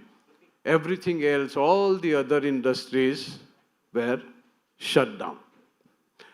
So that was a trigger, that was a point where everybody started thinking, why are we remaining conservative? Why should we accept everything as it is? Start ordering everything online. Get the things that you need. Use e-commerce.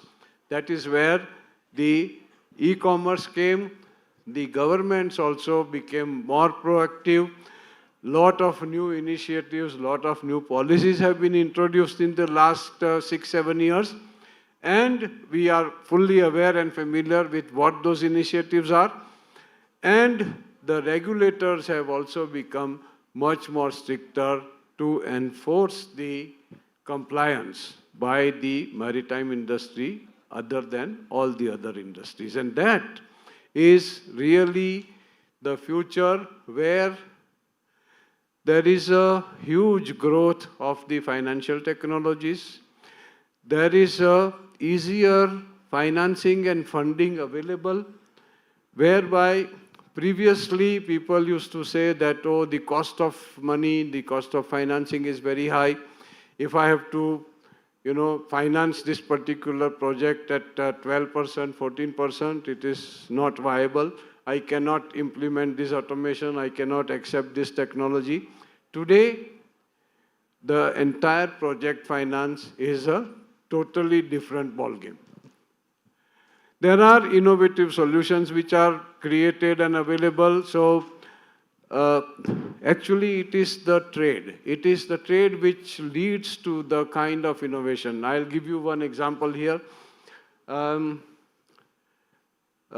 It's not just container, but let's say there is a cement logistic. In case of cement, the easiest way is to move the cement by ships. So there are specific cement carriers which are built. And those vessels are pure cement carriers. They are totally closed. They are closed vessels.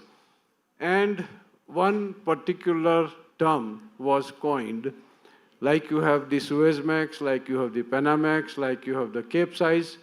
A particular specific term was coined which was called Sangimax. Sangi Cement is one of the largest cement plants on the west coast of India in the district of Kutch. And they have a huge production capacity of 6.1 million tons of cement. There is no way that they can move this cement by land. Both road or rail is not sufficient to move this. Right? The port, which was operated by them for 20 years, there was a big challenge in terms of the sandbar. There was a big challenge in terms of the available draft. Though alongside draft was 4 meters, that the sandbar, the draft used to become just 1 meter.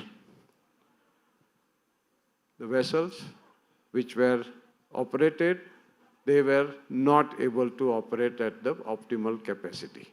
So, 2 things were done. One, the channel was deepened, the sandbar was removed from the place of the channel, and specific 11 ships of the category which is ideal for that 4-meter draft were created, which were called the Sangimax vessel. You will find this information on the Google, you can find it out. And today, they are able to move a huge quantity of cement simply because there is a need. So, innovation and the solutions for every trade actually finds the way through the simple logic, simple solutions.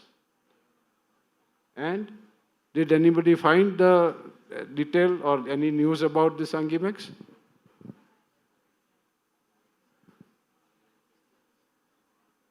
Okay, if you cannot find, you can just inform me, let me know, okay? Every trade requires a specific customized logistics solution, and the technologies, the digital transformation is available for those specific solutions. There is a convergence or emergence of the operational technology and information technology to work for your solutions which are required in terms of your logistics requirements and the needs.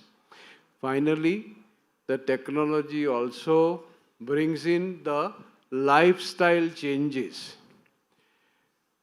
Yesterday, if my son wanted to become, or my daughter wanted to become a equipment operator, I will feel that, oh, why? You want to become a driver, why? Today, same children, it applies to all of you. Your parents will also be feeling the same. If you want to become a equipment operator, they will say, why do you want to become a driver? But with the new learning, with the new technology, the same equipment will be operated by you sitting in a console room.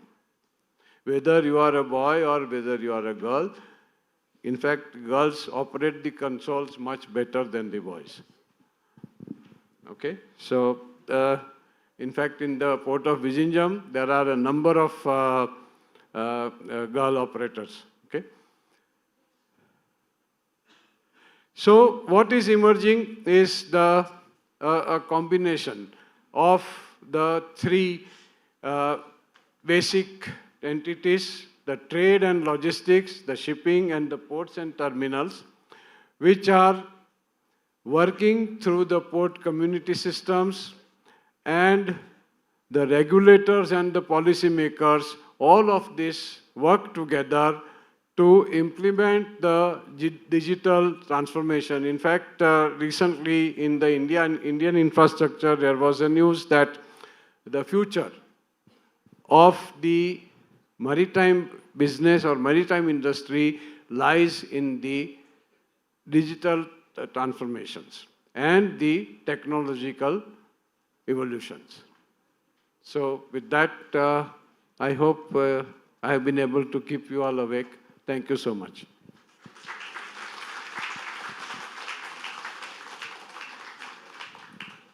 Questions we will take later, right? Yeah, okay.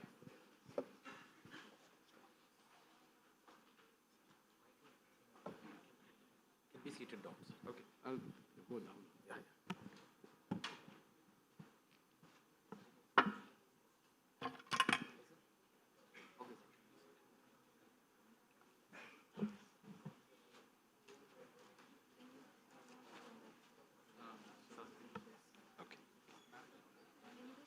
So you can hold my hand.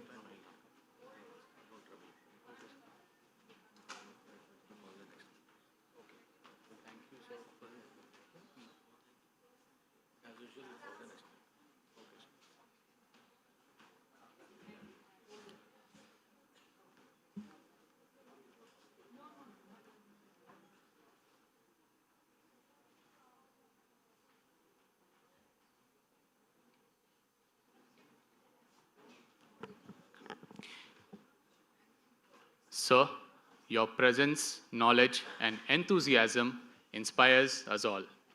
Thank you, sir, for giving us insights on the need of digital transformation and enlightening through your speech.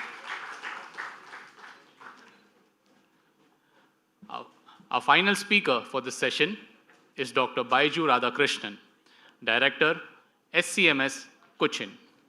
Dr. Baiju Radhakrishnan is a Director of SCMS Cochin School of Business, a premier institute known for excellence in management education.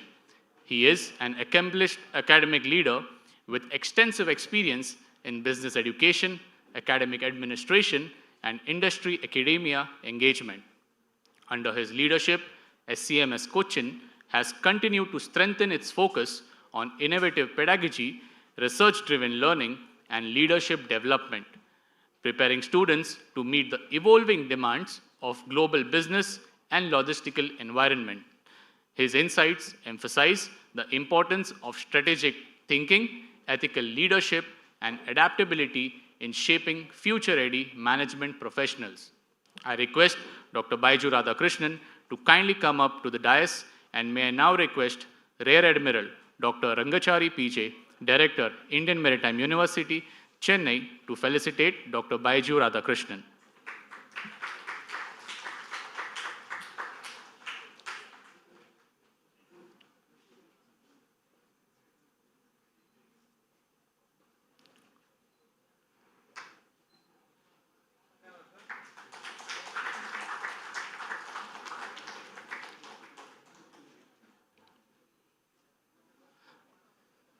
Thank you, sir.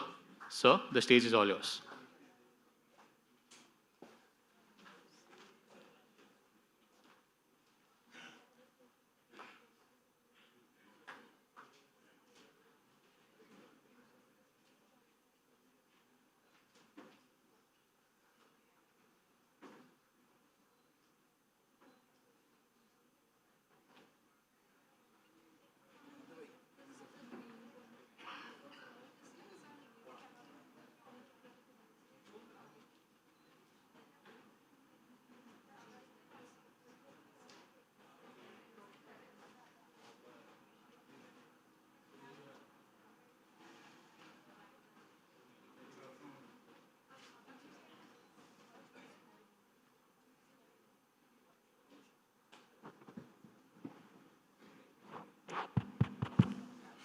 Good afternoon.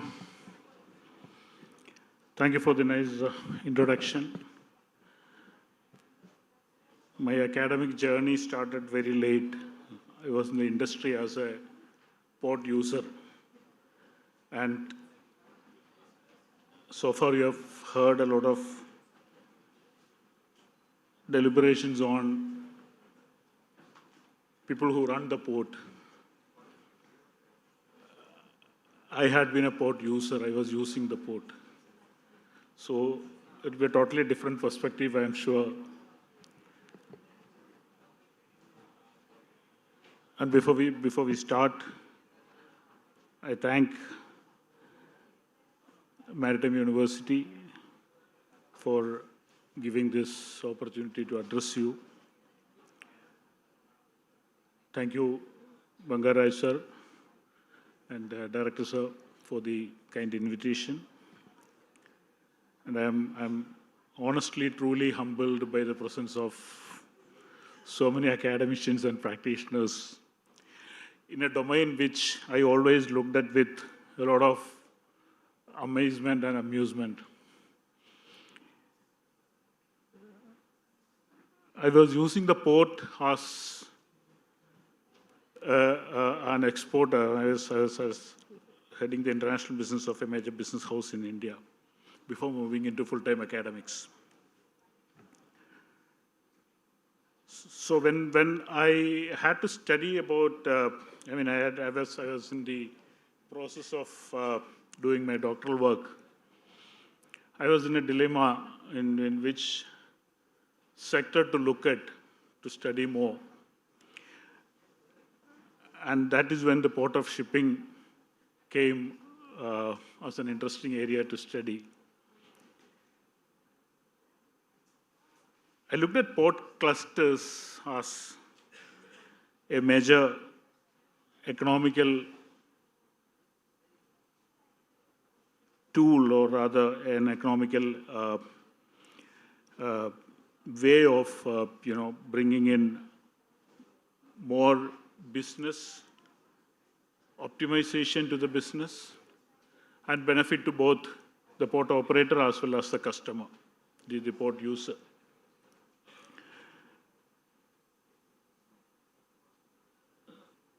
That's when, I have studied port clusters in this region, in the Asian region, starting from, the West Port in Malaysia, to Singapore, to Tanjung Balai Pass, to Colombo, to my terrain in Cochin, where the India's first transshipment port, Vallarpadam port is there, and then the Jebel Ali port.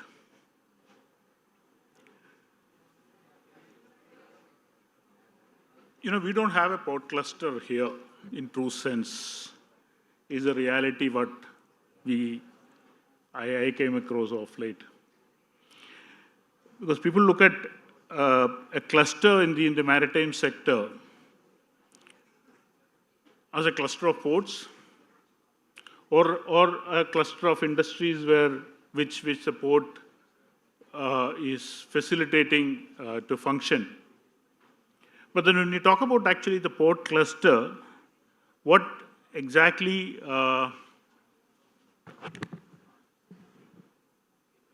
can you move to the next slide, please? Yeah. What exactly is required to be looked at today, as Dr. Singh was mentioning in the morning with the knowledge clusters, maritime knowledge clusters and the policies coming in, is the aggregation of facilities and the aggregation of users, aggregation of different agencies working within the port, coming together and then making the process much optimized and economical. That is where the port cluster concept which has to come in and which has been proved in 3 of our major ports in the Asian region, the port of Beijing, port of Shanghai, then Singapore port and Busan port. They're truly 80% of the business. I don't know, somebody else also was mentioning the number 80 here, 80%. 80 has got something very interesting and lucky to the maritime sector. But 80 is not a small number. It is a considerable number. 80% of the business in these ports are being some way or the other getting associated with the port clusters in those ports. And that is where we need to look at maritime sector. The maritime, because there are 3 types of clusters we talk about in maritime industry. The maritime cluster, where the ports, nearby ports are forming into a cluster depending on the terrain, depending on the type of cargo they handle, and then forming a cluster.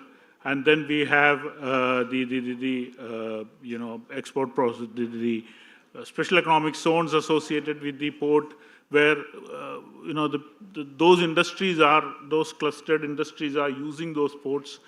And then ultimately the port cluster, what I was discussing about, the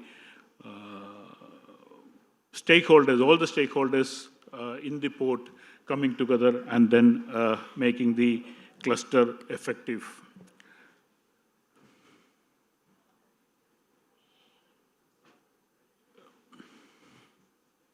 We have 3 major factors to look at. One is the economic growth, then the trade facilitation, and then the innovation hub. Now we need to today discuss also about the innovation part of it, the digitalization part of cluster, how that is going to create more effective use of the ports. We have the geographical focus. I'm trying to just rush up because I was given a mandate to finish in 20 minutes at whatever cost. So we have the geographic focus to the cluster, the port cluster. Then all interconnected industries coming together, sharing resources and going for a collaborative innovation. Today morning, while Dr. Singh was mentioning, he was talking about the knowledge spillover, basically being tapped by the port cluster mechanism or the port cluster policy which is coming in. It is not only actually the knowledge spillover, it is the labor pool which could be used. There could be a lot of common facilities which could optimize the operations in the port. A lot of digital twinning activities today, which taking momentum, which can help. If there's the cluster also is in place, then this digital twinning could be a major addition to the port optimization. I understand most of the students here understand what digital twinning is all about. Digital twinning is about the simulation which happens on time, real time. So it's instead of like you simulating what is going to happen and then making the plans, you are seeing exactly what is happening on a real time, and then making your plans accordingly or changing the plans so that it's more adaptable for the business. Then to understand what the port cluster is all about, mostly, thank you so much. Mostly then we have the shipping activity, warehousing activity, manufacturing activity, and the support services which is happening. We consolidate all these things together. There are a lot of common factors associated with these different activities on the hinterland side. I'm more focusing on what is happening on the land side of the port.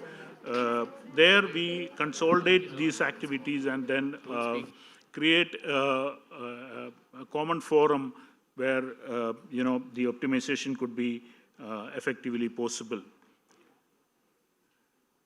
Then we have different types of port clusters. Here the industrial port clusters, logistic port clusters, and the mixed-use port clusters. These are all in practice in those ports which I mentioned, the Singapore port, Beijing, as well as Busan, where effectively this agglomeration is happening, and this agglomeration is actually adding a lot of value to the business taking forward. In the economic ecosystem, it adds a balanced supply chain efficiency. Again, coming to the digital twinning and adding the digital twinning to it, it contributes a lot in terms of balanced supply chain efficiency. Then we have a smaller knowledge spillover we just talked about. Then the efficiency and the sectoral agglomeration brings in a lot of interest from businesses outside. So a lot of people, a lot of foreign direct investments are possible due to the cluster system. It also impacts the employment in terms of job creation, skill development, and community upliftment. When you look at the SDGs today, every sector, every industry, every domain is expected to bring in, or rather mandated to bring in, some kind of contribution to the SDGs in place today. We have, SDG 8, which talks about the infrastructure and innovation. Then we have SDG 11 and 12, which talks about responsible production and consumption. So these are all being addressed here when you bring in a port cluster. So this is something which, again, something which the ports in India needs to look at, on an individual basis. And of course, there are a lot of challenges here. Sustainability is a major challenge. Infrastructure has to come up with a lot of investment. Because a lot of common facility areas needs to be, built in.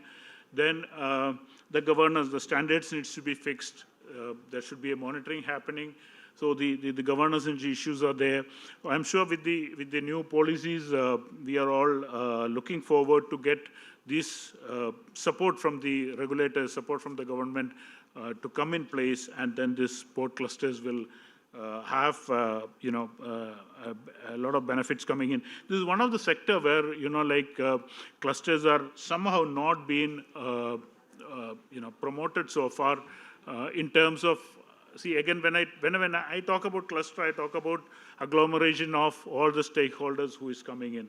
If you look at the other sectors, especially in the MSME sector, there's a lot of thrust given, a lot of support given by the government. A lot of policy initiatives are there in terms of cluster formation and administration. So which could, bring in here changes here, which can, help in a lot of automation, as Sir was mentioning just before. There's a lot of potential for automation, but then investment is a major hindrance. Now, if it comes with a common facility center, if there's a common platform which takes care of the investment in terms of infrastructure, investment in terms of skill development, investment in terms of upgradation, which is required on a continuous basis, then there is a lot of potential to move for automation. Then comes the digital platforms. As again, the previous speakers were saying, everybody needs information today. We are talking about quick commerce today. We want everything, on a blink. So blink it is the time of the day. So we need information. We need things happening fast. We need to know what exactly is happening with our money, our investment, our cargo, our goods coming in. For our future planning. So a lot of digital platforms could be put in place, which just, again, the major hindrance which we see with all these digitalization activities is the investment, which could be taken care by the clusters coming and putting in the common facility platform.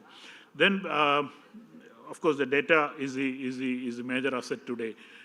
Today's strategy moves on data strategy. So a lot of data could be collected, a lot of data could be, data could be exchanged within the stakeholders, which can definitely add a lot of value, a lot of,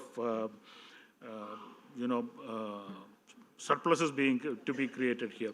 Then the smart logistics, of course, smart logistics with all these kinds of support which is coming in terms of digitalization, on-time deliveries.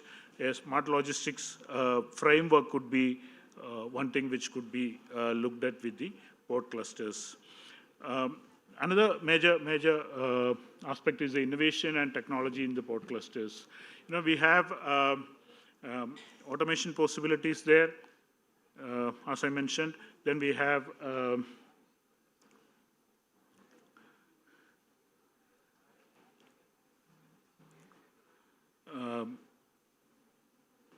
supply chain efficiency enhancements are available there. A lot of knowledge spillover, utilization could be there. A lot of innovation possible. So the port cluster is basically a very powerful framework which we could look at today for all the port operations, and especially on a port user perspective.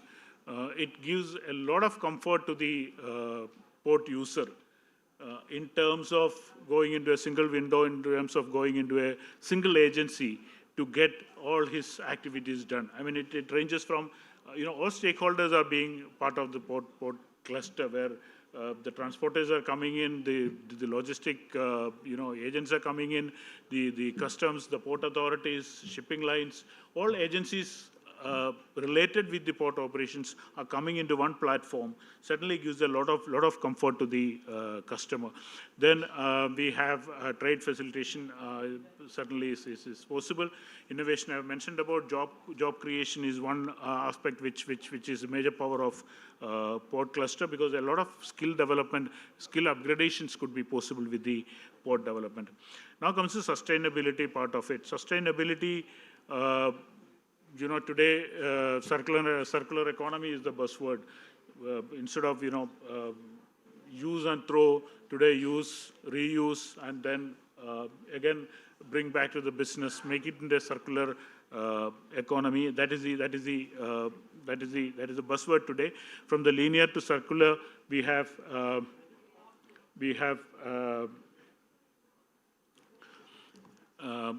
the possibilities of moving to linear to circular is around there. A lot of industries are looking at to convert, to use the go with the buzzword of reduce, reuse, and recycle. so that it could be economical in hands of the customers. Now comes the port. How the circular economy is possible. As basically port as a hub, we have multiple stakeholders coming in, which could integrate their operations in multiple ways to optimize energy distribution, then improve land utilization, transforming waste management across the entire industrial ecosystem. So since the different stakeholders otherwise will be repeating certain operations, getting consolidated in terms of the port cluster, certainly that adds a lot of value to the circular economy concept. Now, we have two major circular economy concepts coming in. One is circular maritime economy, which certainly the ocean side of the operations needs to look at. The major aspect is, which we need to consider along with the port cluster, is a circular maritime and industrial ecosystem, wherein, which integrated the marine logistics with industrial ecology, and then optimizing resource flows, energy use, and waste management across these sectors. Then for the quick reference, the 5 different pathways to circularity could be, material flows and resource optimization, then energy transitions and cleaner fuels, waste management and recycling networks, digitalization and data-driven governance, and multiple circular business models. So this could be something which could be associated with port clusters as well, making circular economy as an integrated activity with the port cluster.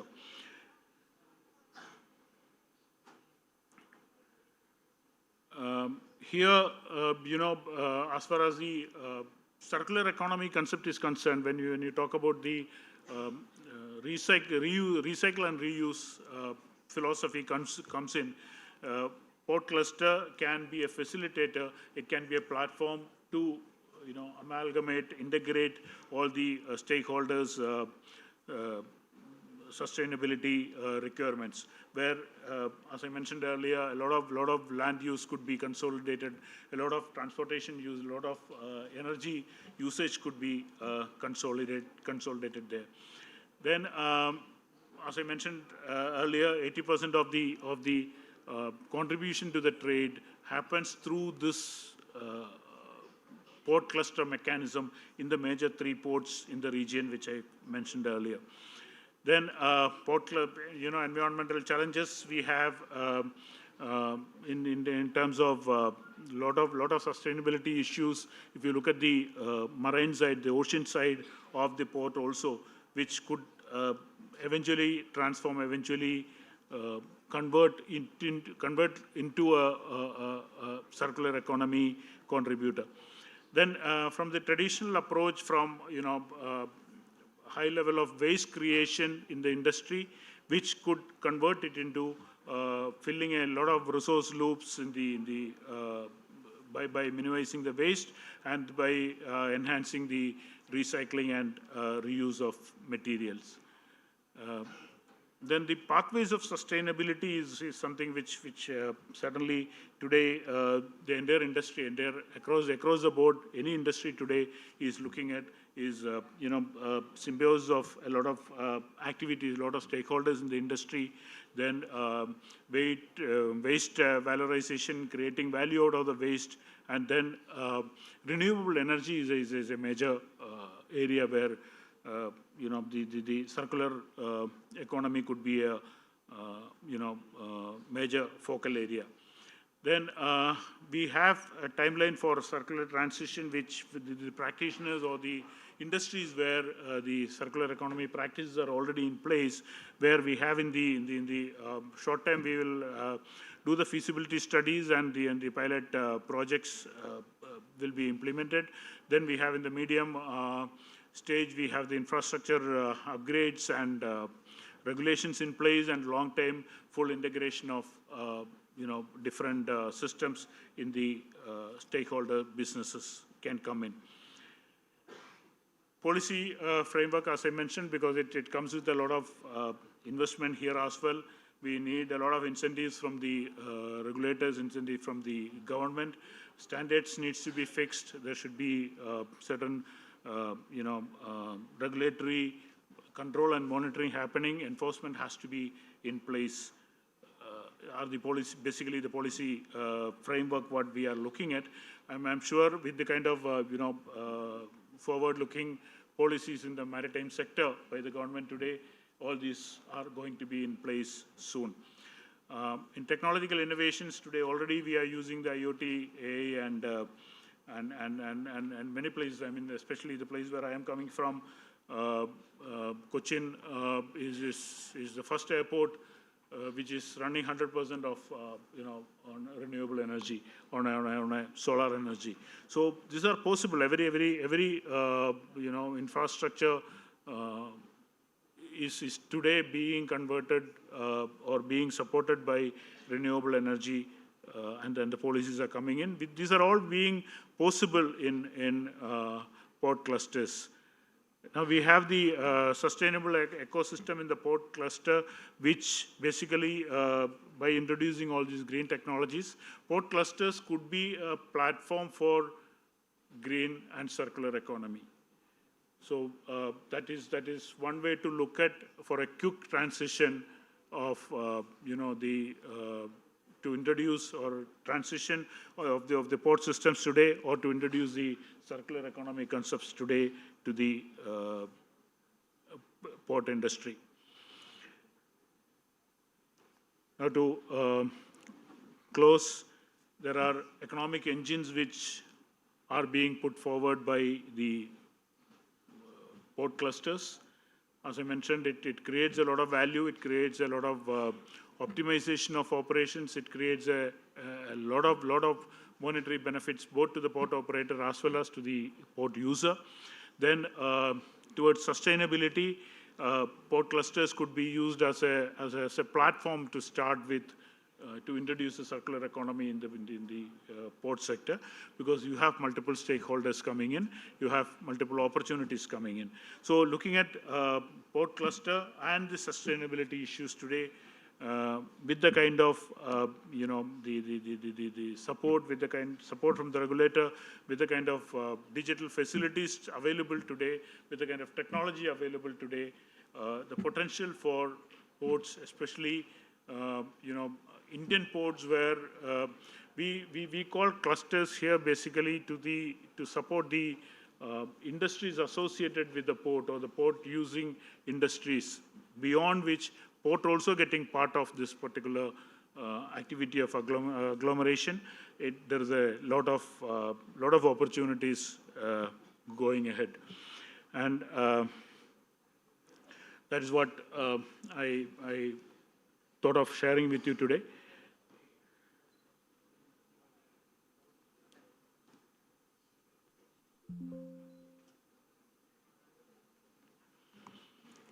Thank you so much.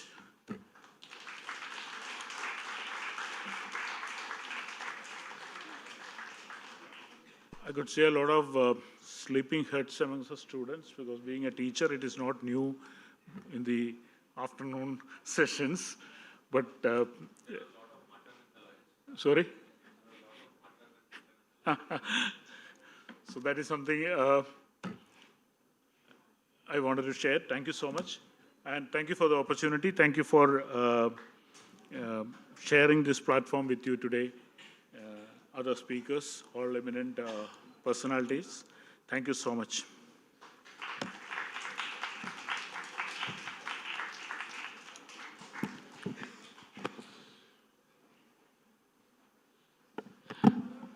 Thank you, sir, for that informative session on the evolving role of digital transformation in maritime operations.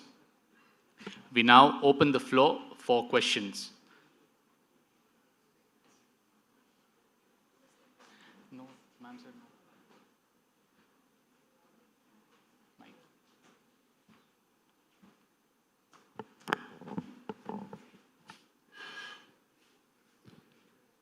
We have got two speakers here, Dr. Baiju and Professor Mukesh Parikh. Yeah. Good evening, sir. My name is Anand Sahai from HIMT, and my question is from Mukesh, sir. Sir, you told about the problems that we will face during the digitalization. The cost is a different thing, but you said that it will be difficult to adapt towards the digital and all. It will save a lot of time on the port and all. So please, can you tell what steps would be taken to tackle the problem of adaptability during digital transformation? See, adaptability comes basically from the perception or the mindset. When you educate the people, when you train the people, take a simple example of a crane operator. I said about your own parents not wanting for you to pursue a career of becoming a crane operator because it is a mindset which considers that a crane operator is like a driver. And it is perceived to be one of the low kind of job, which is not giving a very high social prestige. Now, when you educate, when you create the awareness that no, there is a concept of automation, the same job of the driver is actually going to be performed in tomorrow's terminal by somebody sitting in a control room, then it is perceived or equated to somebody who is actually taken as a career in the IT industry. So this is where the mindset change happens with the due training, with the proper skill development. Okay, and it is very simple, it is very, very common. Does that answer your question? Yes, sir. Thank you so much for that example. And I especially want to address that example that you gave of the car and the toll. It was really helpful. We understood everything that when a car goes on the highway is good, but the toll process takes a lot of time. So I guess it will help a lot in future. Thank you so much for your session. Thank you. Any other question? Yeah. So you have, sir? Yeah, okay. My question is mixed to both Parikh Sahib as well as Dr. Baiju. In India, we have very limited, otherwise you can say no, practice of private berthing as a cluster with the port. We have either private ports itself operated by the, total port operated by the private authority, but not mix of public and private berth sharing kind of mechanism in India as a cluster. So you can throw light there how policy reforms can help us to bring the efficiency mix of public-private operators together at particular location in time to come. Manisha madam was there, we could have asked on that. Any idea on this? See, there is, you should understand that in every concession, in every location, there is more than one terminal. Okay, take any major location, JNPT, Mundra, Chennai, everywhere you have a multiple number of terminals. Now, when you look at the berth sharing, usually each of the terminal operator has got the time slots which are allocated for their slotted customers. There are still a number of slots which are vacant, which are available. In case of the congestion which happens even in the Indian port with all the efficiencies, in those instances, with the consent or approval of the individual operator, the berths are actually shared as a pooled asset. And those are made available to the waiting vessels as and when the need arises. So that helps to reduce the congestion. And that is how the actual port community system actually works like that. So if you look at the port cluster per se, as I mentioned, this is the so-called port cluster takes care of the stakeholders in the hinterland. Okay, I mean, like the port facilities used by different ports together coming under a maritime cluster concept. That is entirely different from the port cluster concept. Okay. Now, in the maritime cluster concept, there are many examples in India where we have together. If you look at the Vallarpadam terminal in Cochin, Cochin Port Trust being a public authority, and then Vallarpadam is a PPP operator. Lot of facility sharing is happening there. Even the cargo movement is being shared between the port. We have a RoRo system wherein the Cochin port cargo is moved to Vallarpadam and then being handled by the operators in Vallarpadam. So that is happening wherever. I mean, in Indian scenario, the maritime cluster and combination of ports in the same region. It's happening already. I'm sure Vizhinjam coming in, Vizhinjam and Vallarpadam will have a lot of things to share. That even in the western coast, Kandla, Mundra ports, I'm sure there is a lot of sharing is happening. That is what the data says. As I mentioned earlier, I'm basically a researcher. I look at from the consumer point of view. Industry, yes, there is a lot of sharing happening already there, but not on a structured framework here. That is where we are actually losing, because we are not able to use it. If you look at the other segments, look at other industries where government is promoting cluster mechanism. If you want to look at the, because I'm consulting a few MSME clusters also. MSME, there is a major focus from the government for the cluster formation, and the support is given. So when there is a framework, there is a regulator, there is a policy to support, then the operators come together and then because it's a highly beneficial system. That is not happening in the port industry. That's where I'm not talking about the marine industry. I'm talking about the port industry. Okay. Yeah, we will wind it up. Yeah, sure. Thank you, sir. This session highlighted importance of AI and technology-driven systems in shipping and logistics. This is a very vital and dynamic topic for all of us.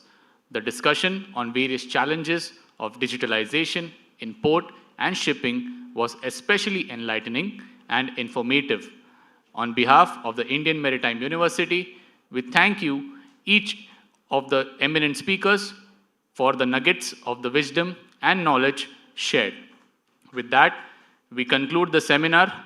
Let us now take a break for tea. This is a wonderful opportunity for informal interactions among delegates, speakers, and presenters. I request everyone to reassemble at the auditorium at 5 p.m. for an energetic cultural performance by the accomplished Dr. Srikala Bharat dance. Sorry, I beg your pardon. 5:30 p.m. here at the auditorium by our accomplished Dr. Srikala Bharat's dance troupe. Thank you.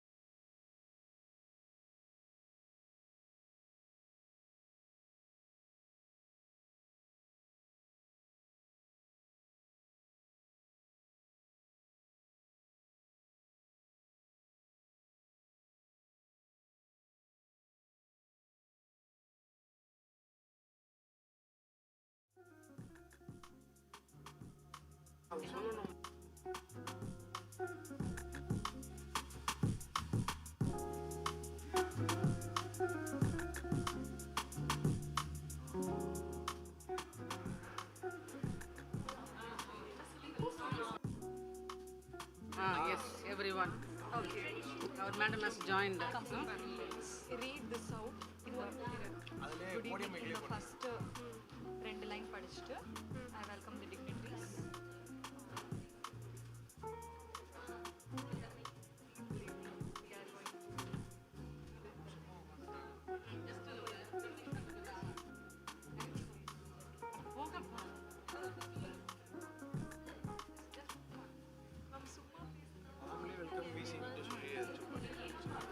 So that they will be.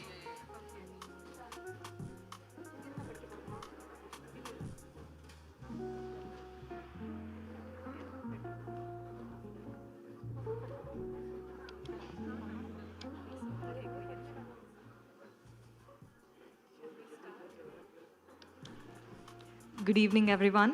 Ladies and gentlemen, esteemed guests, respected faculty members, delegates, and my dear friends, I warmly welcome you all to this wonderful evening.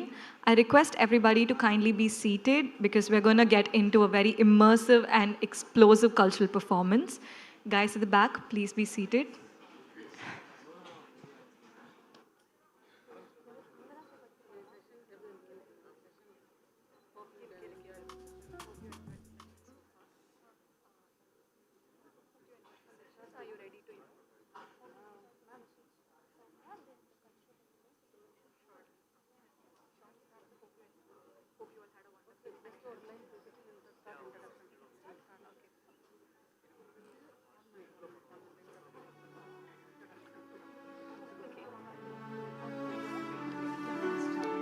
Okay, so after an intellectually stimulating day at Azimuth, our conference on digital transformation and innovation in maritime management, it is now time to kind of, shift the gears into something that is equally powerful. Yes, we obviously are going to go into the cultural segment of the conference, and I'm sure that it is a moment that we all eagerly look forward to. It is truly an honor and a privilege for us to present before you today an artist whose life is itself a celebration of Indian classical dance.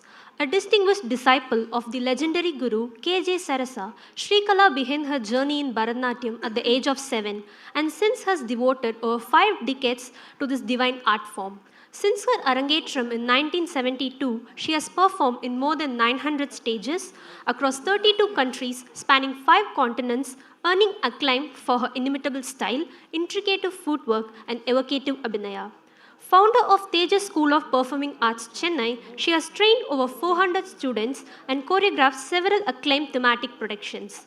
A senior fellowship scholar awardee of the Government of India, Srikala is also a noted scholar, author of the coffee table book Yatra, and recipient of prestigious honors including Kalai Mamani, Bharata Ratnam, Nritya Ratnakara, and Nritya Perinjoti. We're deeply honored to witness today's presentation by her and her talented troupe members Purnima, Harshi, Ritika, Pratima, Shweta, Srilakshmi, Gopu, and Harini, whose graceful performance is a beautiful reflection of tradition, art, and dedication. We're deeply grateful to have such an illustrious and inspiring artist with us today at Azimuth. It is moments like these that elevate a conference beyond discussions into experiences that stay with us. Ma'am, may I now request you to kindly come up to the dais? Yes.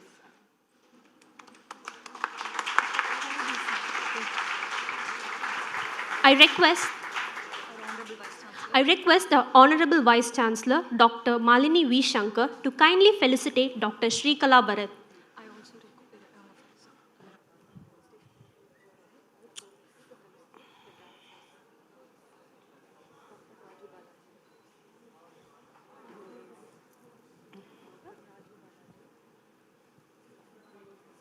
Thank you so much.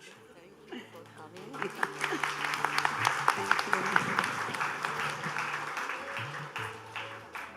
Thank you so much. Thank you. I just need to say.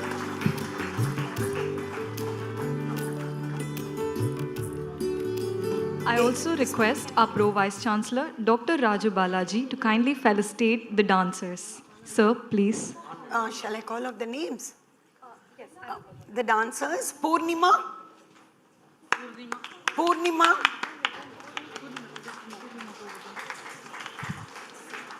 Shweta.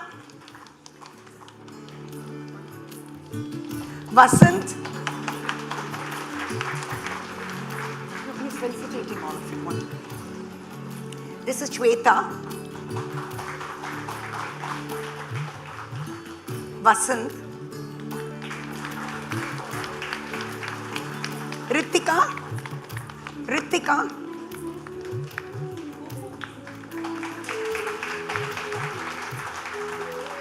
Sri Lakshmi. Gopu. And the folk artist Harini.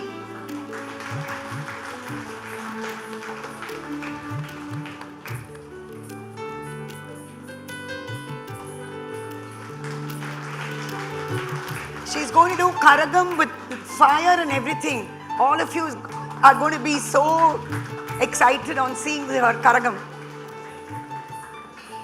She is a Bharatanatyam student of mine. Yeah. Can I take over? Ayyo, murcha prankalame. Oh, okay.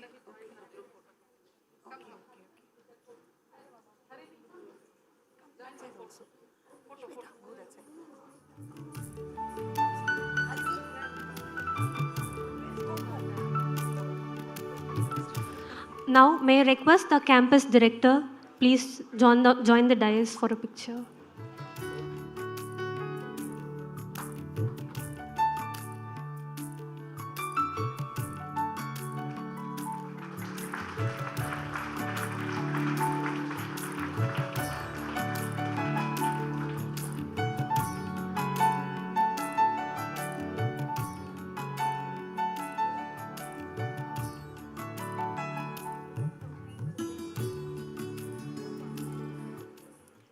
Over to you, ma'am. Namaskarams. Good evening. Can you hear me? Okay. My voice will be better than without mic or with the mic. Hey, children, all of you are children only to me. And of course, all the faculty members. I hope I am quite audible to you all. Okay. First and foremost, good evening. Namaskaram. Namaste.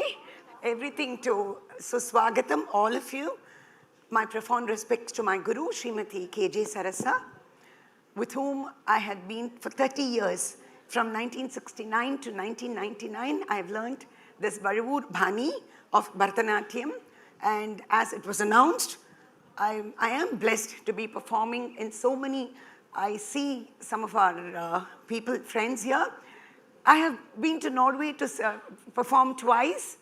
And of course, by God's grace, I have been to 32 countries to perform, to be the brand ambassador of Bharatanatyam. And with my students, I've gone to few countries because I've been a thorough solo Bharatanatyam artist, but now I have taken a back stage in the sense I am the dancer narrator and given all the important roles to my senior students for the last 2 years. I think that's the best to do at this age now. So now, Bharatanatyam. And boys and girls, can you believe this is the first time I'm going to announce reading from the phone. I have never announced from here. Anyway, Bharatanatyam, I'm sure all of you will know. Bharatha. Bha is bhavam, the facial expression. Ra is ragam, the melodious tunes. And tha is thalam, the beat. And natyam is dance. That's why the coinage Bharatanatyam. But there is also another version, since sage Bharata is the founder of this 5th Natya Veda. So they say that it's named even after Bharatanatyam. Okay? I'm not going to go in too full because already I think you've been having a very long day. We from Tejas team will be commencing with Ganesha Vandanam. Ganesha is Pullayar. All of you know that. This is an auspicious invocation seeking the blessings of Lord Ganesha, the remover of obstacles, to commence this evening celebration. And I thank Mr. Rangachari, the Rear Admiral and the Director, to have given us this wonderful opportunity here today. Thank you, sir. And to Srimati Malini Shankar, the Vice Chancellor, and the Pro Vice Chancellor, Mr. Raju Balaji. Thank you all, and thank you to everyone, all the fraternity. And it's so nice to see such a lovely hall filled with people.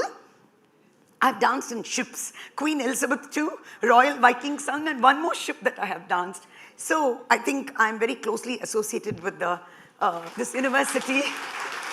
It gives me so much of pleasure to present this Ganesh Vandanam as the first item. I hope all of you will enjoy and carry pleasant memories when you return to your respective homes. Thank you.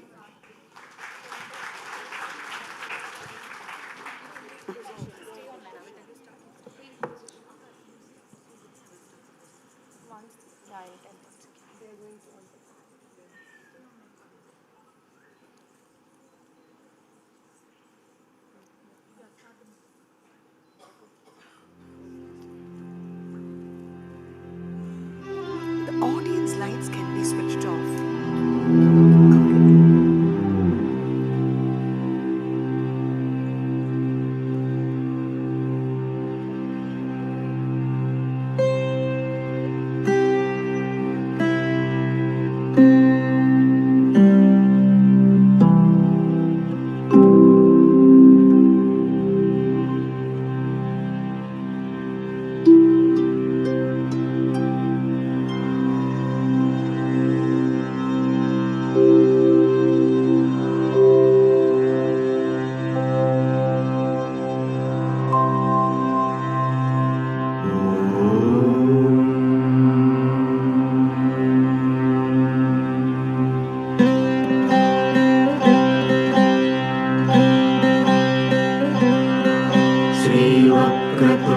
महाकाय कोटिसूर्यसमप्रभा निर्विघ्नं कुरु मे देव शुभकार्येषु सर्वदा श्रीवक्रतुण्ड महाकाय कोटिसूर्यसमप्रभा निर्विघ्नं कुरु मे देव शुभकार्येषु सर्वदा श्रीवक्रतुण्ड महाकाय कोटिसूर्यसमप्रभा निर्विघ्नं कुरु मे देव शुभकार्येषु सर्वदा श्रीवक्रतुण्ड महाकाय कोटिसूर्यसमप्रभा निर्विघ्नं कुरु मे देव शुभकार्येषु सर्वदा।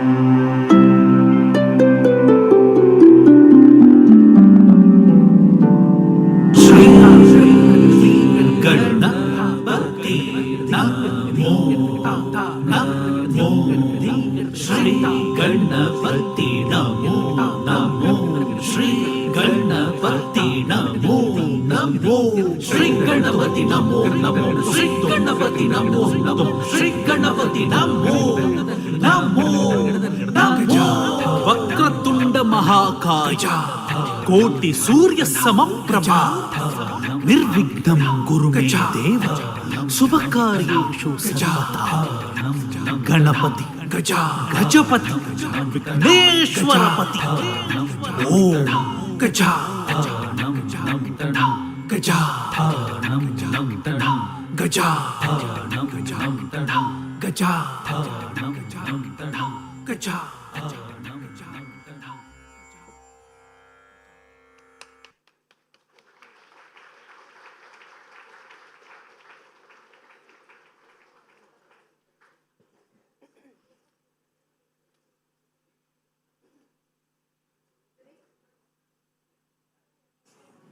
The next item is a lamp fusion. See, this is not a very traditional presentation. Yes, we started with the traditional, but you know, for all this, we can't be giving you the traditional margam that we call in a Bharatanatyam, because that will not interest all of you. So we have interspersed all this to make it more interesting to each and every one of you present here. So the next is a lamp fusion. This is a graceful fusion choreography symbolizing the sacred lamp, a beacon of light, hope, and harmony. Presenting the lamp fusion.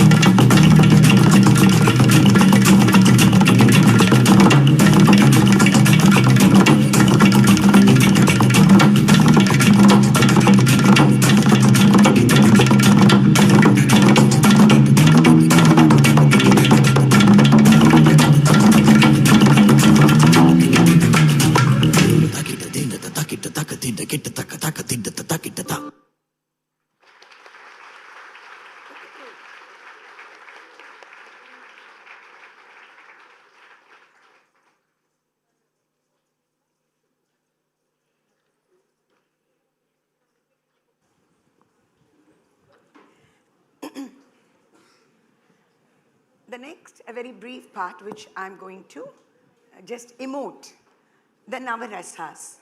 As we all do have moods, so does the dance. And dance is based on these basic 9 moods, Navarasas. The first one is, one second, Shringara, love, to fall in love. When Rama saw the ball that Sita was playing, he threw it back to Sita, and from there, Sita coyly falls in love with Lord Rama instantly. Love could be towards your child, any love, but I'm telling the Shringara between Rama and Sita. This is a Shringara we use for any sort of emotions that we have to emote in Bharatanatyam. The next is Adbhuta, the wonder. Wow, look how lovely this IMU evening is. So sweet. And it's so surprising for us. It's such a lovely feeling. Wonder how the whole day you people have been very busy, but you've made time to see our presentation. Thank you very much. That's Adbhuta. But Adbhuta for dance is also wonder, surprise. Everything is Adbhuta. Even in surprise, you can be disappointed. Because Sita, when she hears that Rama is going on an exile without taking her at first, she is totally disappointed, but she's surprised. How Sri Rama wants to leave her and go. That's why there's a song also on that. I'm not going to go into it. So the second one, Adbhuta. The third, Hasya, mirth or laughter. You can do this. Or the 10-headed Ravana. Ravana's laughter is that. And even Surpanaka, who's supposed to be Ravana's sister, who's supposed to be a very beautiful looking girl. The mistake that she did is falling in love with Sri Rama.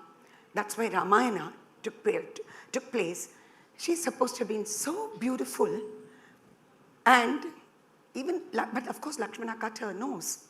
So this is Hasya, the way people laugh, a very mannish and a very feminine, coy or, thank you, a very sweet smile also. That's Hasya. And the fourth one, Veera, the valor. How handsome he comes majestically, King Rama. Look at him. He takes the bow and the arrow on his hands. My, so handsome that he is. And he's so valorous. He's very calm. He can, adapt to any situation. That's your telling for valor. Veera. And then is Karunya, to be compassionate. Come. You want to go there? Come. Yeah, I'm leaving. You're happy now? And even to feed a bird, or even to feed a cow with grass, and so being compassionate towards one person, one another. That is your Karunya. And then comes Bhayanaka. My God, on hearing the forest sound, Sita gets so scared. I'm not able to take this Bhayanaka. Please. Raudra, to get angry. Raudra. Anger, anybody can get. But here, I think in Ramayana, since I've taken Ramayana as the base for Navarasas for today, I think I can only quote Ravana. for him to, I mean, the way he walks and comes, that itself, people will be. So, I mean, Raudra, he is a very angry man, very talented man. The one mistake that he did was in order to abducted Sita. Otherwise, he's highly talented, a great fan of, I mean, a great devotee of Lord Shiva. And he's the one who wrote that Jadada. I mean, during COVID, so many lines came on Jadada Taraka, on Lord Shiva. That is, Bhayanaka is over Raudra. And now 2 more are left. Bibhatsa. Oh my God, I can't stand that smell. No, no, no. No, I don't like it. No. Please. That's Bibhatsa. You don't like Bibhatsa. The last one, the 9th rasa, is Shanta. To be calm and serene like Lord Buddha. I'm sure many of your professors will be a very calm but a strict professor. I'm very sure about it. So, and they are the winners at the end of the day. So all combined is this Navarasas that I've told you all. I just took Ramayana as an example because all of you can relate to Ramayana. I hope all of you enjoyed. Thank you. Now I will explain the next dance.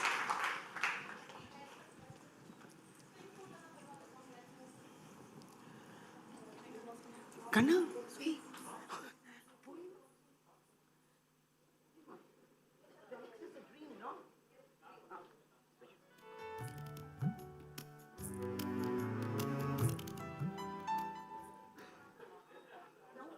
Hello? Now we all go to a dream.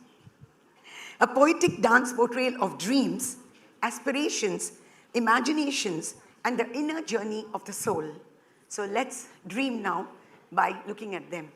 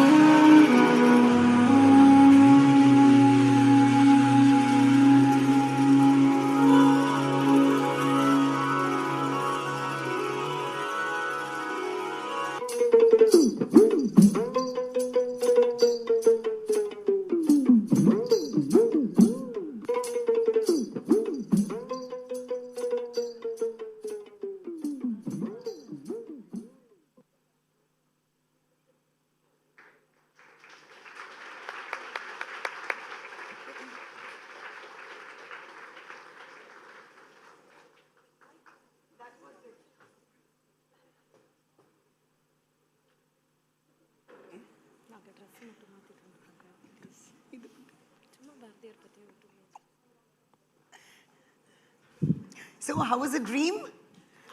The dream of the sculptor. So whatever you, how beautifully these students did so well. Myself, how many other times I keep admiring them so much. And I mean, I just loved all your applause when they go back as the sculpture and stand. My God, they did the same time, at the same place. They did not miss out that. And the automatic cheer, thank you all so much. Thank you all so much. Really, really, I think one of the best audience, I mean, in the recent times, I think all of you, I really, sir, thank you very much. I think very, very, very nice. I mean, I didn't expect this.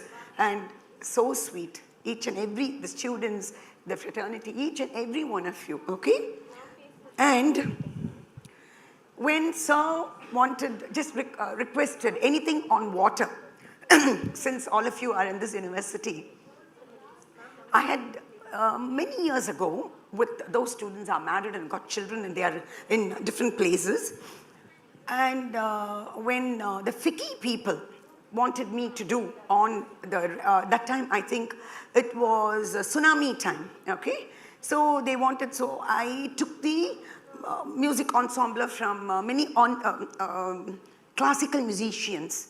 And then just for the rain, tuck, tuck, tuck, something, my choreography just came out very well at that time by God's grace and my guru's blessings. And it was very nice. But after this dream, now we are going to enact Marai, the rain, the rain. A lyrical tribute to rain, celebrating nature's rhythm, joy, and life-giving energy. At this moment, we must, because rain means, I'll just ask any one of you could tell me, which Tamil poet has written on rain? Illa. Seri, adu vendam. Okay, it's, I'm sorry. I said, where we could adapt to dance, which poet has written? Which we can adapt to dance. Yes, who said this? Yes, Mrs. Malini Shankar, she's right. Mahakavi Subramanya Bharatiyar. He has written, he has clapped for her. For Srimati Malini Shankar. Marai Rumbana Idirkar, Adila. I've done that for my solo. But now, these my little children will be doing Marai for a different audio. And I'm sure all of you will be enjoying this also.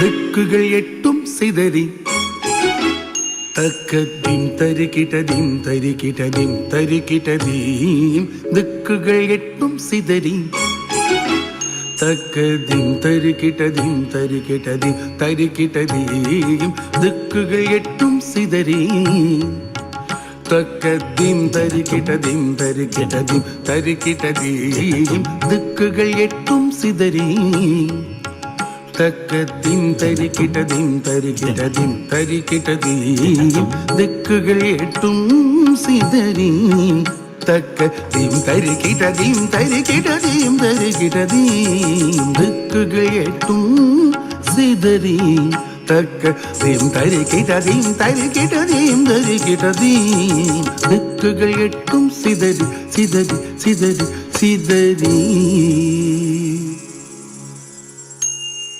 பக்க மலைகள் உடைந்து வெள்ளம் பாயுது பாயுது பாயுது தாம் தரிக்கிட்ட தாம் தரிக்கிட்ட தாம் தரிக்கிட்ட தாம் பக்க மலைகள் உடைந்து வெள்ளம் பாயுது பாயுது பாயுது தாம் தரிக்கிட்ட தாம் தரிக்கிட்ட தாம் தரிக்கிட்ட தாம் பக்க மலைகள் உடைந்து வெள்ளம் பாயுது பாயுது பாயுது பக்க மலைகள் உடைந்து வெள்ளம் பாயுது பாயுது பாயுது பக்க மலைகள் உடைந்து வெள்ளம் பாயுது பாயுது பாயுது தாம் தரிக்கிட்ட தாம் தரிக்கிட்ட தாம் தரிக்கிட்ட தாம் அண்டம் சாயுது சாயுது சாயுது அண்டம் சாயுது சாயுது சாயுது அண்டம் சாயுது சாயுது சாயுது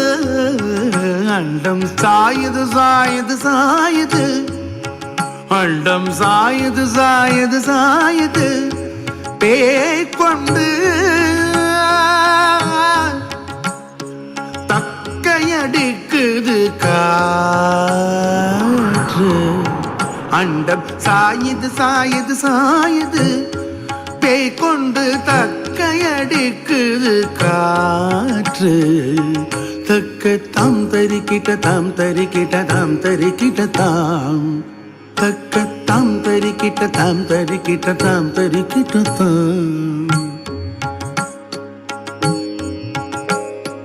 வெட்டி அடிக்குது மின்னல் கடல் வீரத்திரை கொண்டு விண்ணை இடிக்குது வெட்டி அடிக்குது மின்னல் கடல் வீரத்திரை கொண்டு விண்ணை இடிக்குது வெட்டி அடிக்குது மின்னல் கடல் வீரத்திரை கொண்டு விண்ணை இடிக்குது வெட்டி அடிக்குது மின்னல் கடல் வீரத்திரை கொண்டு விண்ணை இடிக்குது கொட்டி இடிக்குது மேகம்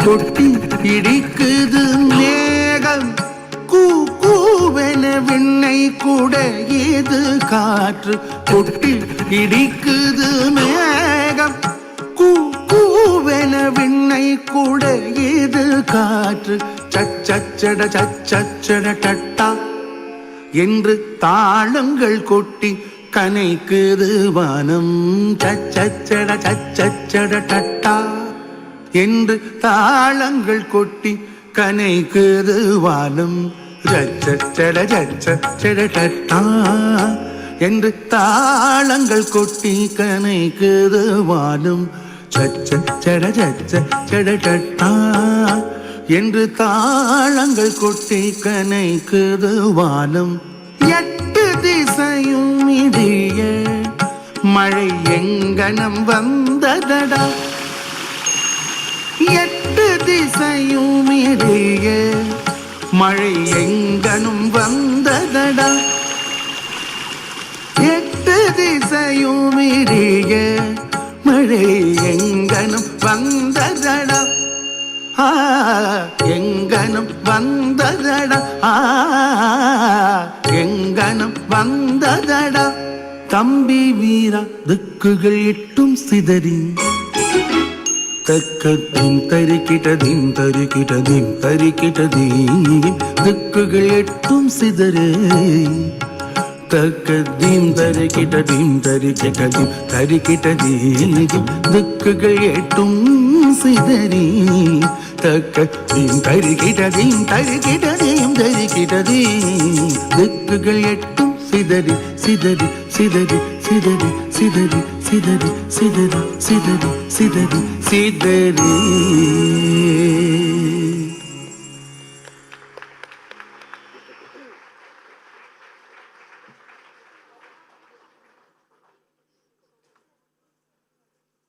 Wasn't that amazing? Yes, thanks. And Malini ma'am, this is Subramani Bharatiya's composition. That's why I said sung by O.S. Arun. Yeah. Now, the much awaited, the folk, traditional folk of Tamil Nadu, of Chennai, of Tamil Nadu, and Karagattam. This is a spirited folk presentation of the traditional Tamil Karagam, reflecting the cultural vibrancy and the festive spirit of the land. This is Harini, who will be presenting. She is a student of Bharatanatyam of mine. She does online classes. Even if I'm a little busy, my students take her classes. And today in this Karagam, she is going to give in 10 minutes few varieties. And she has come all the way from Dharmapuri near Salem just to perform for you all. She came this morning to my place, then we had the makeup, she had the makeup done, and we were here. And this is a traditional art form of Tamil Nadu, okay? She will dance with a pot, Karagam, you just see the variety that she does. Harini, in the center. No, in the center. Oh, you're not able to see? Harini, konja pinnadi veema. When the flowers, so that's what I told you. When the flowers are there, come. I'm so sorry, the mic is on.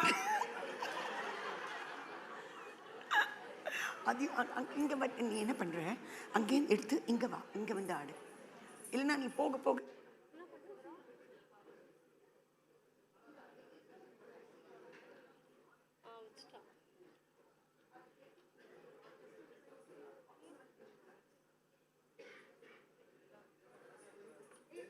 mic on.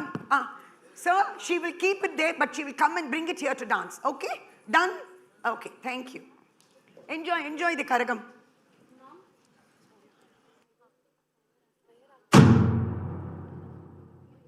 Thank you.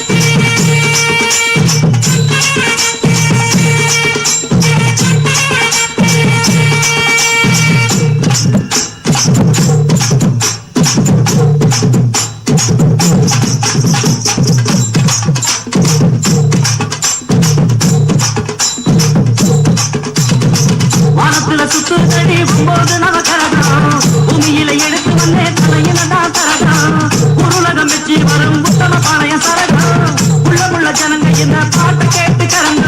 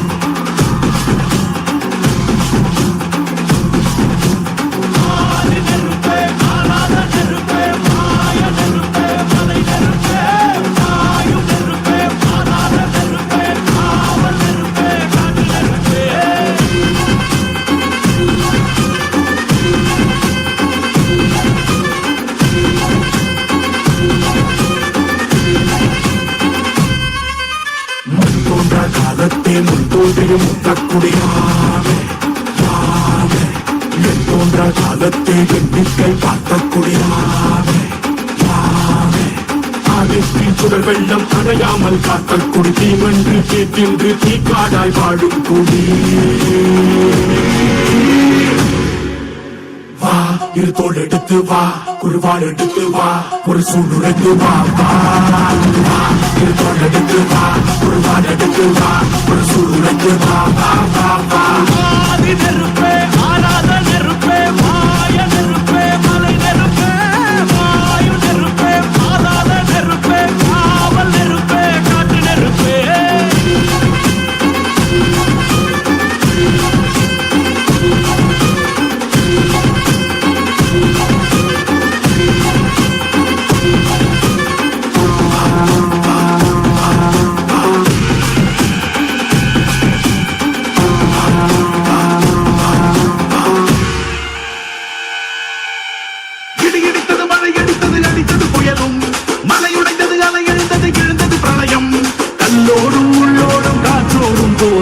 பல்லாண்டு வாழும் இனம் விழுந்தது பலம் எரிந்தது எரிந்தது நதியும் நுழைந்தறிந்தது நிலம் தறிந்தது விரிந்தது பருவம் அங்கார கூத்தாடி அனலுக்குள் நீராடி மேலேறி வந்த இனம்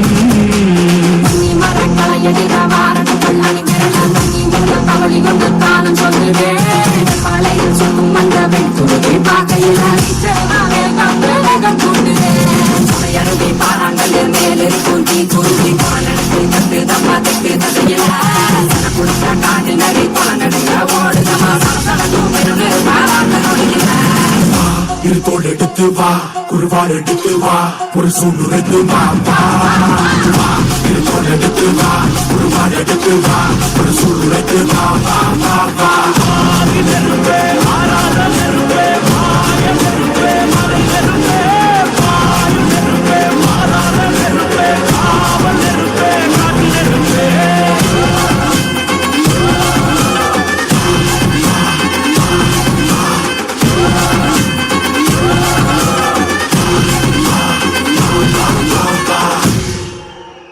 ஜெய் Hind! Jai Hind!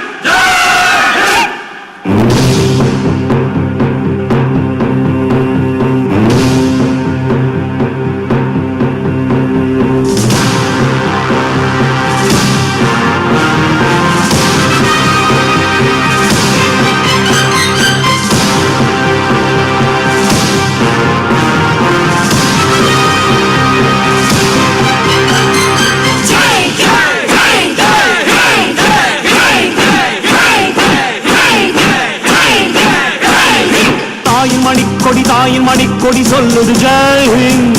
தாயகம் கத்திட தன்னலம் போக்கிட சொல்லுது ஜெய் ஹிந்த். என் இந்திய தேசம் இது, ரத்தம் சிந்திய தேசம் இது, காந்தி மகான் வந்த கண்ணிய பூமி இது. Jai Hind, Jai Hind, Jai Hind, Jai Hind, Jai Hind, Jai Hind, Jai Hind, Jai Hind.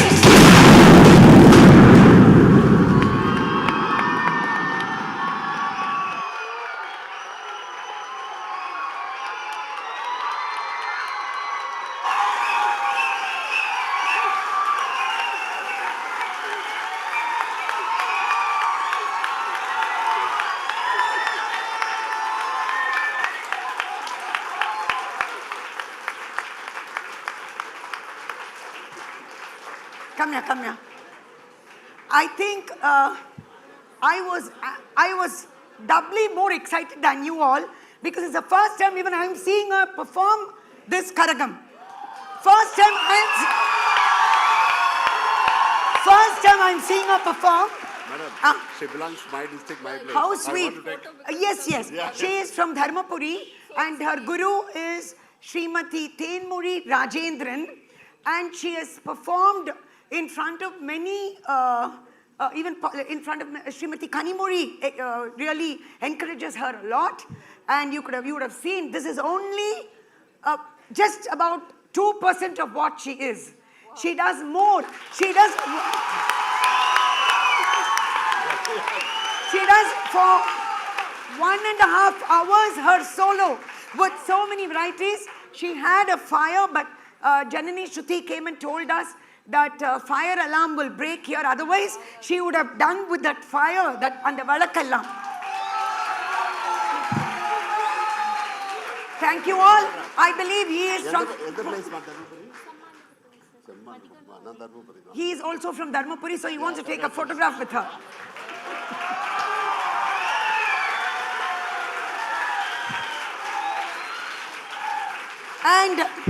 And this is her mother, who does everything for her. Mother.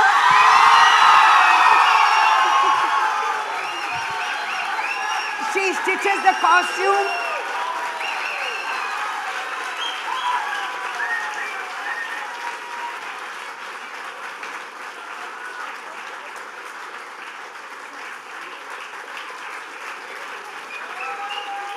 Very, very sweet of you all.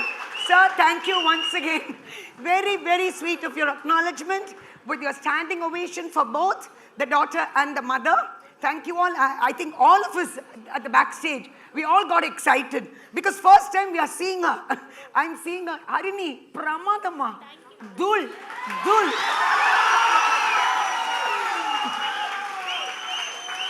Okay.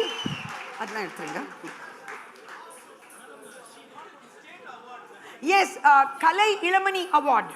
She got the state award for youngsters. One of my students in Bharatanatyam has got that. Kalai Ilamani, just before the Kalimamani, before the state award.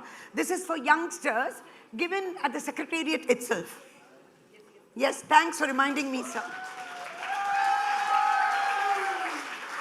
Now, Harini has become the heroine today. Thank you, my dear. I am you. Thank you. Yes, now we come.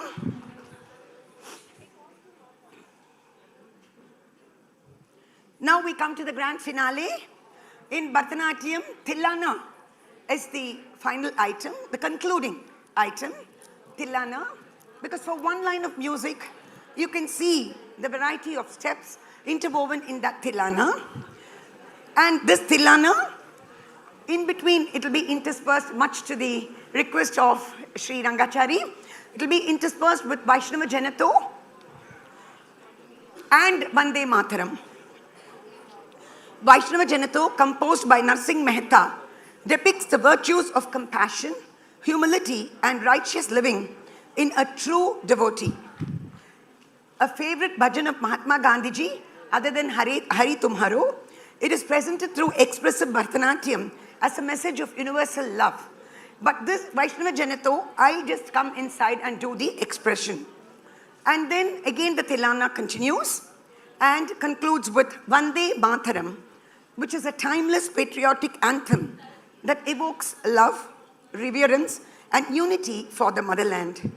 The dance presentation reflects the soul of India through vibrant rhythm and emotive expression. Of course, not more vibrant than Harini's presentation. A powerful finale blending rhythm and devotion, patriotism and universal compassion, culminating the program on an inspiring note. Once again, I thank each and every one of you. Thank the director, all the Chancellor, Vice Chancellor, the faculty, the students, and every one of you here who has made this program a very grand success. Thank you so much. And thanks to, once again, Purnima, Shweta, Ritika, Sri Lakshmi, Basant, Gopu, and Harini.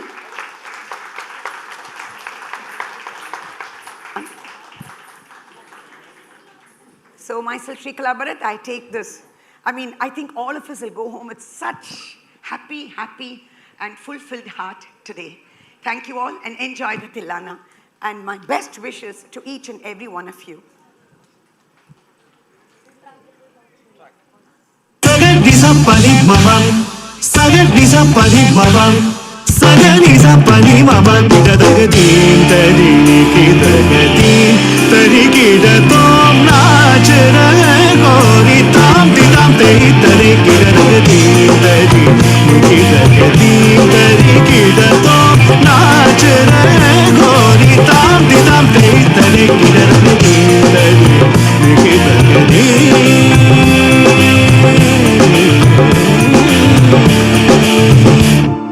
बाजे पायल कहो जनन जनन बाजे पायल कहो जनन जनन बाजे पायल कहो जनन जनन जनन जनन जनन जनन तुम जनन जनन जनन जनन तुम जनन जनन जनन जनन जनन जनन जनन जनन तुम जनन जनन जनन जनन तुम जनन जनन जनन जनन दीन तरी निकित दीन तरी किड तो नाच रहे गोरी ताम दिदाम ते तरे किड दीन तरी निकित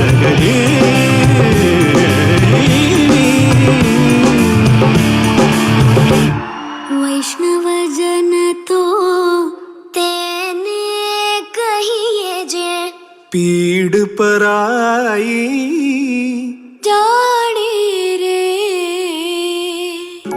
वैष्णव जन तो तेने कहिए जे पीड़ पराई जाने रे पर दुखी उपकार करे तो ये मन अभिमान नानी रे वैष्णव जन तो तेने कहिए जे पीड़ पराई जाने रे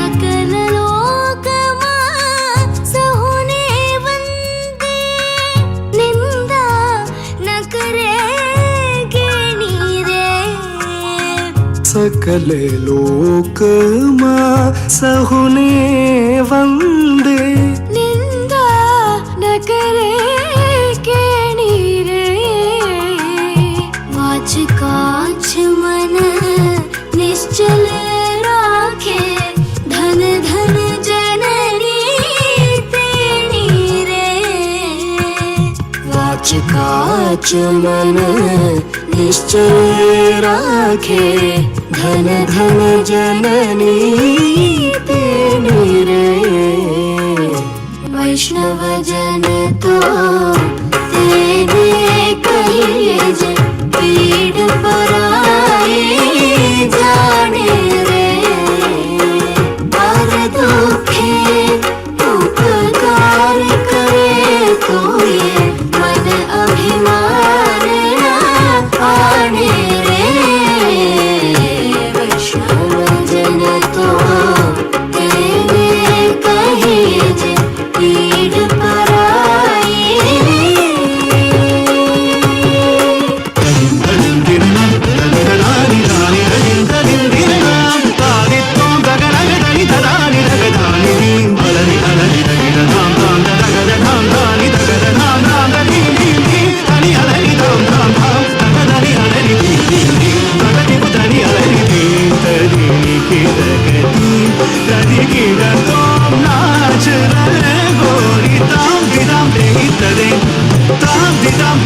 കിടതേ താം തിതാം തേ തതേ കിടതേ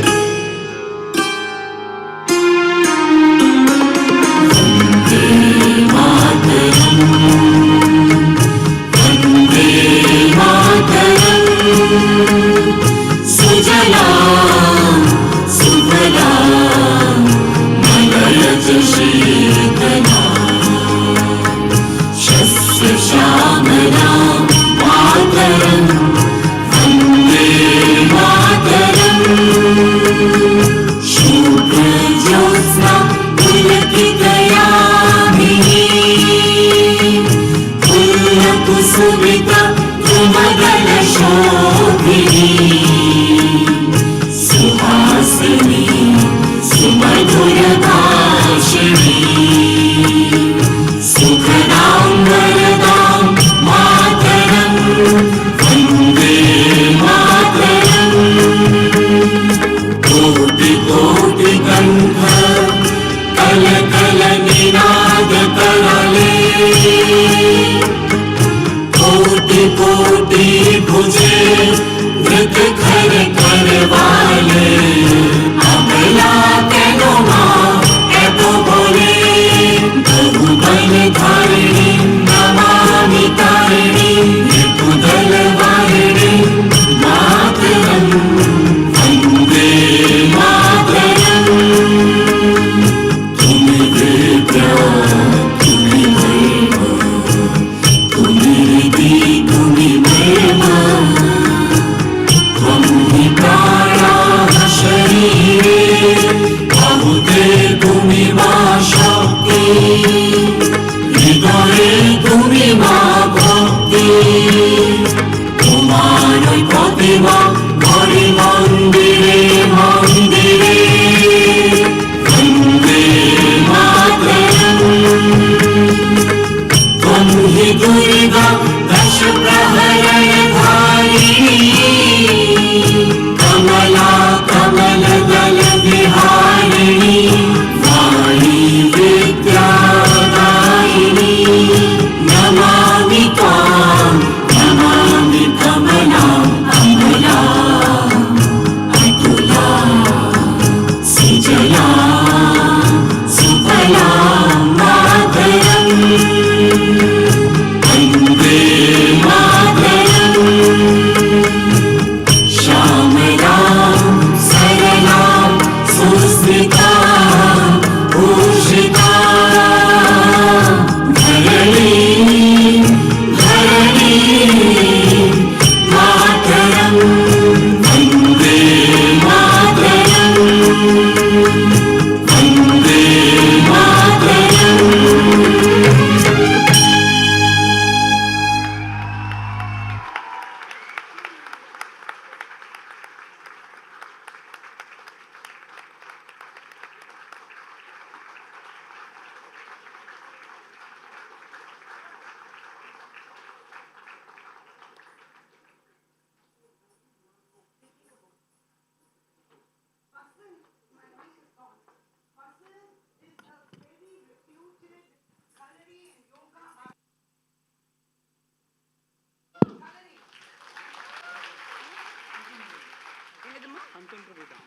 And the contemporary dancer he is.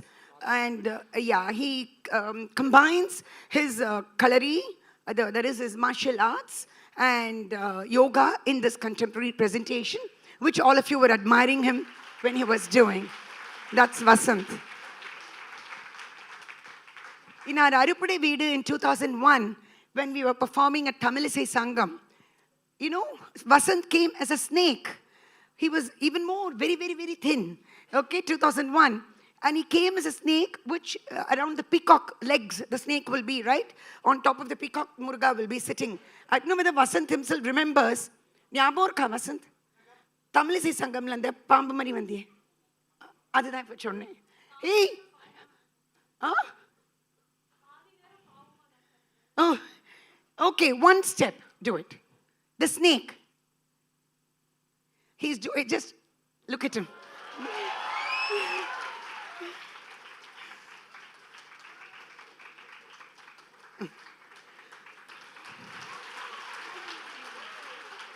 Thank you. So come all of us, we'll just take a bow. So this is our concluding and our conclusion. And thank you once again, Dr. Rangachari and every one of you. We'll all take a bow to all of you. Come, Harini. Harini is no doubt the heroine.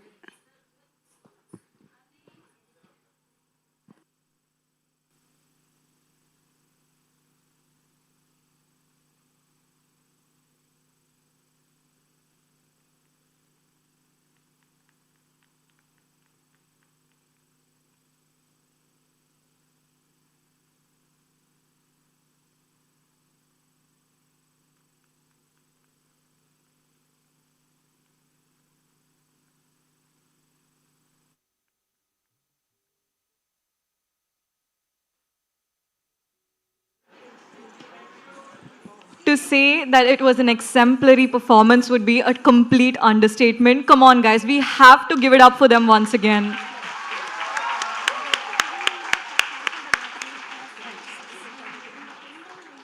So with that, I guess we'll have to conclude the proceedings for day one, though we all wish that, we could see them forever.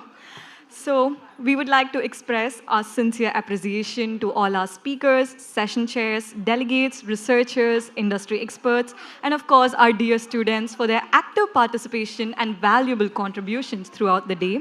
Today's sessions have provided meaningful insights into digital transformation, analytics, innovation, and evolving maritime practices.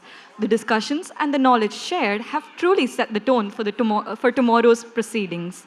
We look forward to seeing you tomorrow, and we will continue to host research seminars, expert interactions, and technical sessions as per the schedule. Thank you all for being a part of this enriching academic experience. I would also like to extend a formal invite to all of you to please join us in the poolside dinner. So it is around, yes, please proceed to the poolside for the dinner, everybody, and we wish you a pleasant evening. Yes, at 7:30. We wish you a pleasant evening, and we look forward to seeing you tomorrow. Thank you so much, everyone.